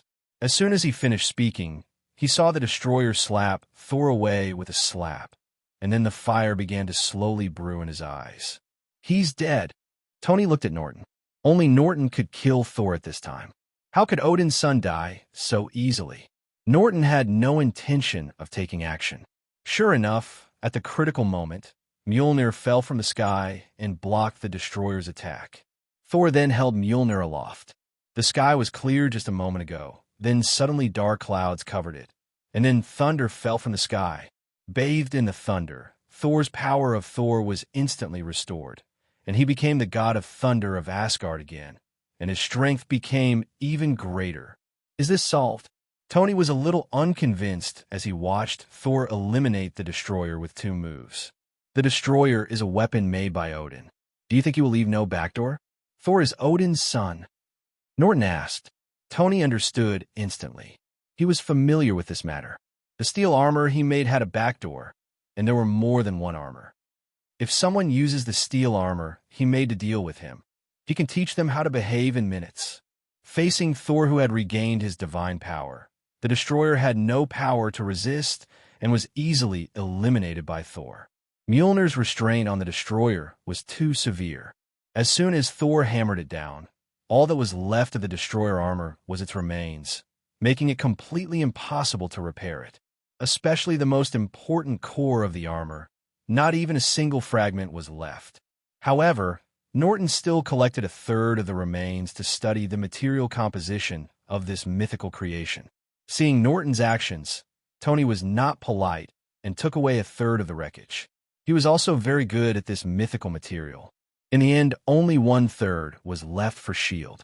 As for Thor, this stupid son of a landlord obviously doesn't care about this garbage. 723. Norton and Tony finished packing their trophies, and Thor just finished saying goodbye and walked towards them. "Thank you for your help." Thor thanked him. "You're welcome.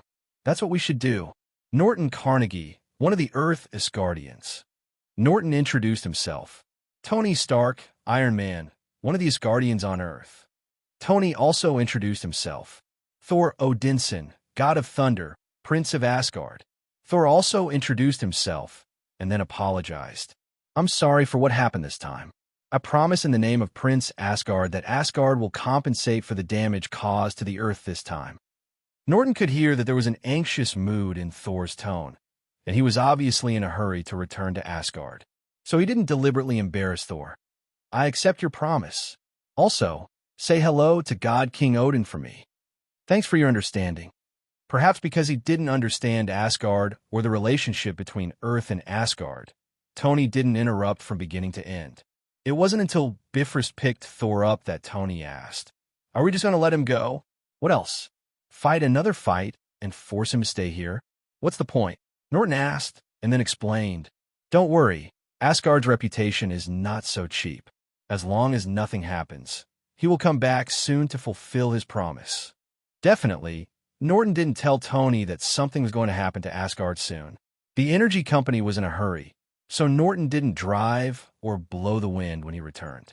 The door opened 2 portals, and Norton and Tony arrived at Stark Tower in New York City. In a few seconds, from New Mexico to New York, Tony was full of curiosity about the portal. "What is the principle of this?" "I don't know," Norton shrugged. "Most of mutants' abilities don't follow scientific principles." After hearing Norton's explanation, Tony complained, "I hate this kind of conceptual creation. Has your Stark Tower been replaced with new energy?" Norton asked, changing the subject. "Yes, this building is now powered by an arc reactor independently. It has been running smoothly for 3 days, and the energy supply is very stable." Tony nodded affirmatively. "When will the company be ready to connect to the grid?" Norton asked. "It's definitely not possible now.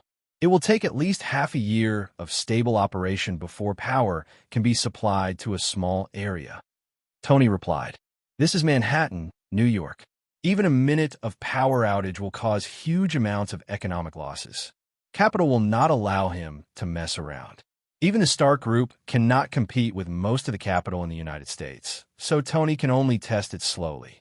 The other 3 buildings have also completed acceptance, and they also need to install equipment and start testing as soon as possible." Tony continued, "Norton doesn't care when the energy company starts operations. His purpose in joining the energy company is not to make money. However, the equipment should be installed 1 day earlier so that he can rest assured. In that case, let's go ahead and try to get it done within 3 days. I have forgotten about this before. Norton was not equipped with the corresponding equipment parts, so I could only do it by hand on site. Fortunately, most parts of this batch of equipment only require conventional precision, and only a few core parts require very high precision. Norton's on-site synthesis is also effortless. The first set of equipment took a whole day. Starting with the second set, Norton's efficiency became faster and faster. It only took 2.5 days to complete the installation of the 3 sets of equipment. Then it took another half day to test and adjust the equipment. Everything was done. Exactly 3 days later, Norton looked at Tony and said, "Okay, done. We can arrange for someone to pick it up." During these 3 days, although Tony did not stay around all the time, he often came over to observe the process of Norton's synthesis equipment. The process of growing and molding the equipment bit by bit and the beauty of precision industry are 2 different styles. He never gets tired of it, and it gave him a lot of inspiration. I've already informed him he'll be here soon, Tony replied. He didn't expect Norton to be so fast, so he didn't notify him in advance. Who is it? How dare we, Tony Stark, wait for him? Norton asked curiously. Given Tony's character, shouldn't he be fired directly for someone who is not at work during working hours and makes him wait instead? Who else besides Pepper gets this kind of treatment? You'll know right away, Tony said. He is also a super genius, just a little bit worse than me. In our eyes, Tony, besides himself, is there anyone else who deserves the title of super genius? Norton joked. Tony looked helpless. I admit that I am quite narcissistic, but I am not so arrogant as to be arrogant, okay? His performance made Norton more and more curious. After half an hour, the talent Tony was talking about arrived, a young man who looked very young. As soon as he entered the door, he apologized to Tony. Sorry, Mr. Stark. I kept you waiting for so long. There is a defense at school today. This 2.5 is Norton Carnegie, another partner of the company and a provider of some of the company's energy technologies. Zhong introduced Norton. After hearing Tony's introduction, he immediately apologized to Norton. Sorry, Mr. Carnegie, for keeping you waiting. Tony immediately introduced Norton. This is Reed Charlize, the chief technical consultant hired by the company. Reed Charlize, you haven't graduated yet? Norton's eyes narrowed. Although Reed has not graduated yet, he has already obtained 5 doctorates, including high-energy physics. Tony explained for Reed. This was the first time Norton had seen Tony take the initiative to defend the same genius. However, considering the age gap between the two, he most likely regards Reed as a junior worthy of promotion. The name Reed Charlize gave Norton a little guess, so he opened up his vision of time and space. The result was consistent with Norton's guess. He saw the fate track above Reed's head, but this track was not in the main world, but in a time tributary. Combined with his name, the significance of this time tributary is self-evident. The appearance of Reed allowed Norton to accidentally discover a new branch of time, but he did not go there rashly. Anyway, Reed has already appeared, and he is in his own company. This time tributary will be the same whether he goes early or late. The most important thing for Norton now is to wait for Asgard's response. He wasn't sure when there would be a response, so he could only wait for now. Thor and Asgard Thor at the moment is also thinking about Earth. Originally, according to his plan, he would end things in the god's domain and return to Earth immediately. On the one hand, it is to fulfill the promise to Jane, and on the other hand, it is to fulfill the promise to Norton and the others.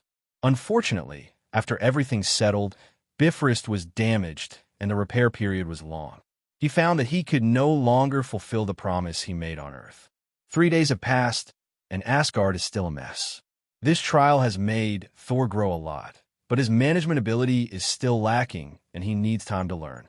Fortunately, Odin woke up today, and someone cleaned up the mess in Asgard. So Thor had some free time and had time to miss the Earth. At the end of the night's banquet, Odin gave Thor a private education from his old father. Thor also told Odin his experiences on Earth. It was only after Norton's greeting at the end that Odin noticed the mark on Thor's wrist. This is the Asgardian mark of that Earth. Thor explained. In fact, if Odin hadn't discovered it, Thor would have forgotten the mark Norton left on his wrist. Thor tried again and found that he still couldn't get the mark. He could clearly see the mark, but he couldn't feel its existence. So he asked Odin, what does this mark do? This mark, which left Thor completely helpless, was easily picked off by Odin, and he quickly analyzed the mark's purpose. This is a positioning mark that has not yet been activated and can be used as a space beacon. The moment he got the mark, Odin already understood Norton's purpose of leaving the mark. It was a request for a visit. He did not choose to destroy the positioning mark, but chose to activate it. Although Asgard has experienced some changes, it still doesn't make people afraid to visit. On Earth, Norton felt the space beacon he left behind being activated and immediately realized that Odin had agreed to his visit. So the space channel was quickly opened. Visit the God King Odin and learn about the current situation of Odin and Asgard. This is why Norton went to New Mexico to get involved in Thor's plot. Also the protector of the Earth, Odin the Conqueror is as famous as the Supreme in the universe. The deterrent power of the Ancient One magician is only aimed at the top powerhouses in the universe, while the deterrent power of Odin is equally effective against aliens large and small in the universe. Even the famous Thanos, before the fall of Odin, only dared to send cannon fodder to test, but did not dare to take action himself, nor did he dare to send out his close men. After Odin died, he sent out his army and attacked the Earth directly. So Norton wanted to see if Odin could be saved, and if he could be given a few more years to live and gain a few more years. What Norton lacks most now is time. From the moment he traveled to this world, he was seizing every opportunity to become stronger. Now he is confident that he can survive Thanos' snap of his fingers, but he can't guarantee that others can also survive it, especially the parents in this life, the Nova team, the children and teachers of Carnegie Mutant Academy, etc. After decades of love, Norton couldn't just sit back and watch them be wiped out by Thanos. So Norton needs more time to become stronger, strong enough to protect everyone he cares about, strong enough to defeat or even kill Thanos. Odin and Thor stood side by side outside the space passage, but as soon as Norton walked out of the passage, his eyes were instantly attracted to Odin. Powerful, like a vast and majestic world. This is the first feeling Odin gave Norton. Norton is also a top level 6 expert, but he has never felt this feeling from the Ancient One magician.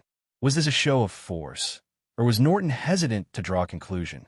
He first closed the space channel, and then performed a basic courtesy. I have met God King Odin. You're welcome, young Earth's Guardian. Odin sounded like a kind old man. The name Earth's Guardian also means that Odin recognizes Norton's strength. But Odin's aura has not changed, and Norton still feels huge amounts of pressure. It was obvious that he was not targeting Norton intentionally, which meant that he could no longer completely contain his momentum. Norton couldn't help but feel a little heavier. Faced with strong pressure from Odin, Norton took the initiative to express his intention. Ever since I learned about the existence of Asgard from the Sorcerer Supreme, I have always wanted to see the legendary divine realm. I hope the God King will not be offended by my rash visit this time. As an Asgardian of Midgard, you are entitled to visit God's realm at any time. Odin replied. Norton and Odin exchanged some more information about the current situation of the Earth before Thor found the opportunity to interject. Sorry, Norton. The Bifrost of God's domain, 747, was destroyed, and the compensation I promised to the Earth may now be broken. It doesn't matter. There are no casualties anyway. It's just some ordinary houses, Thor. You don't need to care. Norton said he didn't care. Just kidding. This is a good opportunity to sell favors to God King Odin. How could you miss it? Definitely. The casualties of the SHIELD agent were selectively ignored by Norton. However, Norton's little thought could only fool Thor, and Odin saw through his thoughts a glance. He immediately taught Thor. Thor, as a qualified king, you must abide by the promises you make. No matter what the reason is, it cannot be used as an excuse to break the promise. After teaching Thor a lesson, Odin said to Norton, as compensation for Asgard's failure to fulfill its promise, you can choose any treasure from my treasure house. The legendary Odin treasure house. Norton asked expectantly. He was also full of curiosity about the legendary Odin treasure house. Legend has it that every treasure in Odin's treasure house is a trophy brought back by Odin from various worlds, and every piece is a rare treasure. Norton really wanted to know if this was an exaggeration. That's right, it's the legendary Odin treasure house. A rare look of pride appeared on Odin's face. He was obviously very proud of his past achievements. Thank you, God King, for your generosity. Norton still accepted the compensation. Odin had already taken out the treasure house to collect it. If he refused again, he would appear to be ignorant of current affairs. You deserve this, Odin called to Thor. Thor, take Norton to the treasure house. Okay, father. Thor also looked at Norton with envy. He often visited Odin's treasure house, but he didn't have many opportunities to get things from it. Odin's treasure house is very large. far larger than Norton expected. The number of treasures collected is quite large, and each item is extraordinary. This is the legendary Odin treasure house, but it's not entirely my father's personal trophies. As soon as he entered the treasure house, Thor became a little excited. Norton casually picked up a long sword, which was placed in the most conspicuous place at the door. The long sword is inlaid with various bright gems, which looks very gorgeous, and you can feel the exhilarating power when you hold it in your hand. This is the king's sword. It was once the sword of a king. It can enhance the strength of the holder and boost the morale of the army. It is me, Thor introduced.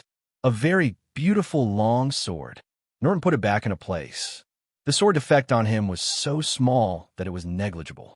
Taking 2 steps forward, Norton noticed another scepter inlaid with a stone eye. This scepter was also very conspicuously placed. This is the charm scepter. It has the power of charm. It comes from a primitive tribal priest. He once used this scepter to control a large number of animals and set off a huge beast tide. Thor continued to introduce. Norton didn't pick up the scepter. He could feel the charming power emitted by the stone eye. Its intensity was very average, so it was only effective on ordinary creatures. Norton has become disdainful of these collections on the periphery of the treasury. The only treasures that can catch his eye are the treasures displayed alone in the deepest part of the treasury. Norton walked deep into the treasure house and asked, "Thor, these are your trophies, right? Are you very proud of this?" "I used to be really proud of this. After every battle, I would pick out the most gorgeous trophy and place it in the most conspicuous place in the treasure house." Thor replied calmly, "I'm still proud of this. A qualified king should not take the initiative to provoke war, but he will not be afraid of war. These treasures are all trophies I obtained in the war against the rebellion." Being able to say these words, it can be seen that this blow has indeed made him grow a lot. Soon Thor took Norton to the deepest part of the treasure house, where every treasure was individually suppressed and protected by the power of Odin's treasure house. This is the real essence of Odin's treasure house. Although there are not many treasures, each one is the most cherished treasure in the universe. Thor introduced with a proud face. The monument of life and time, the relic of Atlantis. Legend has it that it records the ultimate secret of the evolution of life. The first thing that catches the eye is a slightly broken stone tablet. It seems to have no mysterious power, but is engraved with countless mysterious symbols. Norton walked to the stone tablet and carefully observed the symbols on the stone tablet. If there is really the ultimate secret of the evolution of life, it is probably hidden in these mysterious symbols. Thanks to Sorcerer Supreme's rich collection of books, Norton has learned a large number of ancient and mysterious languages, raising his linguistics to level 5. But even level 5 linguistics cannot decipher the meaning of these symbols, as if they are just meaningless graffiti. If it couldn't be deciphered, why would Asgard treasure this broken stone tablet so solemnly? This question flashed in his mind, and Norton subconsciously turned on law observation. Instantly, a large amount of information was printed into Norton's brain. The sudden onslaught of information was not pleasant, and it took a while for Norton to sort out the information printed into his brain. Norton kept observing the whole process. Thor did not notice anything unusual about him and did not know that he had obtained all the secrets of the stone tablet. But seeing Norton observing for so long, Thor was curious. "Do you recognize these symbols?" "I don't know. They don't look like symbols with actual meaning. More like random doodles of some naughty kid." Norton shook his head. "I think so too. No one in Asgard except my father knows this symbol." Thor nodded in agreement. Symbols indeed have no meaning. What is meaningful is the legal information hidden in the symbols. The information compiled based on the law of the universe does not have any language barriers. As long as the law can be directly analyzed, the meaning conveyed can be easily understood. It's just that directly analyzing the law is not a simple condition. Either you have the relevant special ability, or your strength must reach level 6. Thor or Odin's introduction to the stone tablet was not an exaggeration. It does record the secrets of life evolution, which is enough for people to evolve from genetically healthy to perfect life. However, this information is basically useless to Norton because most of it is already known to him. The evolutionary method recorded on the stone tablet is very simple, which is to use the power of law to optimize one's own genes and slowly optimize one's own genes to a perfect state. This kind of genetic optimization has no side effects, and the results of genetic optimization can be inherited, which is evolution in the true sense. The only trouble is that it needs to be guided by the power of law, and the disadvantages are also obvious. Evolution takes a long time, which can take hundreds or even thousands of years. The information on the stone tablet is also useless to the current Asgard. Norton guessed that Asgard must have already used the above method to complete the genetic optimization of the race. In this process, most of them relied on the power of the entire world of Asgard. Odin has lived for thousands of years. Ordinary Asgard civilians also have a lifespan of hundreds of years. Asgard considers itself a god, etc. Most of these things originated from this. The monument of life and time was not what Norton needed. So Norton ignored the monument and continued to look down. Soon Norton saw something very familiar, an unrestricted glove. Thor immediately introduced, "This is the Infinity Gauntlet. I don't know its specific effects. Father never lets us touch it. What a nice souvenir," Norton commented. A brief inspection of the right-hand Infinity Gauntlet convinced Norton that it was not real. To be more precise, it's a half-truth. The gloves are real, but the infinite gems embedded on them are fake. The eternal flame, the source of power of the flame, giant Surti. Thor continued to introduce the next treasure. Norton can feel the flames condensed in the flames. The law is not violent or strong, but it has a hint of immortality. This characteristic of immortality is very strange. It is not like law, but it is more mysterious than law and cannot be analyzed at all. Norton is not someone who likes to get into trouble. He was sure that his current strength could not analyze the eternal fire, so he stopped wasting time. Behind the fire of eternal marks is the ice box, which was originally the most closely guarded. Compared with the previous ones, this one has greater destructive power, and Norton can clearly feel the huge ice law and energy in it. If you fully control this treasure box, it can exert a power comparable to level 6, and freezing the planet is not impossible. This is the ice box, the source of power for the giants of Jotunheim. Thor's voice was a little low as he stroked the icebox. In a sense, it can also be said that this treasure box was the trigger of tragedy and the direct cause of his losing his brother. Seeing Thor's performance, Norton thought of a question he had always wondered. Why did Thor still want to believe that Loki betrayed Thor again and regarded him as his love? Loki has been playing pranks on Thor since he was a child. Has he gotten used to it? Or is he suffering from Stockholm Syndrome? After introducing the treasures, Thor asked Norton, "These are the most precious treasures in Odin's treasure house. Which one do you want?" "That's it." Norton glanced at several treasures and finally picked up a glove. Seeing the collection Norton chose, Odin asked, "Are you sure you want to choose this glove? It's just a powerless souvenir." Odin did not conceal the fact that this Infinity Gauntlet was a fake. Otherwise, what would Asgard's face be if word spread? 353. I know this Infinity Gauntlet is a fake, but the other treasures are not what I need, so this souvenir is more valuable. Commemorative significance. Norton replied affirmatively.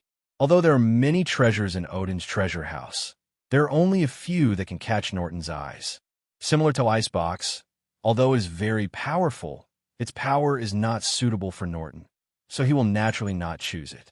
The information on the Monument of Life and Time has been completely obtained, and there is no need to take away the originals. The Eternal Fire, Norton really wanted it. He was very interested in the eternal fire properties of the Eternal Fire.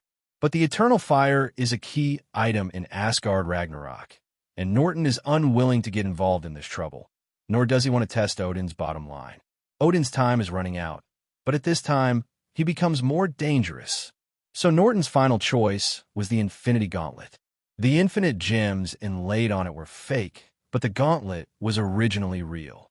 As the brainchild of the dwarf family, the glove is capable of carrying infinite gems. Norton is very interested in its material and its casting technology. And if you take it back and modify it, the Infinity Gauntlet may not be useful. Seeing that Norton knew the authenticity of the Infinity Gauntlet, Odin didn't say anything more.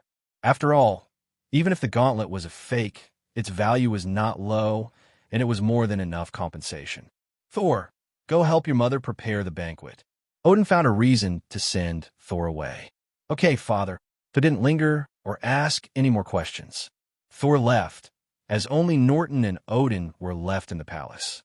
Asgardian of Earth, if you have any questions, you can ask them now. Odin's tone became quite formal. Your Majesty, the God King, I have received news that Thanos is preparing to attack the Earth. I wonder if you know the inside story? Norton asked directly. Odin is the nominal protector of Earth, and Norton has reason to ask him about this. In the universe, Asgard's news channels are obviously wider, and it knows more information. The rise of Thanos should be after Odin's swords and guns are put into storage, but given Thanos' behavior, Asgard will definitely focus on collecting information about him. Norton needs this information. Thanos. I know. Odin nodded slightly and continued. He is an eternal relic, one of the new generation of cosmic powerhouses, a pursuer of the infinite gems. His target is the infinite gems hidden on the Earth. But as long as Asgard is still there, he will not dare to take action against the 9 realms. Odin indeed knew Thanos very well and knew his plan, but he obviously had no idea of cutting out this hidden danger in advance. I don't know if he is really kind or if he is beyond his capabilities. What if you're no longer here? Norton boldly asked Jaff. The atmosphere in the hall solidified instantly. After a while, Odin finally spoke. Even if I am gone, there will be others who will stand up to protect the peace of the 9 realms. After all, he didn't get angry because of this offense. I know, His Majesty the God King.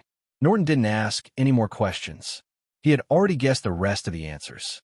When he returned to Earth, Norton felt a little heavy. Although he only stayed in Asgard for less than a day and had less time to contact Odin, he already had a basic understanding of Odin's current state. Odin's time is numbered. However, the reason why Odin's time is running out is not that his lifespan is exhausted, but that his body and soul can no longer withstand his increasing power. Odin's power comes from Asgard.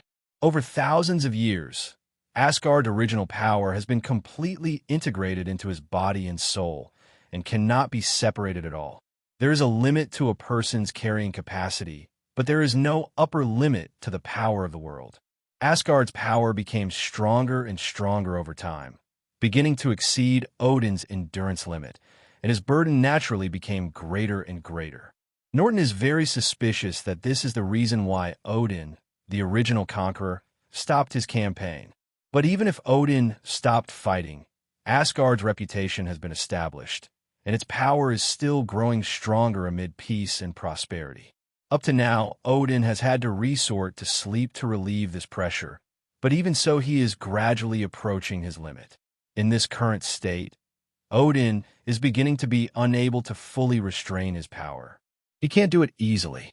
Once he does it, he may lose control of his power and reduce his limited time. If he takes action with all his strength and the power that has been dormant in his body explodes, Odin will fall into a complete sleep after the battle. Norton can't help Odin at all in this state. There are only 2 ways out he can think of, or Odin himself goes one step further. As long as he can cross the bottleneck and reach level 7, it will be a piece of cake to carry the original power of Asgard. But this is obviously a dead end. Even Odin couldn't take this step when he was at his peak. Now, in his lingering state, it is naturally even more impossible for him to take this step or find a substitute to carry part of Asgard's original power for Odin. The only person qualified to help Odin share the power of Asgard is his son Thor. But Thor's current strength is obviously far from enough to carry Asgard's power, even just a part of it. Thinking of this, Norton suddenly understood. No wonder Odin is so impatient to train Thor. However, the hope of this road is also very slim. After this experience, Thor's will was sublimated and his divine power was only increased to level 5. But if you want to carry the original power of Asgard, you need at least level 6 strength. Level 6 is already the standard for strong men in the universe, and most level 5 strong men will not be able to reach it in their lifetime.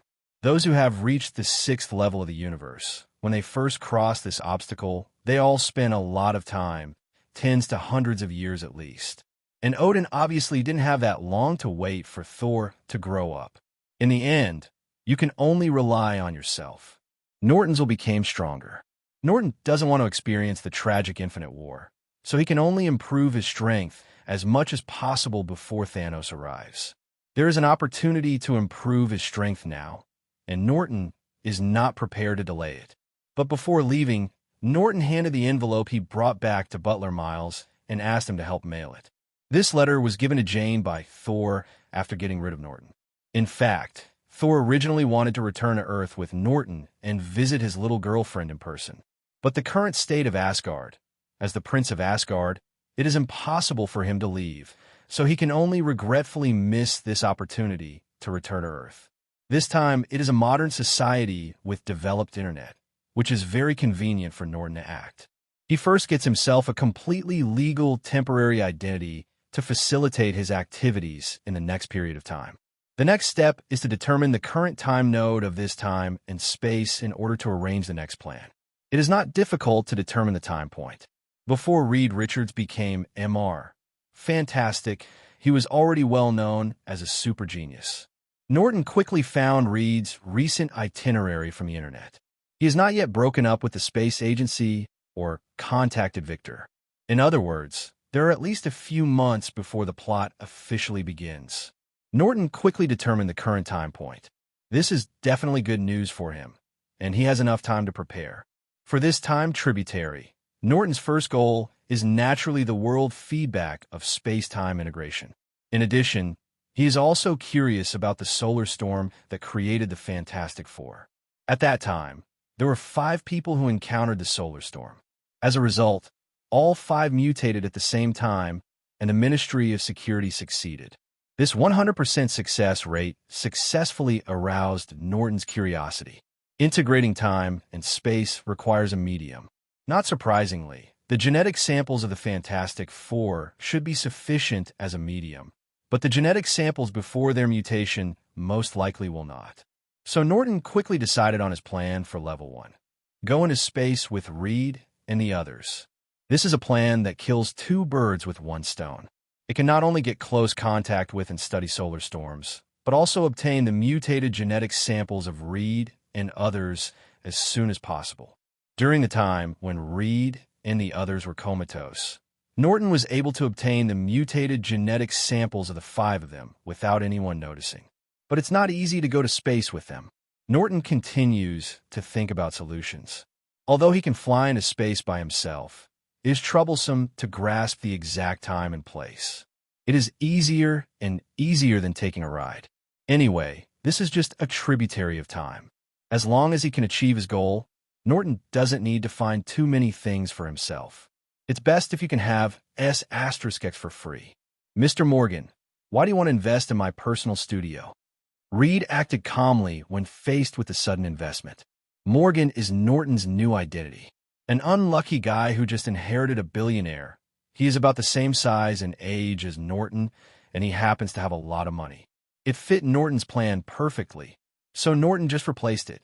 As for the difference in appearance, synthesizing a human skin mask that looks just like the real thing is a very simple matter for Norton. It is not only invisible to the naked eye, but also cannot be detected by technological equipment. After settling on his identity, Norton relaxed and waited for opportunities. It was only when Reed had a falling out with the space agency, lacked research funds, and failed to seek investment that he was desperate for research funds, that Norton took the initiative. Because you are a true genius.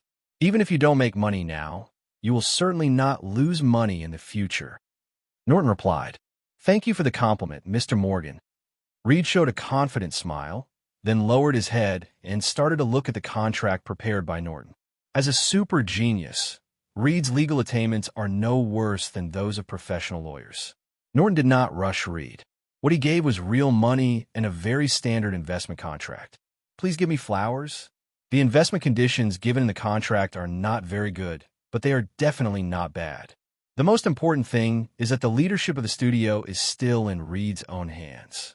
This condition gave Reed, who was short of research funds, no reason to refuse. Sure enough, after watching the cooperation, Reed had a smile on his face. Seeing this smile, Norton knew that the matter was settled, so he stretched out his hand. Happy cooperation, Dr. Richards. Good cooperation, Mr. Morgan. Reed signed his name on the contract, then stood up and shook hands with Norton.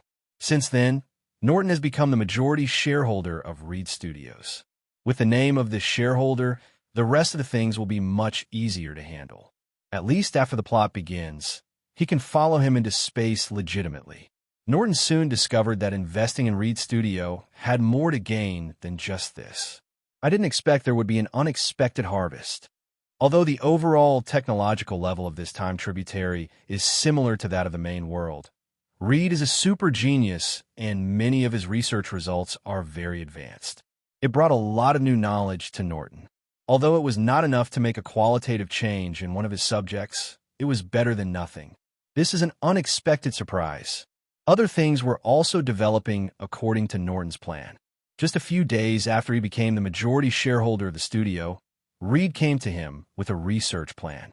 Morgan, this is my research plan for level 1, and it is also my lifelong ideal.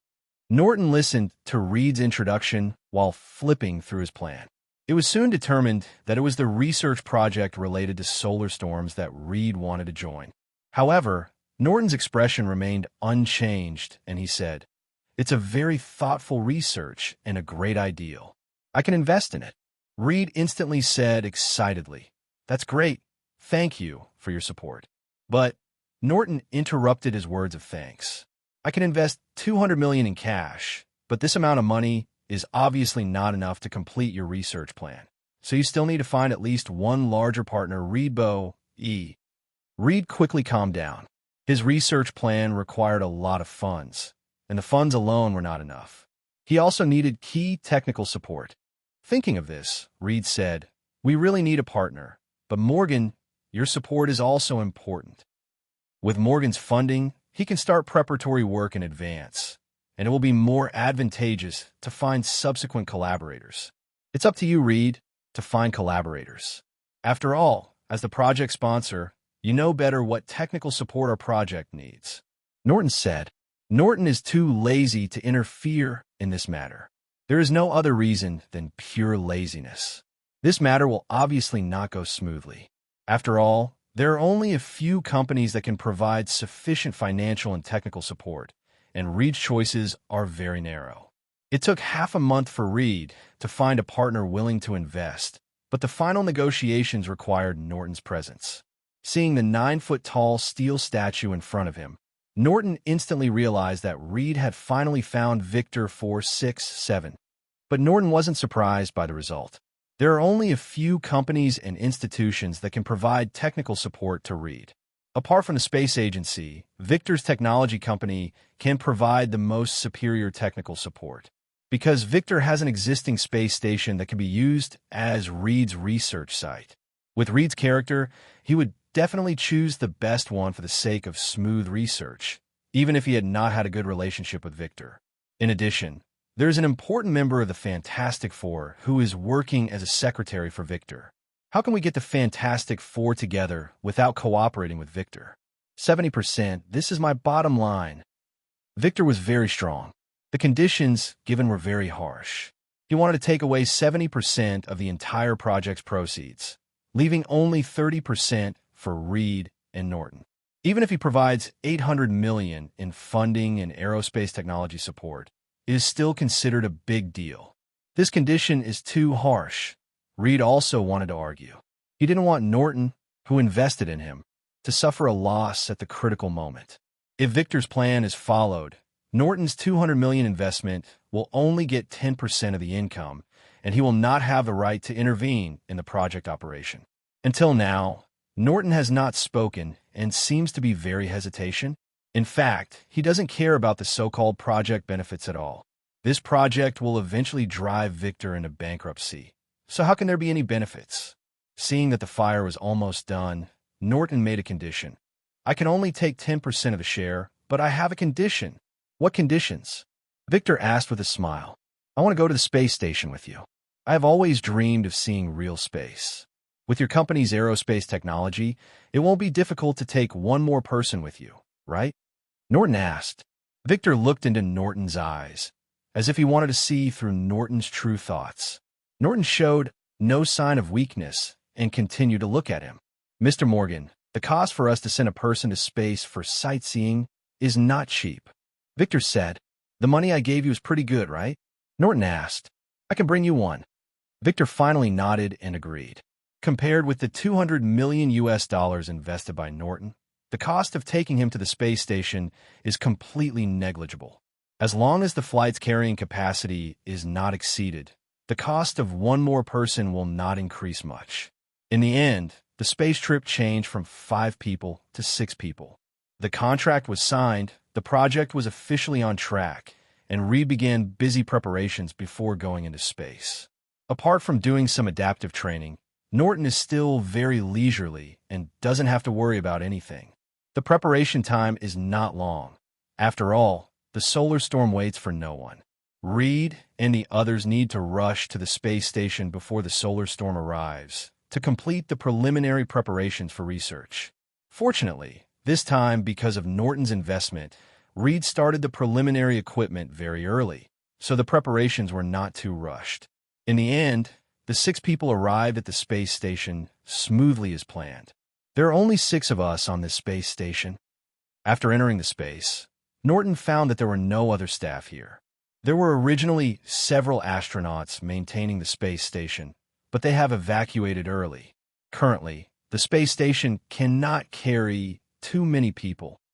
Victor explained, which part of the space station has the best view? Norton asked again. He didn't want to get involved in Reed's work, even though he was no worse than them in terms of knowledge. There is an observation deck below. Victor took Norton to the observation deck below the core module and opened the protective shield outside the observation deck for Norton so that he could look at the stars and overlook the Earth. Since signing the contract, Victor's attitude towards Nuaw has been obviously much more enthusiastic. The reason why he did this is that Norton also knows that Victor is planning to launch a space tourism project, and Norton can be regarded as the first order and the best advertisement. How do you feel, Morgan? Victor asked Norton. Beautiful. Shocking. Norton had a shocked expression on his face, as if he was truly amazed. Definitely, Norton's expression is not entirely a performance. The scenery in front of him is indeed beautiful. Even if he has seen it many times, he will still feel shocked and amazed. Victor, I have to say that you are very good at business. The space tourism project will definitely become a big hit. Anyway, I was idle, and Norton started chatting with Victor. Suddenly, an alarm sounded throughout the space station, and Victor's expression changed instantly. Norton immediately said, Victor, go and do your work. Just let me stay here by myself. It should be safe here, right? This is the safest place in the entire space station. Morgan, wait a moment. Victor closed the shield and left in a hurry. What secrets does the solar storm hold? Norton turned to the direction of the solar storm. He had already sensed the arrival of the solar storm, but it was very different from what he expected. This solar storm gave Norton the feeling of being majestic and active. Even before it arrived, the power of law in his body became active. This is obviously not an effect that a natural phenomenon can have. Blindly questioning, Norton opened a hole directly, walked directly into space, and then restored the protective shield. Norton avoided the field of view of the people above. The space station surveillance did not control 3.3. He had a way to prevent the cameras from capturing him. As the solar storm approached, Norton's feelings became clearer and clearer. He did not feel the power of law, but the energy felt higher than the power of law. This feeling is a bit similar to world feedback.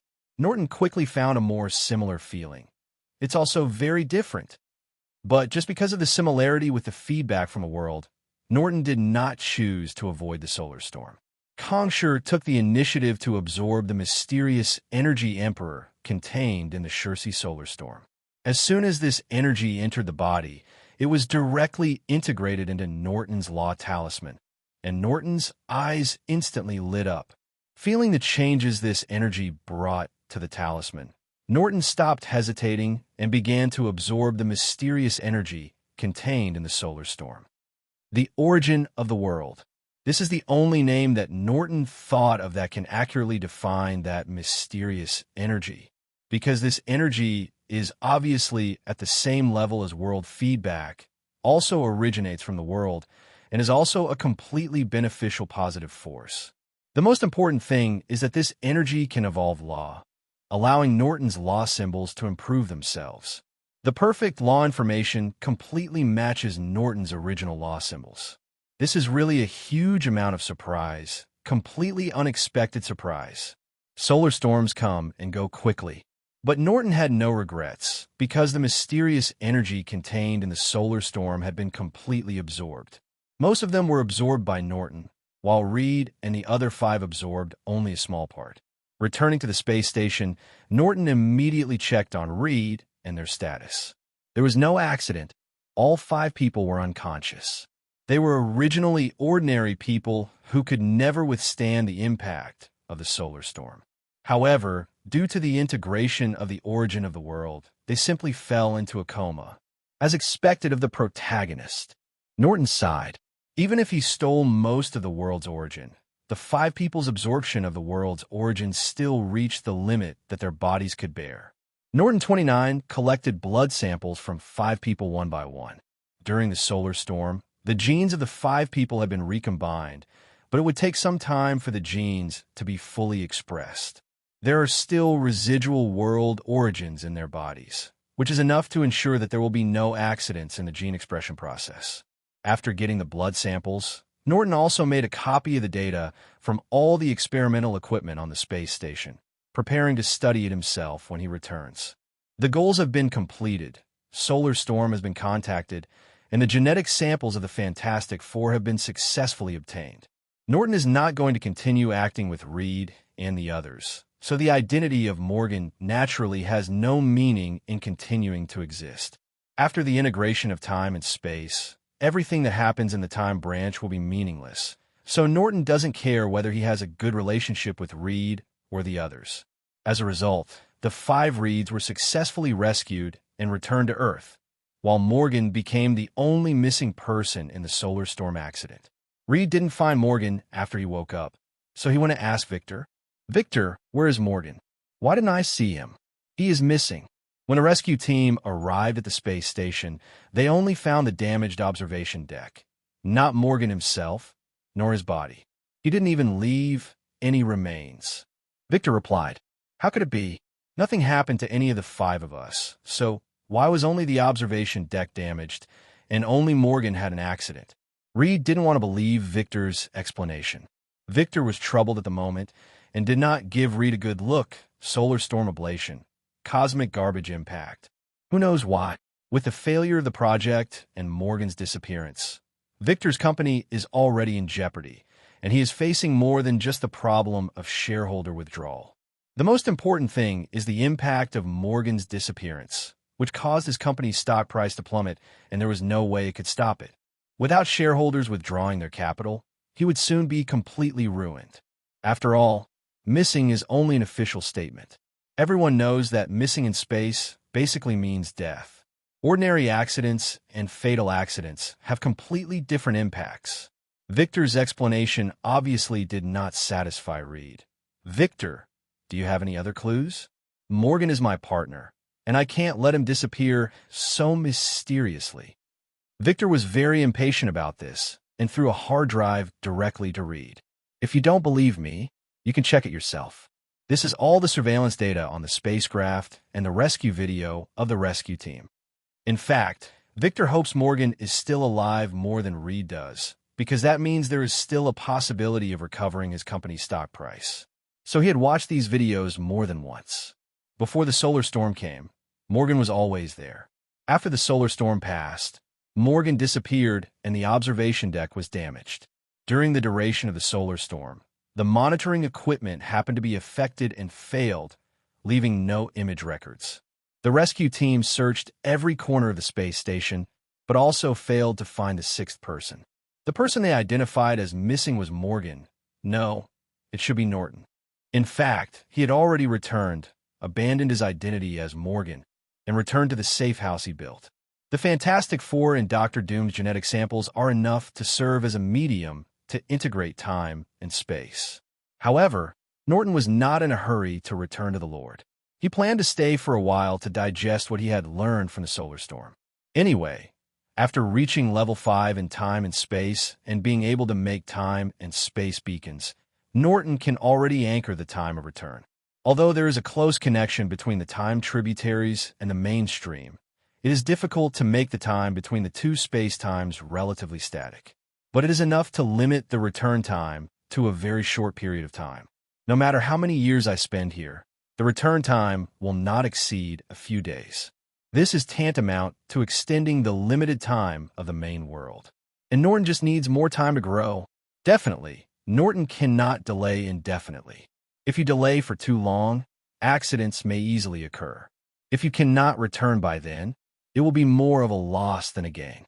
Instead of paying attention to external matters, Norton focused all his attention on digesting the gains from the solar storm. After the power of creation is absorbed into the law rune, it will automatically work. It does not directly increase the upper limit of the law rune, but first makes up for the lack of details in the law rune. This is equivalent to helping Norton lay a solid foundation, allowing him to easily raise the floor. I don't know how much the changes in the law runes will affect my strength.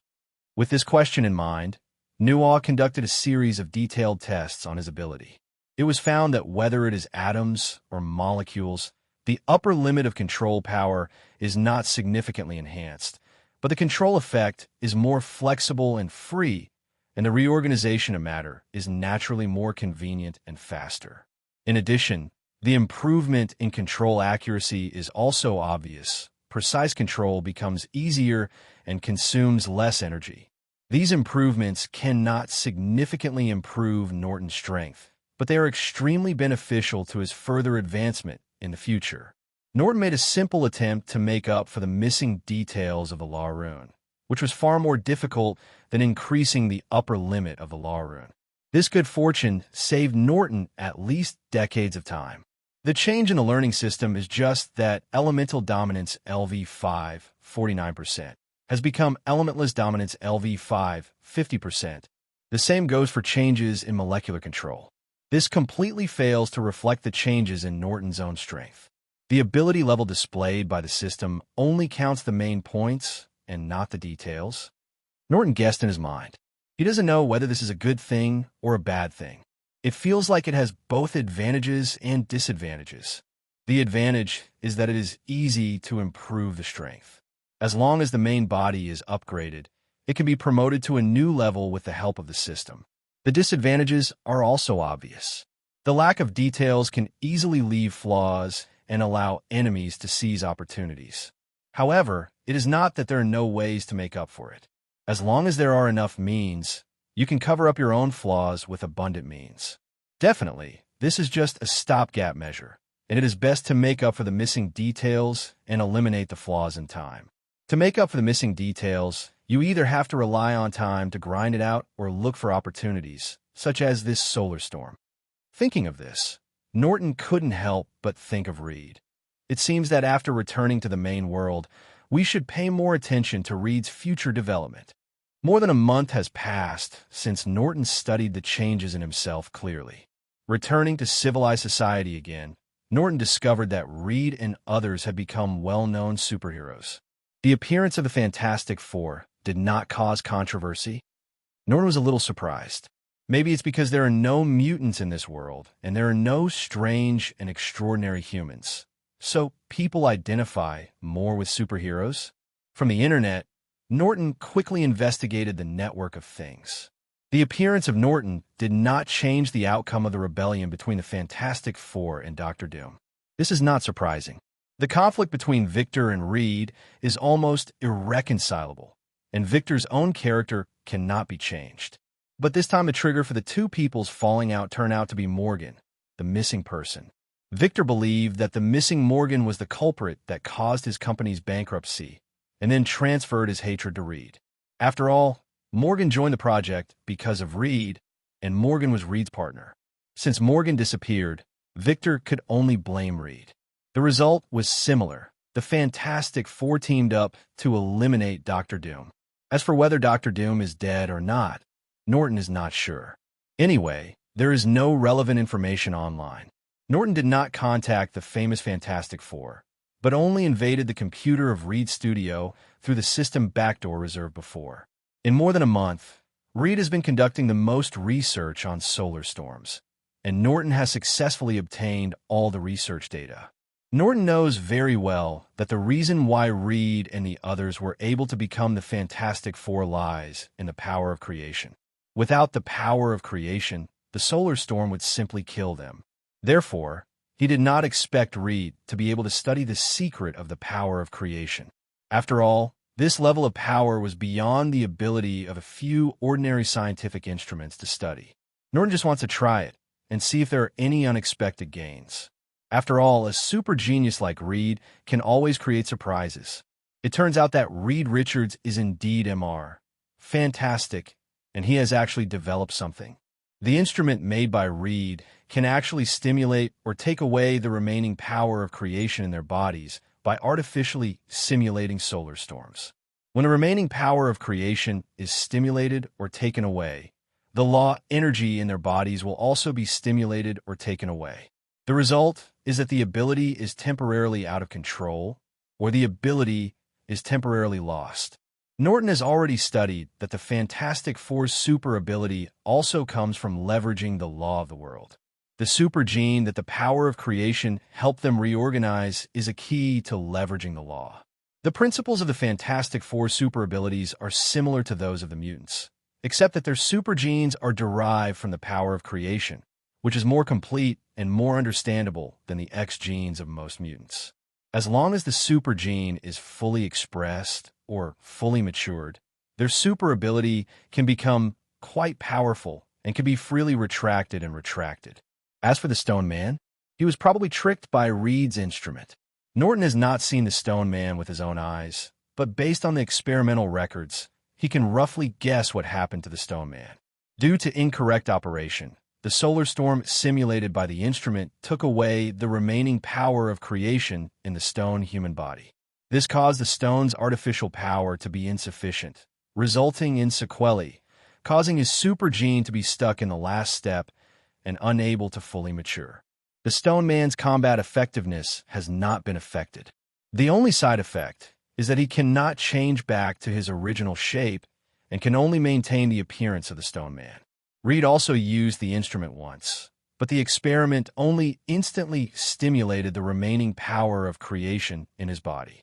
The result is that the super gene matures in advance and the super ability explodes, causing short-term ability to go out of control. After adaptation, there will be no sequelae. This instrument is of little use to Norton. There is no super gene in his body. It is the law talisman that digests the power of creation. The digestion efficiency of the law talisman is quite high. It has already digested the power of creation absorbed by Norton and does not need this instrument to stimulate it. But Norton quickly thought of another question. How can a natural phenomenon like a solar storm affect the power of creation? With this question in mind, Norton reanalyzed Reed's experimental data in detail. That's it. Norton soon figured out why. What Reed simulated was not a simple solar storm, but also included information fluctuations emitted by part of the power of creation. What really plays a role is the incidental information fluctuation, whether there is a solar storm or not. This information fluctuation is just a manifestation of the power of creation and has no actual effect, but it can have a certain impact on the power of creation. Using ordinary instruments to simulate the information fluctuations emitted by the power of creation, Norton could only praise. It is indeed MR. Fantastic. The instrument was of no use to Norton, who had no remaining creative power to activate or strip away. However, excluding the solar storm part, Norton obtained the principle of simulating information fluctuations and then created some gadgets based on this principle. For example, a detector that searches for the power of creation can not only search for the power of creation, Zhao, but also search for similar power obstacles. There are also instruments for detecting the power of creation, used to analyze the power of creation or similar force stars. The probability that the force of creation exists in nature is almost zero, but there should be forces that are similar or have some common characteristics. It's just that Norton doesn't know where to look, so he can only try his luck when making search instruments. During the exercise, 2 months flew by. Exercise ability does not require isolation from the world, so Norton will learn about the outside world every day. In the past 2 months, apart from the Fantastic Four becoming more famous, no other major events have happened. However, in the past 2 days, Norton has discovered some unusual news. Large-scale weather changes. This is the arrival of the Silver Surfer. Norton quickly concluded he is very interested in Silver Surfer, or his skateboard to be precise. But when it comes to the Silver Surfer, Norton also thinks of Galactus behind him. Now that the Silver Surfer has arrived on Earth, Galactus must be arriving soon. Norton is not sure about the reality of Galactus. A monster that can devour planets should have at least level 6 strength. But this time and space is just a tributary of time, and under normal circumstances, it can never withstand the explosion of strength from a level 6 powerhouse. The two contradicted each other, and Norton was unable to determine where the problem was for the time being. He could only determine it after coming into contact with Galactus. Norton is not afraid that Galactus is too powerful for him to deal with. Anyway, he can return to the main world at any time now. When time and space are integrated, everything in this time and space will cease to exist. In the main world, if Galactus dares to attract the attention of the Earth, there will naturally be big bosses to deal with it. Don't worry, Galactus. Let's take care of my skateboard first. Norton planned to take care of the Silver Surfer first. But the premise is to find the Silver Surfer. This guy's flying around the world, and the existing instruments on the Earth cannot track him at all. The Silver Surfer should be digging holes all over the world now. Unfortunately, I don't remember the specific location where he dug holes, but Reed seems to have made an instrument that can lock the Silver Surfer. Thinking of this, Norton once again used the reserve backdoor to hack into the computer system of Reed's studio. Reed hasn't built the 807 instrument yet, but he can finish the background program first. When he builds the instrument, Norton will be able to receive the news as soon as possible. People with tools can use them, so Norton naturally doesn't have to do the work himself. Anyway, it doesn't make any difference to him whether it's 1 day earlier or 2 days later. Soon, the background program was completed, connected to the portable computer, and Norton packed up his equipment and was ready to go out. He could not predict where the Silver Surfer would dig holes, but the holes that had already been drilled would not move. Norton planned to check out the conditions of those holes first. Not surprisingly, Norton did not encounter the Silver Surfer, but when he reached the edge of the cave, the search device in his pocket rang. There are information fluctuations in the cave similar to the power of creation. The results displayed on the detector surprised Norton. This underground hole goes deep into the center of the Earth, and the information fluctuations should also come from the center of the Earth. It is not surprising that the evolution of the Earth produces an energy similar to the power of creation. This is just Norton's conjecture, but he has no intention of going down to verify it. I have observed the burrow created by the Silver Surfer up close. Norton is basically certain that all Galactus needs is the unique energy in the heart of the living planet Earth, CJBG, which is probably the kind of energy king detected by the detector. Most of the ordinary substances that make up planets are not on Galactus's diet. Otherwise, there are so many celestial bodies in the universe, and it would not have to specifically select a living planet to start with. This information gave Norton a better understanding of Galactus, who is a rather picky eater. But for Norton, being picky is a good thing. Picky eating can sometimes be a fatal flaw. Norton may have been unlucky. He waited beside the cave for several hours, but did not wait for the Silver Surfer to appear. It seems he doesn't regularly check the crypts he has dug. Norton shook his head. He had expected this, and Norton wasn't too disappointed. Anyway, with Reed as his tool, he didn't have to worry about not being able to find the Silver Surfer, so he wasn't worried at all. Returning to his base, Norton began to design and manufacture new equipment based on his findings. Just halfway through this work, a prompt box suddenly popped up on the computer next to me. So fast, Norton was surprised and immediately put down his work and turned to look at the computer next to him. The tip comes from the backdoor program in Reed's studio, where he has just completed manufacturing the instrument for tracking the Silver Surfer. How long does it take? 1 day or 2 days? With this question in mind, Norton entered the computer system of Reed's studio through the back door. That's it. Norton soon realized. The reason why Reed is so fast is that he only needs to edit the correct algorithms and models to coordinate the satellites in the sky, and does not need to build equipment bit by bit from scratch.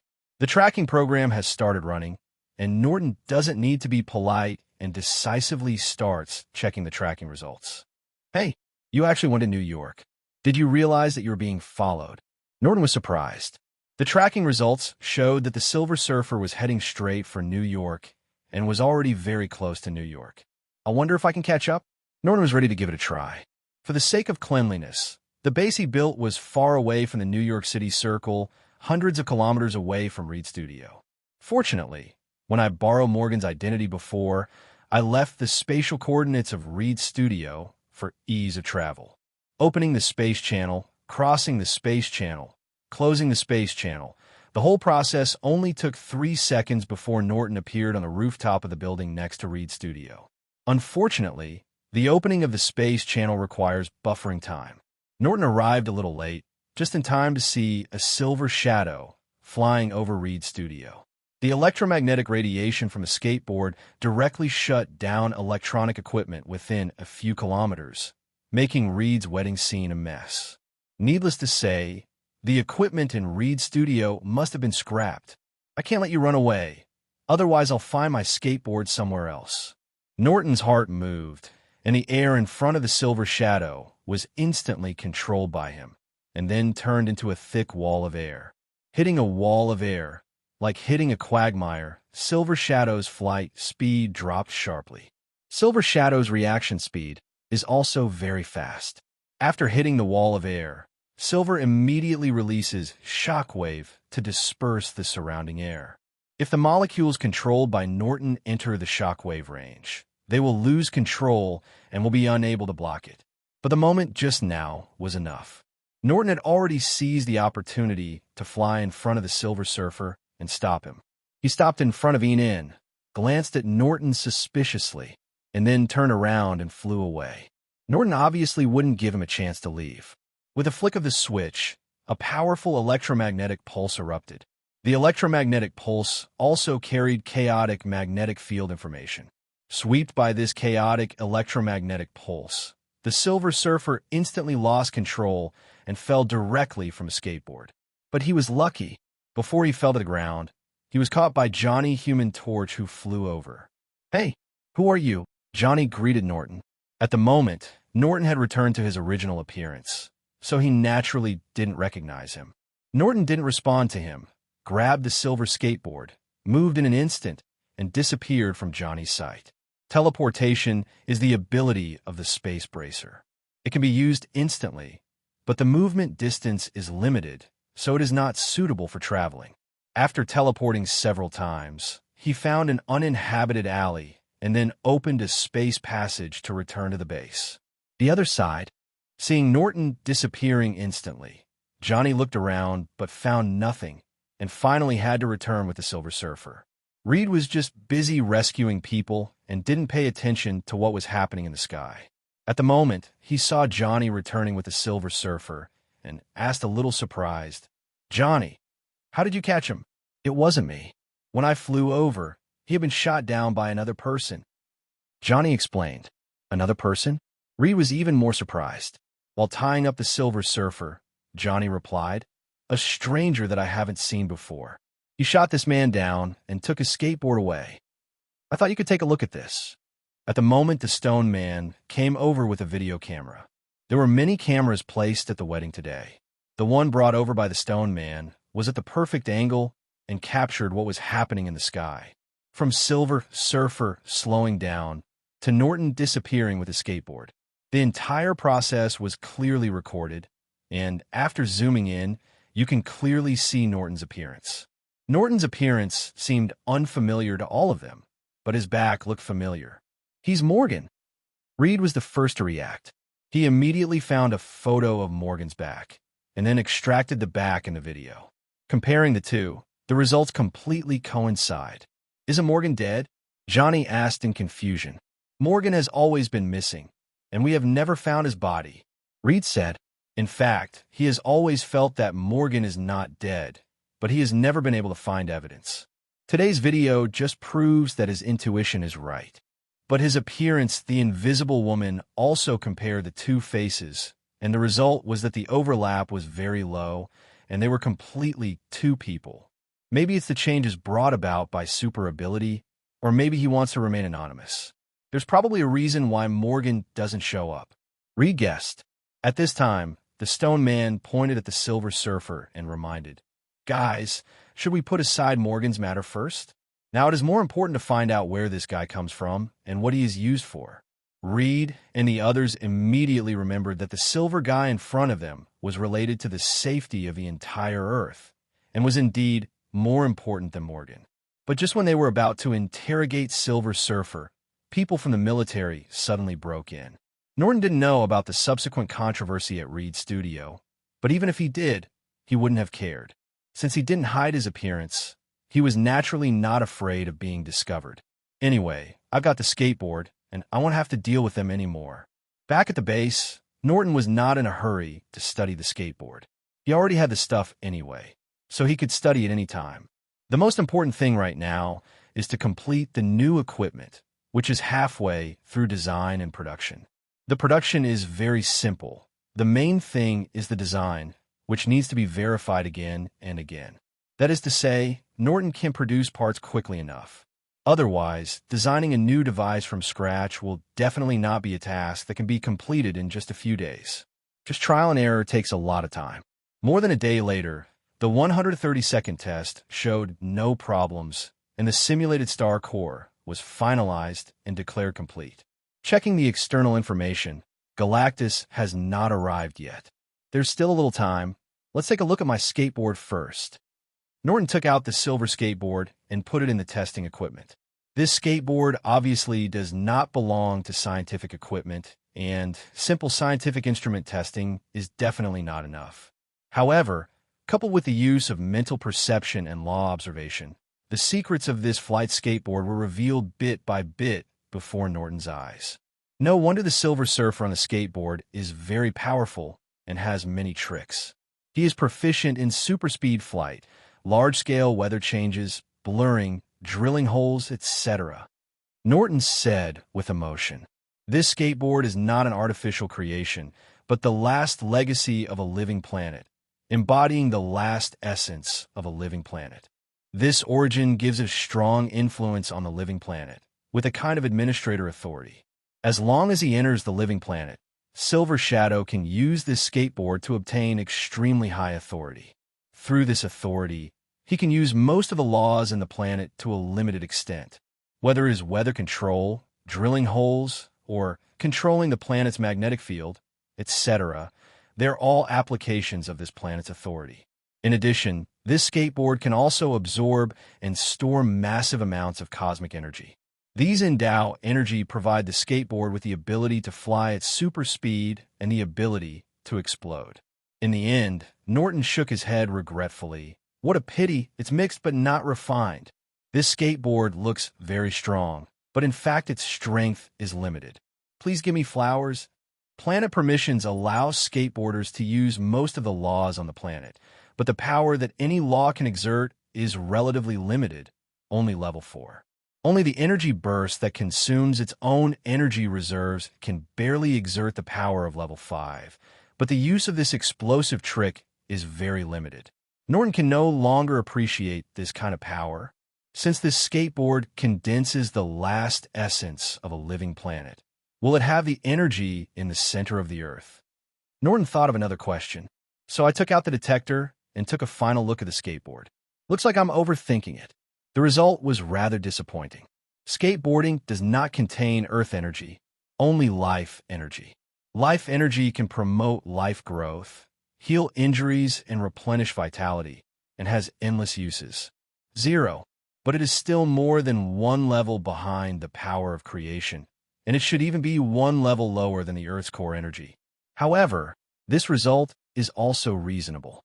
After all, if skateboards had geocentric energy, they would have been eaten by Galactus as dessert. So how could they be left as Silver Shadow? This thing is a bit useless to me. Norton found that the skateboard was extremely limited in his hands. In the end, Norton simply changed the shape-shifting state of the skateboard and took it with him.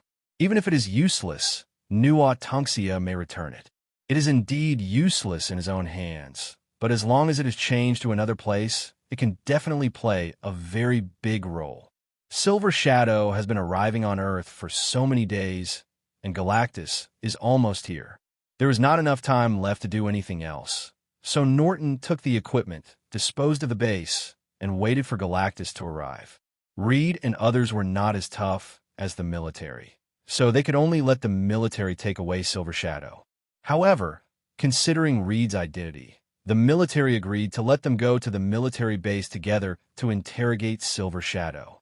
It is said to be cooperation, but in fact it is still dominated by the military, and Reed and the others can only cooperate. It's just that the military couldn't get any information from Yining, and the two sides couldn't communicate at all. They wasted nearly 2 days and gained nothing. In the end, the Fantastic Four could only take action.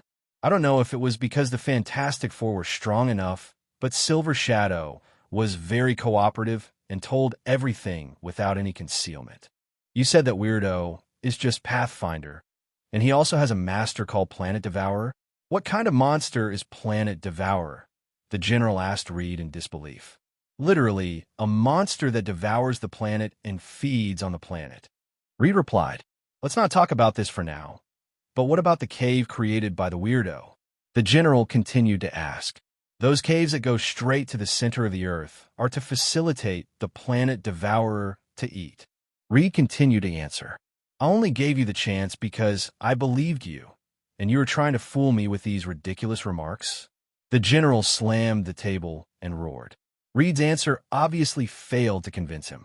General, I know this confession is ridiculous, but we can tell that he is not lying. Reed argued. No matter who he is, or what monsters there are in the 883 behind him, I will definitely find it and kill it. The general ignored Reed's excuse and rearranged the interrogation. Subsequently, the 4 Reeds were directly kicked out of the military base. What should I do? The Invisible Woman looked at Reed. Among the 4, she was the one who believed in Silver Shadow the most. If what he said is true, he is not exaggerating. We are definitely no match for Galactus, and nuclear bombs can't do it. Even if we launch all the nuclear bombs around the world, the most we can do is scratch it. The Stone Man was a little discouraged. Said, don't look at it. Some people always say that mankind's stockpile of nuclear bombs is enough to destroy the Earth hundreds of times. In fact, as top physicists, Reed and the others know very well, nuclear bombs can only destroy the surface ecosystem, and it is impossible to destroy the entire planet. Even the planet, which is a dead thing, cannot be destroyed, and it has no effect on Galactus, a living thing. After all, according to Silver Shadow, Galactus' body is only slightly larger than the Earth. He knows Galactus so well. Maybe he can do something? Reed looked back at the military base, but unfortunately the military couldn't let them in. Shall we kidnap him? Johnny asked eagerly. No, this is a military base. Reed looked at the Invisible Woman. Neither can I. The Invisible Woman shook her head and then suggested, maybe we can let him escape on his own. As long as we bring him the skateboard, he will definitely be able to escape on his own. Skateboard? Then we need to find Morgan first. He showed up. Where can we find him? Reed asked distressedly. He didn't worry for long. The next moment, the stone man interrupted his thinking. I think we may be too late. Following the stone man's gaze, Reed and the others looked up at the sky. I saw a vortex of huge amounts appearing in the sky at some point, covering the entire sky. The center of the vortex was like a big mouth, getting bigger and bigger. At this moment, a black figure flew into the center of the vortex on a silver skateboard. It's Morgan. Reed instantly recognized the figure from behind. Despite being mentally prepared, Norton still felt huge amounts of psychological pressure when he actually faced Galactus. It's not because Galactus is powerful. It's simply because its size is so awesome. One is a behemoth that is larger than the Earth, and the other is a tiny body of less than 2 meters. The difference in file size is so large that people naturally feel that they are small and not worth mentioning. If Norton wasn't strong enough and confident enough in himself, he might have lost his will to resist when facing Galactus. As he got closer and closer to Galactus, Norton could no longer see it in its entirety. Just the fact that the mouth had opened to a diameter of hundreds of kilometers gave him a feeling of boundlessness. The description of feeding on the planet is indeed no exaggeration. Norton exclaimed. He directly gave up most of the battle plan he had made before. His maximum ability range does not exceed 100 kilometers, which is too insignificant compared to Galactus' huge size. However, Norton did not give up completely. Although Galactus was huge, it did not make him feel invincible. Approaching a distance of hundreds of kilometers, the 5 hydrogen bombs Nuaw had prepared in advance were dropped at once. Considering the size of Galactus, these hydrogen bombs are specially enhanced versions of Norton, each with a yield of more than 100 million tons. This is probably the most powerful weapon that humans can make. The legendary Ivan the Great only has an equivalent of tens of millions of tons. But Norton still doesn't have any confidence. Boom! 5 hydrogen bombs exploded simultaneously. The blazing white light shines like 5 days in a row, illuminating half of the Earth in an instant. 5 huge amounts of tens of kilometers of gaps instantly appeared in the mouth of Galactus. But when Norton saw this result, he just shook his head helplessly. The power is too small. The gap of tens of kilometers is naturally huge compared to the size of a human, but compared to the huge size of Galactus, is simply insignificant. Moreover, Norton also discovered that Galactus is not a life of flesh and blood. Its huge body is mainly a mist energy body, mixed with a large amount of broken rocks, gravel, and even stars. A small wound is not even considered an injury to Galactus. At most, it is equivalent to scratching it. Galactus did not make any violent reaction, but the power of swallowing naturally produced by the big mouth strengthened slightly. As a result, before the iconic mushroom cloud formed after the hydrogen bomb exploded, it was swallowed into the big mouth and disappeared. What does it feel like to eat a nuclear bomb alive? Eat popping candy.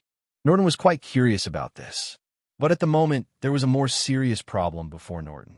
Galactus is so big that all of Norton's attacks can hardly cause substantial damage to Galactus. Even if he exhausts himself, it will be difficult for him to hurt Galactus's roots, let alone kill Galactus. There's only one last method left. If it doesn't work, you have to give up.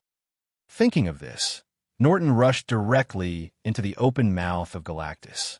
Since Galactus is a living body and not a natural phenomenon, it must have a 4.3 life core.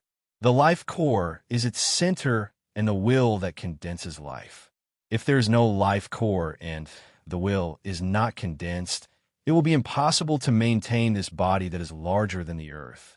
Therefore, when there is no way to defeat its huge body, directly finding its life core is undoubtedly the only possible way to kill it. If the Silver Surfer can kill Galactus, he must also directly destroy its life core.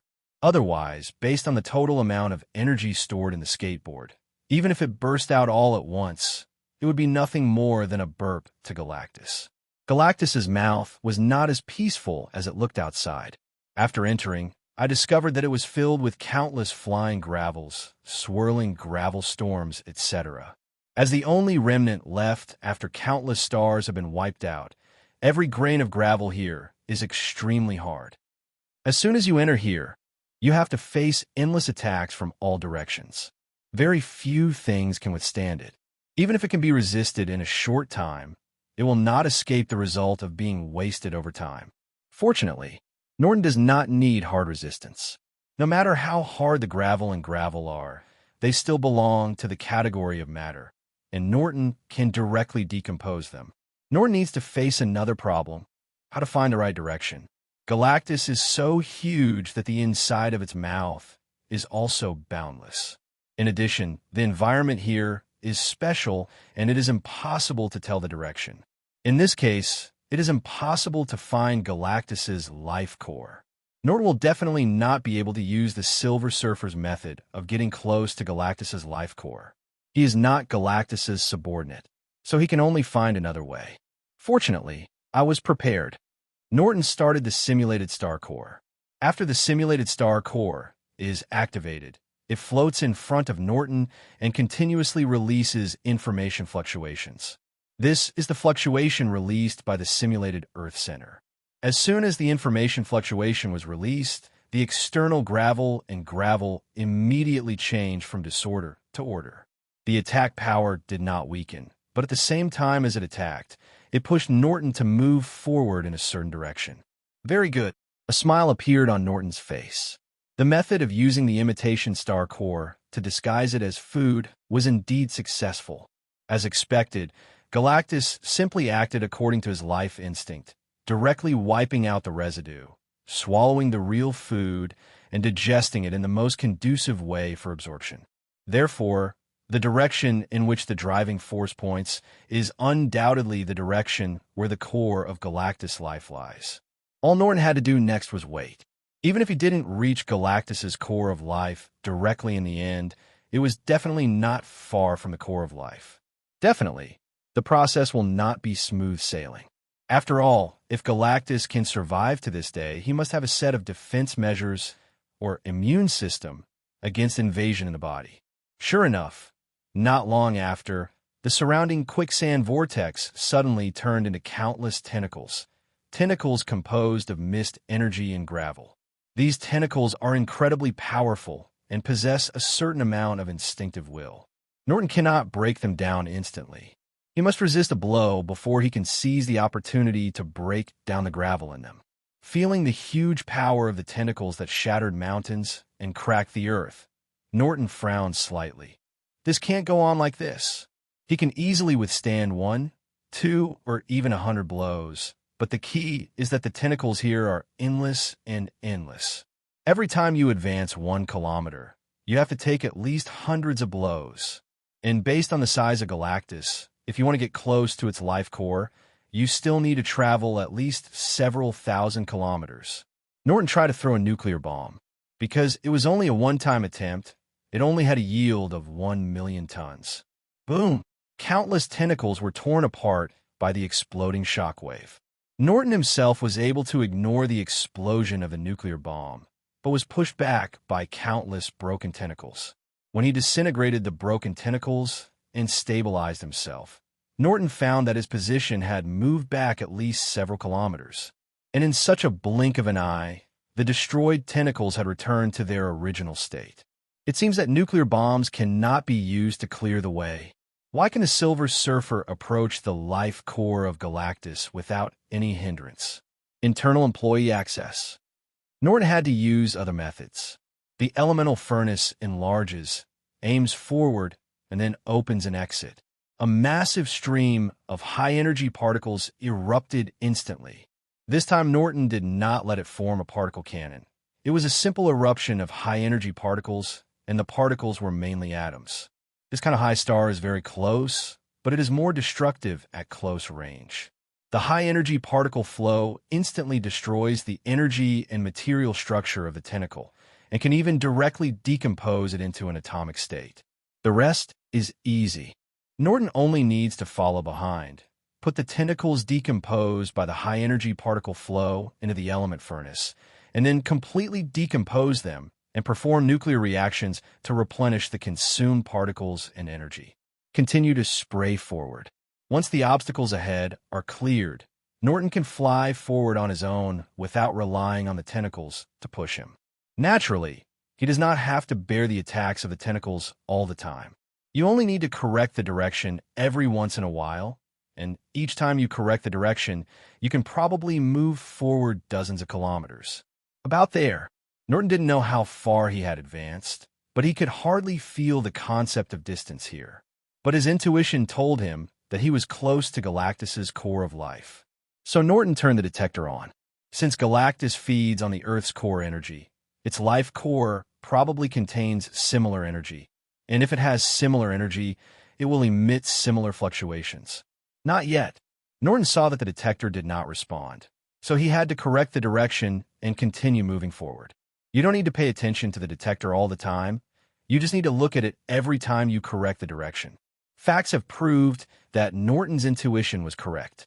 After correcting the direction twice, the detector indeed detected weak fluctuations in geocentric energy. The signal is too weak to determine the direction, so we have to keep moving forward. Norton continued to move forward. After advancing for about 100 kilometers, the signal became significantly stronger, and the direction of the signal source could barely be determined. The good news is that the direction of the signal source coincides with the direction of the tentacle push. But then Norton made another unexpected discovery. Why are there two signal sources? Not sure which direction is where the core of Galactus life lies, Norton can only continue to move forward in the direction pushed by the tentacles. 400 is very fast, and the second direction is also determined. The angle is different, but fortunately it is not completely opposite. Go to the first signal source first. Norton made an instant choice. Go to the nearest one first, and if it's not there, you can go to the next one. As for whether Earth could wait until Norton killed Galactus, he didn't think too much. Anyway, no matter whether the Earth is destroyed or not, time and space will not exist after integration. Everything that happens in the time branch will basically not be reflected in the main world. This is the conclusion reached by Norton after investigating the results of previous space-time integrates. This time, they only advanced less than 100 kilometers, and the originally endless tentacles suddenly disappeared and were replaced by an energy field. This energy field has extremely strong decomposition power, and Norton can also feel faint law fluctuations in it. However, this power of law can't help Norton. He easily excludes him from the shield. Very good. Without the obstruction of the tentacles, Norton's speed greatly increased, and he soon reached the core of the energy field. This is a huge golden red sphere with a diameter of tens of kilometers. It looks like a burning metal ball. In fact, its main body is not matter, but energy, and it is more like condensed liquid flame. He could feel the majestic and endless energy in it, which was enough to turn a planet into fly ash. Its composition was mainly composed of ordinary energy, and the Earth's core energy accounted for a small proportion. Norton did not study the Earth's core energy, because doing so would likely upset its energy balance. The ordinary energy contained in the sphere is extremely explosive. If it were not suppressed by a stronger force, it would have exploded and destroyed everything. Detonating this thing should be able to kill Galactus.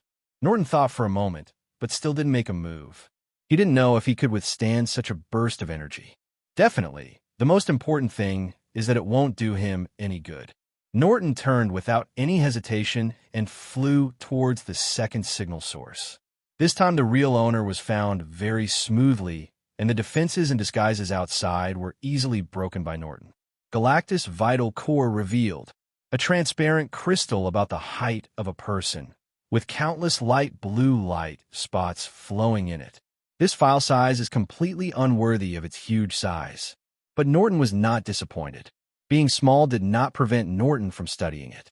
As he analyzes this life core, more and more accidents and surprises are discovered. This guy's intelligence is much lower than expected. He has no complete intelligence at all. His IQ is even lower than that of a bug. He can only rely on the most primitive life instincts to act. This was what Norton was most surprised about. The wisdom of Galactus is completely unworthy of its powerful strength. And after the last layer of protection of the core of life was removed, it seemed to be down, with no resistance or struggle as expected. Just lie down like that? Norton quickly found the answer. This doesn't seem to be Galactus, or it's not the complete Galactus. The Galactus in front of us is more appropriately described as duplication or projection. It only has the body of Galactus, without soul and will, and Galactus has not given it independent consciousness. This is probably the reason for its serious lack of wisdom. So it seems that there is another planet devourer in the main world, and the one in the main world is the real body. The song in front of me is the projection or duplication of this star in this time tributary. Norton quickly came to his conclusion. At this point, there was no need to continue researching. Norton directly smashed and decomposed the life core, and then quickly collected the energy that escaped after the life core was broken. But Norton had just collected a small part, and an extremely powerful energy shockwave swept across. Obviously, without the suppression of Galactus, its huge reserve energy exploded. Faced with this powerful energy impact, Norton had to shrink the particle shield to strengthen his own defense for the sake of safety. As for the remaining energy that I haven't had time to collect, I can only regret giving it up. So strong. Norton was directly knocked away by the energy impact, and the particle shield was almost torn apart. This is still the result of being separated by hundreds of kilometers. Fortunately, I didn't explode it directly before. Norton was very happy. There is no doubt that if the distance is within tens of kilometers, Norton will probably have time to open the space-time channel. Even if he does not die in the end, serious injury will be the only result. After the energy burst, Galactus completely disappeared and was wiped out in ashes, leaving no remains at all. Norton looked back at the Earth. At the moment, the blue planet was gray and a small piece was missing, as if it had been bitten by someone. Norton had already taken the things he took with him, so there was no need to go back and look for them at the moment. Norton shook his head, without any nostalgia, directly opened the time and space channel and returned to the main world. Feedback from the world is injected into the body. Genetic optimization under the influence of the Law Talisman is accelerated again, and Norton's basic physical fitness is rapidly enhanced in all aspects. This time there were 2 Law Talismans, and the speed was faster than last time. Norton once again experienced the pleasure of becoming stronger quickly. However, the feedback from the world is limited after all, and the rapid improvement process ends soon, leaving Norton with a sense of loss and trance. This age time only lasted 3 seconds, and Norton began to test his physical fitness. All physical data are about 3 times as high as before. Even if the improvement is minimal, it is still at least 2,000 tons. His current physical fitness is meaningless when compared with ordinary humans. So Norton made a simple assessment of his own. With my current basic physical fitness, I am definitely no match for the Hulk using only my physical body, but I should be able to compete with Thor in his normal state. Definitely, this is just an evaluation, and it does not mean that Norton should change to the muscular style. Muscular brawny is never his style and does not fit with his temperament. His strong physical fitness only makes him feel more secure and not afraid of being approached by enemies. Strength and speed are secondary. What is really most useful to me is the improvement of my 5 senses and reaction speed. Norton finally concluded, it is indeed the power of feedback derived from the instinct of the world. It can not only improve the strength quickly, but also has no side effects. Even the adaptation period after the physical fitness surges is very short. The only thing that can compare in effectiveness is the power of creation encountered in the time and space of the Fantastic Four. Thinking of this, Norton immediately ordered 007. Establish an independent task with the highest authority. Pay attention to and remember Richards's 10 journeys. The task has been established and the record log has been created. Boss, you can view it at any time. 007 responded immediately. Reed Richards is currently just an ordinary person. There is no need to send special personnel to monitor him. Artificial intelligence programs can do a better job. As for the purpose of monitoring him, it is naturally the opportunity to become the Fantastic Four. Norton is not sure when and in what form the Fantastic Four will appear in the main Marvel world. I'm not sure what created them, or was it the magical energy of the power of creation? But even if there's only a small possibility, Nuwa cannot let this opportunity go. Although it is not uncommon in the Marvel world to rise to the top in one fell swoop by making money, when his strength has reached Norton's level, there are not many things that can quickly improve his strength. Each one can be encountered, but cannot be sought. After studying his own changes, Norton left the secret room, told Yuna and the others about his return, and then entered his personal laboratory with the things he brought back. Fortunately, he was not away for a long time this time, only less than 3 days, and there was no large amount of accumulated affairs for him to deal with. The first thing Norton checked was the silver skateboard. It's still good and not broken. Fortunately, this skateboard is not a technological creation, but a natural treasure of the living planet, so it can pass through the time and space channel safely. But Norton soon discovered a problem. The power of the skateboard seems to be much weaker. He then did a simple test. In the past, this skateboard could easily exert a level 4 power, but now it can only exert a level 3 power at most. There seems to be only one difference between level 3 and level 4, but the actual power, especially the coverage, is very different. What's the reason? The suppression of the main world, where the Earth's law is too strong. Norton thought of 2 reasons, but he couldn't verify it yet.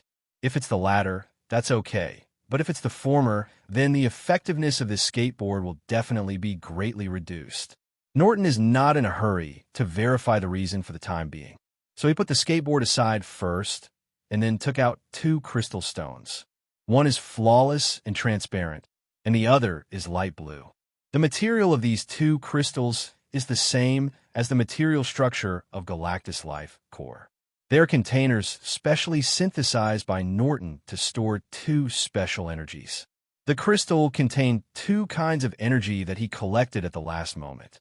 This should be the essence of life energy. Norton put down the transparent crystal. The role of life energy needs no introduction, but it is not what Norton expected. The energy stored in the light blue crystal is Norton's target. It is 1 level lower than the power of creation, but has a certain similarity with the energy of creation. This should be the product of Galactus digesting the Earth's core energy. It is very similar to the Earth's core energy, but there are some differences. Norton analyzed. Unfortunately, the detector turned into a piece of scrap metal after passing through the space-time channel. The similarity between this energy and the energy of the Earth's core cannot be accurately detected. With further observations, Norton quickly came to a preliminary conclusion. The main effect of this special energy is to promote the evolution and mutation of life. Higher energy originally contains a certain power of law and contains law information. By directly interpreting the law information, you can know the approximate effect. However, the accurate effect still requires actual testing. Energy is limited and cannot withstand consumption. So Norton chose to use single-celled organisms for preliminary testing. The growth cycle of single-cell organisms is short, but to obtain accurate data, repeated cultivation and observation are still required. He does not need to take care of this kind of thing personally. You can use an automatic culture instrument. You only need to set up the culture program, and the instrument can automatically cultivate and collect detailed data. After taking care of all this, Norton took his skateboard and prepared to go out. But before leaving, he told Yuna, "Yuna, I have to go out. You can help me look after the laboratory. If something unexpected happens, call John to come over and help." "No problem. I'll help you take a look. You go back quickly." Yuna promised. Letting Yuna watch the lab, just in case, Norton wasn't really worried about an accident. With the strength of the equipment in his laboratory, some single-celled organisms cannot make waves no matter how much they evolve. "Don't worry, I'll be back soon." Norton nodded to Yuna, then stepped into the space channel and disappeared. Coming out of the space channel, Nuwa has arrived near Brotherhood's Hope Island. Norton did not rush to the island, but contacted Magneto first. "Magneto, I'm outside the island. Please send someone to greet me." Immediately, Since the establishment of a permanent space channel on the island, Hope Island has been on alert, and Norton does not want to cause a conflict. The key is not to make any noise, so as not to attract the attention of other forces. Magneto attaches great importance to Norton's visit and even comes out to greet him personally.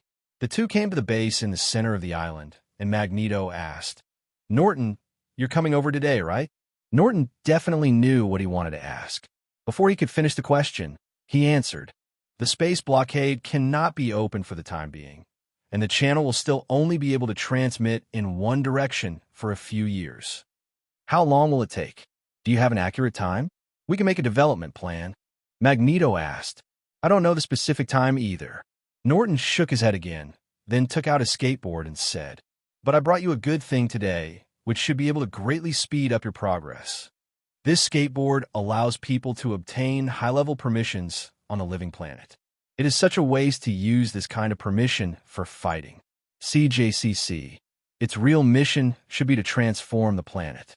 Although the living environment of alien planets is harsh and life is scarce, if there is life that reproduces naturally, it is a living planet. The silver skateboard should work." "What does this skateboard do?" Professor X asked. "You will know soon." Norton smiled and walked into the space door with Magneto and Professor X. Coming to the alien planet again, Norton found that the city he left behind had been fully constructed. At least the ground part was already complete. Most of the buildings have undergone basic decoration and maintenance, and greening has covered the entire city. Looking around, most of the entire city is covered in green. "Eric, how many people did you send here to green the entire city?" Norton asked Magneto. "Not many, less than 1,000 people." Magneto replied. 1,000 people. Norton was quite surprised. As far as he knew, the Brotherhood only had a total of over 2,000 people. He didn't expect that Magneto would have such courage and dare to directly allocate nearly half of the Brotherhood's strength to develop aliens. They were able to green the entire city so quickly, mainly because of the protective shield you left behind. "Norton," Magneto explained, "we have also tried to transform the environment outside the city and found that the vast majority of plants cannot survive, and even if they barely survive, they cannot continue to grow.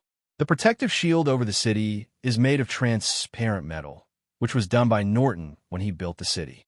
The purpose is to close the entire city, isolate it from the harsh living environment of the outside world, and facilitate the transformation of the environment and air in the city." Norton directly suggested, "Let's go outside the city first. This skateboard should be able to help us solve the problem." At this time, Brotherhood officials from the city also came to inquire. However, Magneto sent them away directly without letting them follow. This time he was not in a hurry, so Norton didn't walk too fast. He walked slowly towards the city gate while observing the new look of the city. The greening is quite good, but the design is a bit boring, more neat than beautiful. Norton commented, "It's definitely a bit different." Professor X nodded in agreement. Although Magneto has seen this city countless times from videos and surveillance, this is the first time he has observed it with his own eyes. The two senses are different. However, he still explained, "I never considered the aesthetics of the greening from the beginning, and the current effect is already pretty good." Norton smiled and didn't refute. The city is not big, and while talking and laughing, the three of them have arrived at the isolation area at the East Gate. If you want to leave this completely closed city, you must go through the quarantine area. Magneto and Professor X need to change protective suits here, which are similar to space suits. Magneto first found a piece that suited Norton's figure and threw it to Norton. "Norton, go on." Hello, everyone. As we wrap up this video, I want to share a quick note. I have a Patreon account. If you'd like to support me and enjoy on-demand audiobooks, you can become a Patreon member. Alternatively, you can check out my Google Drive link, which has 500+ novel audiobooks available through my Ko-fi or Patreon shop. I appreciate your support.